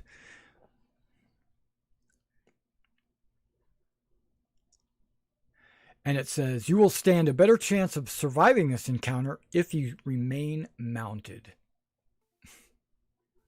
Bet. Yeah.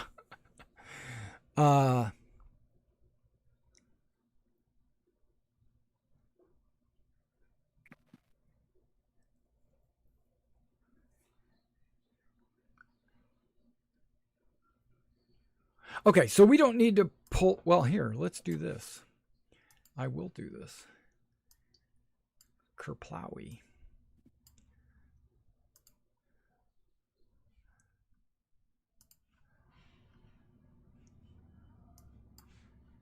Let's make sure you got some tokens. Where did I put all the dragons and stuff? Ah, here they are.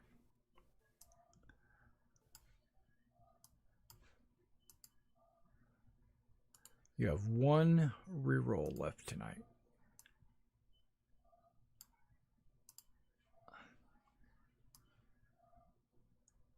Yeah, that looks good. Copy. City of Mitros.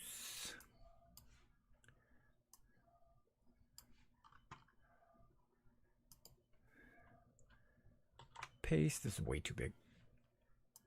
Oh, pasted you guys to. You guys are off map. There we go.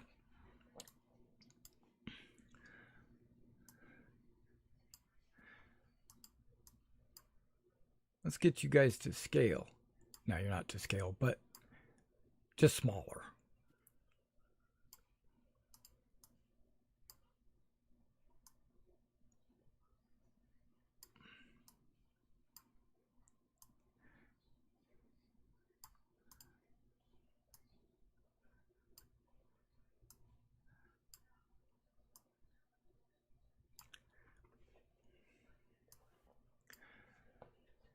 Okay, so if you look down here in the bottom left, yeah, you see it. That's the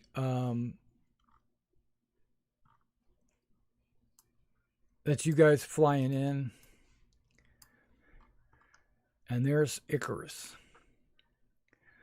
And Kyra's no longer there. Let's get rid of that. Boop. Okay. Bye, Kyra. Bye, Kyra. No, she's there. She's just down here as a dragon.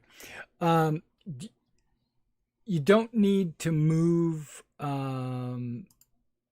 your personal characters. I'm just going to kind of scoot you off a little bit to the side. Are you going to? This is like pre-battle setup. You know what we're going to do? I'm going to call it right here. We're going to call it, and next week you guys can discuss this all. You got 2 weeks to discuss it. If you guys want to send a couple of dragons to rescue civilians that Icarus is crushing or whatever, they'll be out of the fight for this battle. But you will have rescued civilians, and that's very important because the scale of victory is determined by how many people live. If everyone in the city dies, Sidon wins. Oh, yeah, I was gonna say the whole point of this was to save the civilians anyways, so... Right. So just decide which 2 of your 5 dragons you'll send off, and then everyone else will kind of jump ship on, if you want to do that. And then the other 2 of you will ride the other 3 dragons. I'm sorry, the rest of you, the 5 of you, will ride the other 3 dragons, and you'll have to make attacks either from range or if the dragons want to get up there and claw the thing, you can do that. It doesn't look like Icarus is flying because he just seems to be wanting to destroy the ground. But you guys can fly. You can do dive bomb. You can fly in, blast him, and then fly out or whatever. Yeah, we'll have going straight into combat. And you know what? You'll have 4 rerolls by that time. There it is. And I'm going to have to leave it at that because we got like 20 minutes till 10, and this fight will probably go more than 20 minutes. And I didn't want to get into it before. But what do you guys think? I'm looking forward to it. Yeah, you'll also notice that the Colossus of Pythor is not moved. Because it needs to be manually activated. It needs to be activated, yeah. You'll notice that, the king is not... The king carries a scepter that is needed to control the Colossus. So maybe you got to find the king. Maybe that's where he is. Maybe he's And trying to there's get it to more- work. Yeah, maybe he Maybe there's doesn't more know. Minotaurs inside. Yeah, maybe he doesn't know how to use the thing. No, I don't know. By next week, I'll kind of show you the different areas of fighting and stuff like that. I didn't think about doing that, but I will. And maybe I'll get more personalized dragon tokens for you instead of everybody being the generic. But yeah, okay. This is now that we're out of game, basically. This module will bring you to at least 15th level. Okay, just saying that. And you guys are in chapter 9? Is that right? And you're about 9th level? So that means there's a lot left. Yes. Or there's a lot in this city. Or both. There are only 12 chapters in the module. Battle of Mitros is chapter 9. And it will get you to 15 or more. So just playing meta, getting out of the characters. There's a lot more after this battle. After the city gets attacked, maybe you'll have to go kill Sidon. Maybe you'll, I don't want to reveal too much, but. I mean, I imagine that there's still stuff to do after we've dealt with the Titans, but we don't have the time crunch of the pact ending over our heads. Like, if there's stuff we forgot to do in earlier sections, we can go back and deal with it. We just don't have to deal with the Titans. Yeah, well, yes, that is true. The whole reason for your existence, basically, has been the end of times, right? So this module has been like focusing in on this end of times. And you would think that would be the end of the book, and you'd be done. And it would be like, yes, we won, or we failed, or whatever. Nope, that just means you go into the next half. Next half? Yeah. Yeah. Beautiful. I Yeah, know. like the Titans aren't like dealing with the Titans doesn't like mean we're done. Yeah, the world doesn't come to an end. Well, if you lose, it does. Hopefully, Yeah, hopefully you win. Another threat that's going to come. Yeah, something. I mean, like I imagine that there is like an eventual end, but like getting there is not going to be easy. Yeah, And exactly. we probably have quite a bit of time after we dealt with the Titans to deal with that. There's not the time crunch of the pact ending holding over our heads. Yeah, you're hoping it turns into more of an open world kind of thing where you can pick and choose where you want to go and what you want to do. Yeah. Yep. Guess what? Maybe. No. No. Yes. There is a big chapter of let them do what they want to do.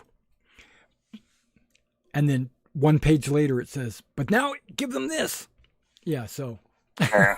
So my money is on make this happen to either. them. No, seriously. Yeah. I'm just saying Yeah. the game's not over at the end of this battle. My money is on either. All right, well, I'm going to let you guys go because I am going to go eat my beef stew that I got sitting on the kitchen. Ooh, And I will Good see you night. next time bye. in the Odyssey. Later, everybody. Hey guys, thanks for coming out and watching this. Appreciate you coming out and checking this out. You got to come back in 2 weeks. It's going to be exciting. They're going to be fighting Icarus, this giant dragon. They're going to be dealing with the king and everything. So, all right, I will see you in 2 weeks. In 1 week, we'll be playing some Traveler. If you're interested in that,